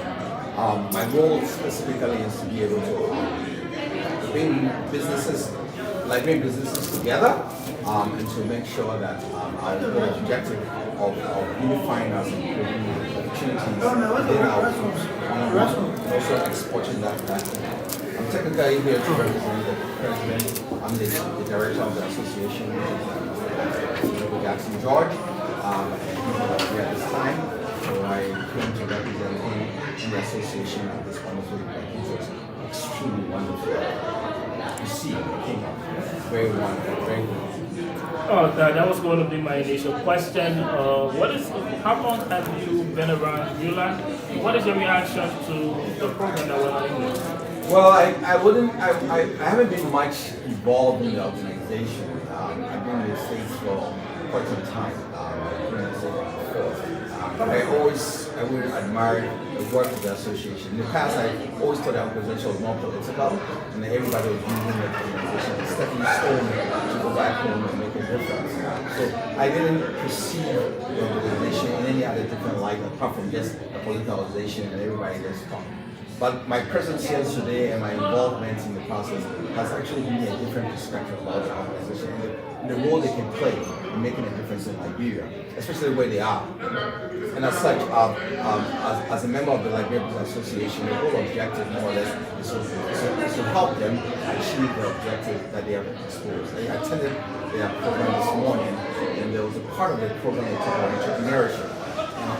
And as business people, we propose that we would try to help them achieve their objectives in that particular area. As it pertains to businesses owned by Liberians in the United States, and our whole concept of being able to expand the private sector, or to change the private sector in Liberia as our ultimate objective. Despite the fact that we are in the States here, we want to be able to go back home and empower businesses to make a difference. So the whole objective of the association in the past wasn't more, but now today after I met the new president, I now had a one-on-one conversation. I think that the Liberian president has a very, very vital role to play in helping them achieve their objective, and we look forward to working with them. Everything that happened there is a manifestation of what we expect to happen in the next 4 or 5 years, especially if they stay in the country. And all the money they raised in support of what they want to do, we look forward to actually creating that mindset, that brain that will assist them in achieving all their business objectives, especially trying to focus on the private sector. That's what we're doing. And the mission statement of the ULAA on their website is they are advocating for the interest of diaspora Liberians. One comment we got in response to that is that ULAA is a complete failure in seeking that interest. How would you answer that? Well, I mean, again, as I indicated previously, in the past, I've always felt that organization was political. So being the fact that I felt that at the time, and now that I've seen something different, your statement is well understood. That could be a perception. Is that my statement? Well, I mean, whatever they said was repeating what he said. It's easily understood why they would say such a thing. But at the end of the day, we as Liberians have to focus on the ultimate objective of trying to make a difference in our country. After 175 years of our existence, where we are, we have no accountability to why we are where we are today. There's questions we we ask amongst ourselves as Liberians, I said, why are we where we are? And the question you ask amongst yourself is almost the situation where you have to ask yourself as a Liberian, why are we here where we are? Because each of us are components of the big picture, isn't it? We're all Liberians. So therefore, at the end of the day, you should hold yourself accountable to the results that Liberia is today. If you have heard about the situation where there's a satellite up in the sky, and when they beam into Africa at night, there's only one light in a mansion or somewhere there. And you look at Ghana, our surrounding countries are lit up.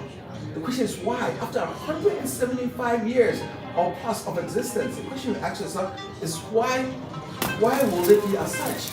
The reason why is because we as people, we have our differences. And I've always said, the reason why we have our differences is because of the way we were founded.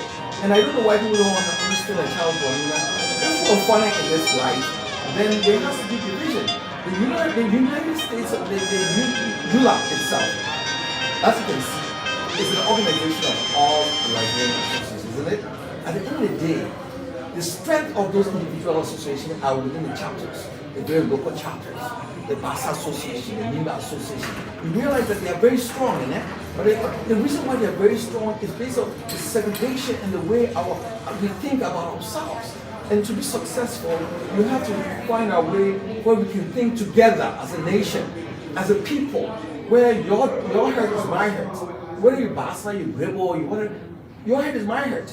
So if we can only solve that problem, that would be a big solution. Now, as a businessman, and I focus on the business community as a means of being able to change lives, the question that you ask yourself is, how can you make that difference? You want to empower the people, isn't it? On that line of thought before, sorry for interrupting you. Let me just squeeze in the next question. Yes. The theme tonight is to promote and to create partnerships to promote economic growth. As a business person, how do you think ULAA can achieve that goal of promoting economic growth? ULAA can do that by working with the Liberian Association. As I said, our whole objective more or less is to empower people back home to work with the government through ULAA to be able to create opportunities for people to go back and do business. If I took an example, when Ellen Johnson was president of Liberia at the time, I had a conversation with the vice president at the time, Mr. Barker, and I mentioned to him that is it possible for the Liberian Association to come up with programs that would empower people? So the objective was, if a Liberian businessman vetted by us can go back home and create 10 jobs, would you be able to give them guarantees that the government will provide them duty-free privileges, provide them all the bureaucracy that's supposed to start their business can be channeled directly either to the Department of State, but that objective should be had, and therefore at the end of the day, they will support that whole plan. We as the business can create multiple jobs back home as a test process. And in doing so, we can replicate that and have it all to it happens in the United States here. The government of the United States finances a lot of children for student loans. You don't pay your student loan, you pay after you graduate. Where do they get the funds? The government's credibility is what banks rely on and finance those student loans. Why then can't we do that same thing? Mortgages. Mortgages are backed by people who want homes. Americans, Liberians, in the millions and thousands in the States have equity that is quadruple. Well, why can we harness that equity and create opportunities for people back home to build homes and have those equity loans tied to their properties in the United States? Those are the things that we as Liberian Business Association, we are thinking about creating those opportunities where we can build real estate wealth, communities, micro centers, creating foster check and programs to create opportunities for those who are less fortunate. And that is our future. The private sector, between me and you, is the future of Liberia. It's not government. And so Liberian Association, our focus, 100% is the private sector. And we plan on trying to work through the private organization and here channel our opportunity back to the government to help us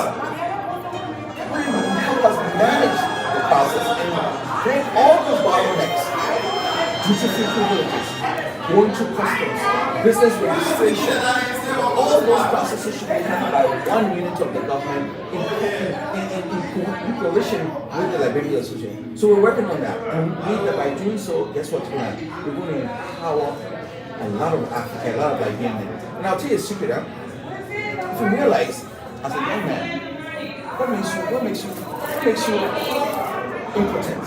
When I say impotent, what makes your inability to help your family if you don't have a job? If you wake up in the morning, you gotta go to your other friends and make a new father, and you have 3 beautiful daughters in your house, and you have to go out there and bring food for you to eat as a man. That makes you shame. That makes you totally impotent to be able to make a difference. But if the government through us can help you create a job, create vocational opportunity where you can learn how to either become a mason or carpenter, and you can go back and work side by side with the Chinese and create opportunities, guess what? You'll be empowered, you'll be soft, you'll be satisfied. I'm very passionate about what I say because I think, guess what? That is how our nation will go brick by brick, by empowering the men, empowering the ones who know how to sew, giving them jobs so they can be ashamed to prostitute their daughters, to say, no, give them jobs. The government has a vital role to play. We as technocrats, we as business people, we create the micro centers and train these children to have vocational jobs. If a Chinese man comes to Liberia, between me and you, they will be required one-on-one to make sure the foreman trains a Liberian man one-on-one before they get that contract to build the roads. So therefore, when they are gone, you have a foreman that can take the job on. And that's the process. We need to nationalize our thought process about being able to change our country. That is the only way Liberia will be. We need to own it. We need to own it. I'm telling you, if we don't own it, my man, it's over. It's over because 175 years, we have nothing to show. Why? Because it's all for self. It's all for self, and that's not right. We need to own our rights to our own country, our soil, our breath, our waters, our land, our fish, our coastal environment. Why don't we do that? It's because guess what? We are not we don't love each other technically. But how do we do that? Leadership is important. Opportunities, creating tariffs, creating government responsible to be able to come together, it's very vital. And gradually, all those barriers will be broken and will make a difference. But me, as a Liberian, and as the IT director and also membership of Liberian Business Association, guess what? Our focus is going to be to create jobs in the private sector. I want to work along with ULAA and the Liberian government to achieve that goal. That is actually in line with my last question, and you can also include your private comments. How much confidence do you have in the newly inaugurated leadership of ULAA, and do you and the president or executive have a working relationship in order to get your goals achieved and also that of the ULAA's goal? Well, the reason why I'm here and for my ticket, I think we donated about $2,000 to the association because we believe in the concept that the leader is pursuing. I will hold him accountable. We're going to hold him accountable as any leader that would come into office.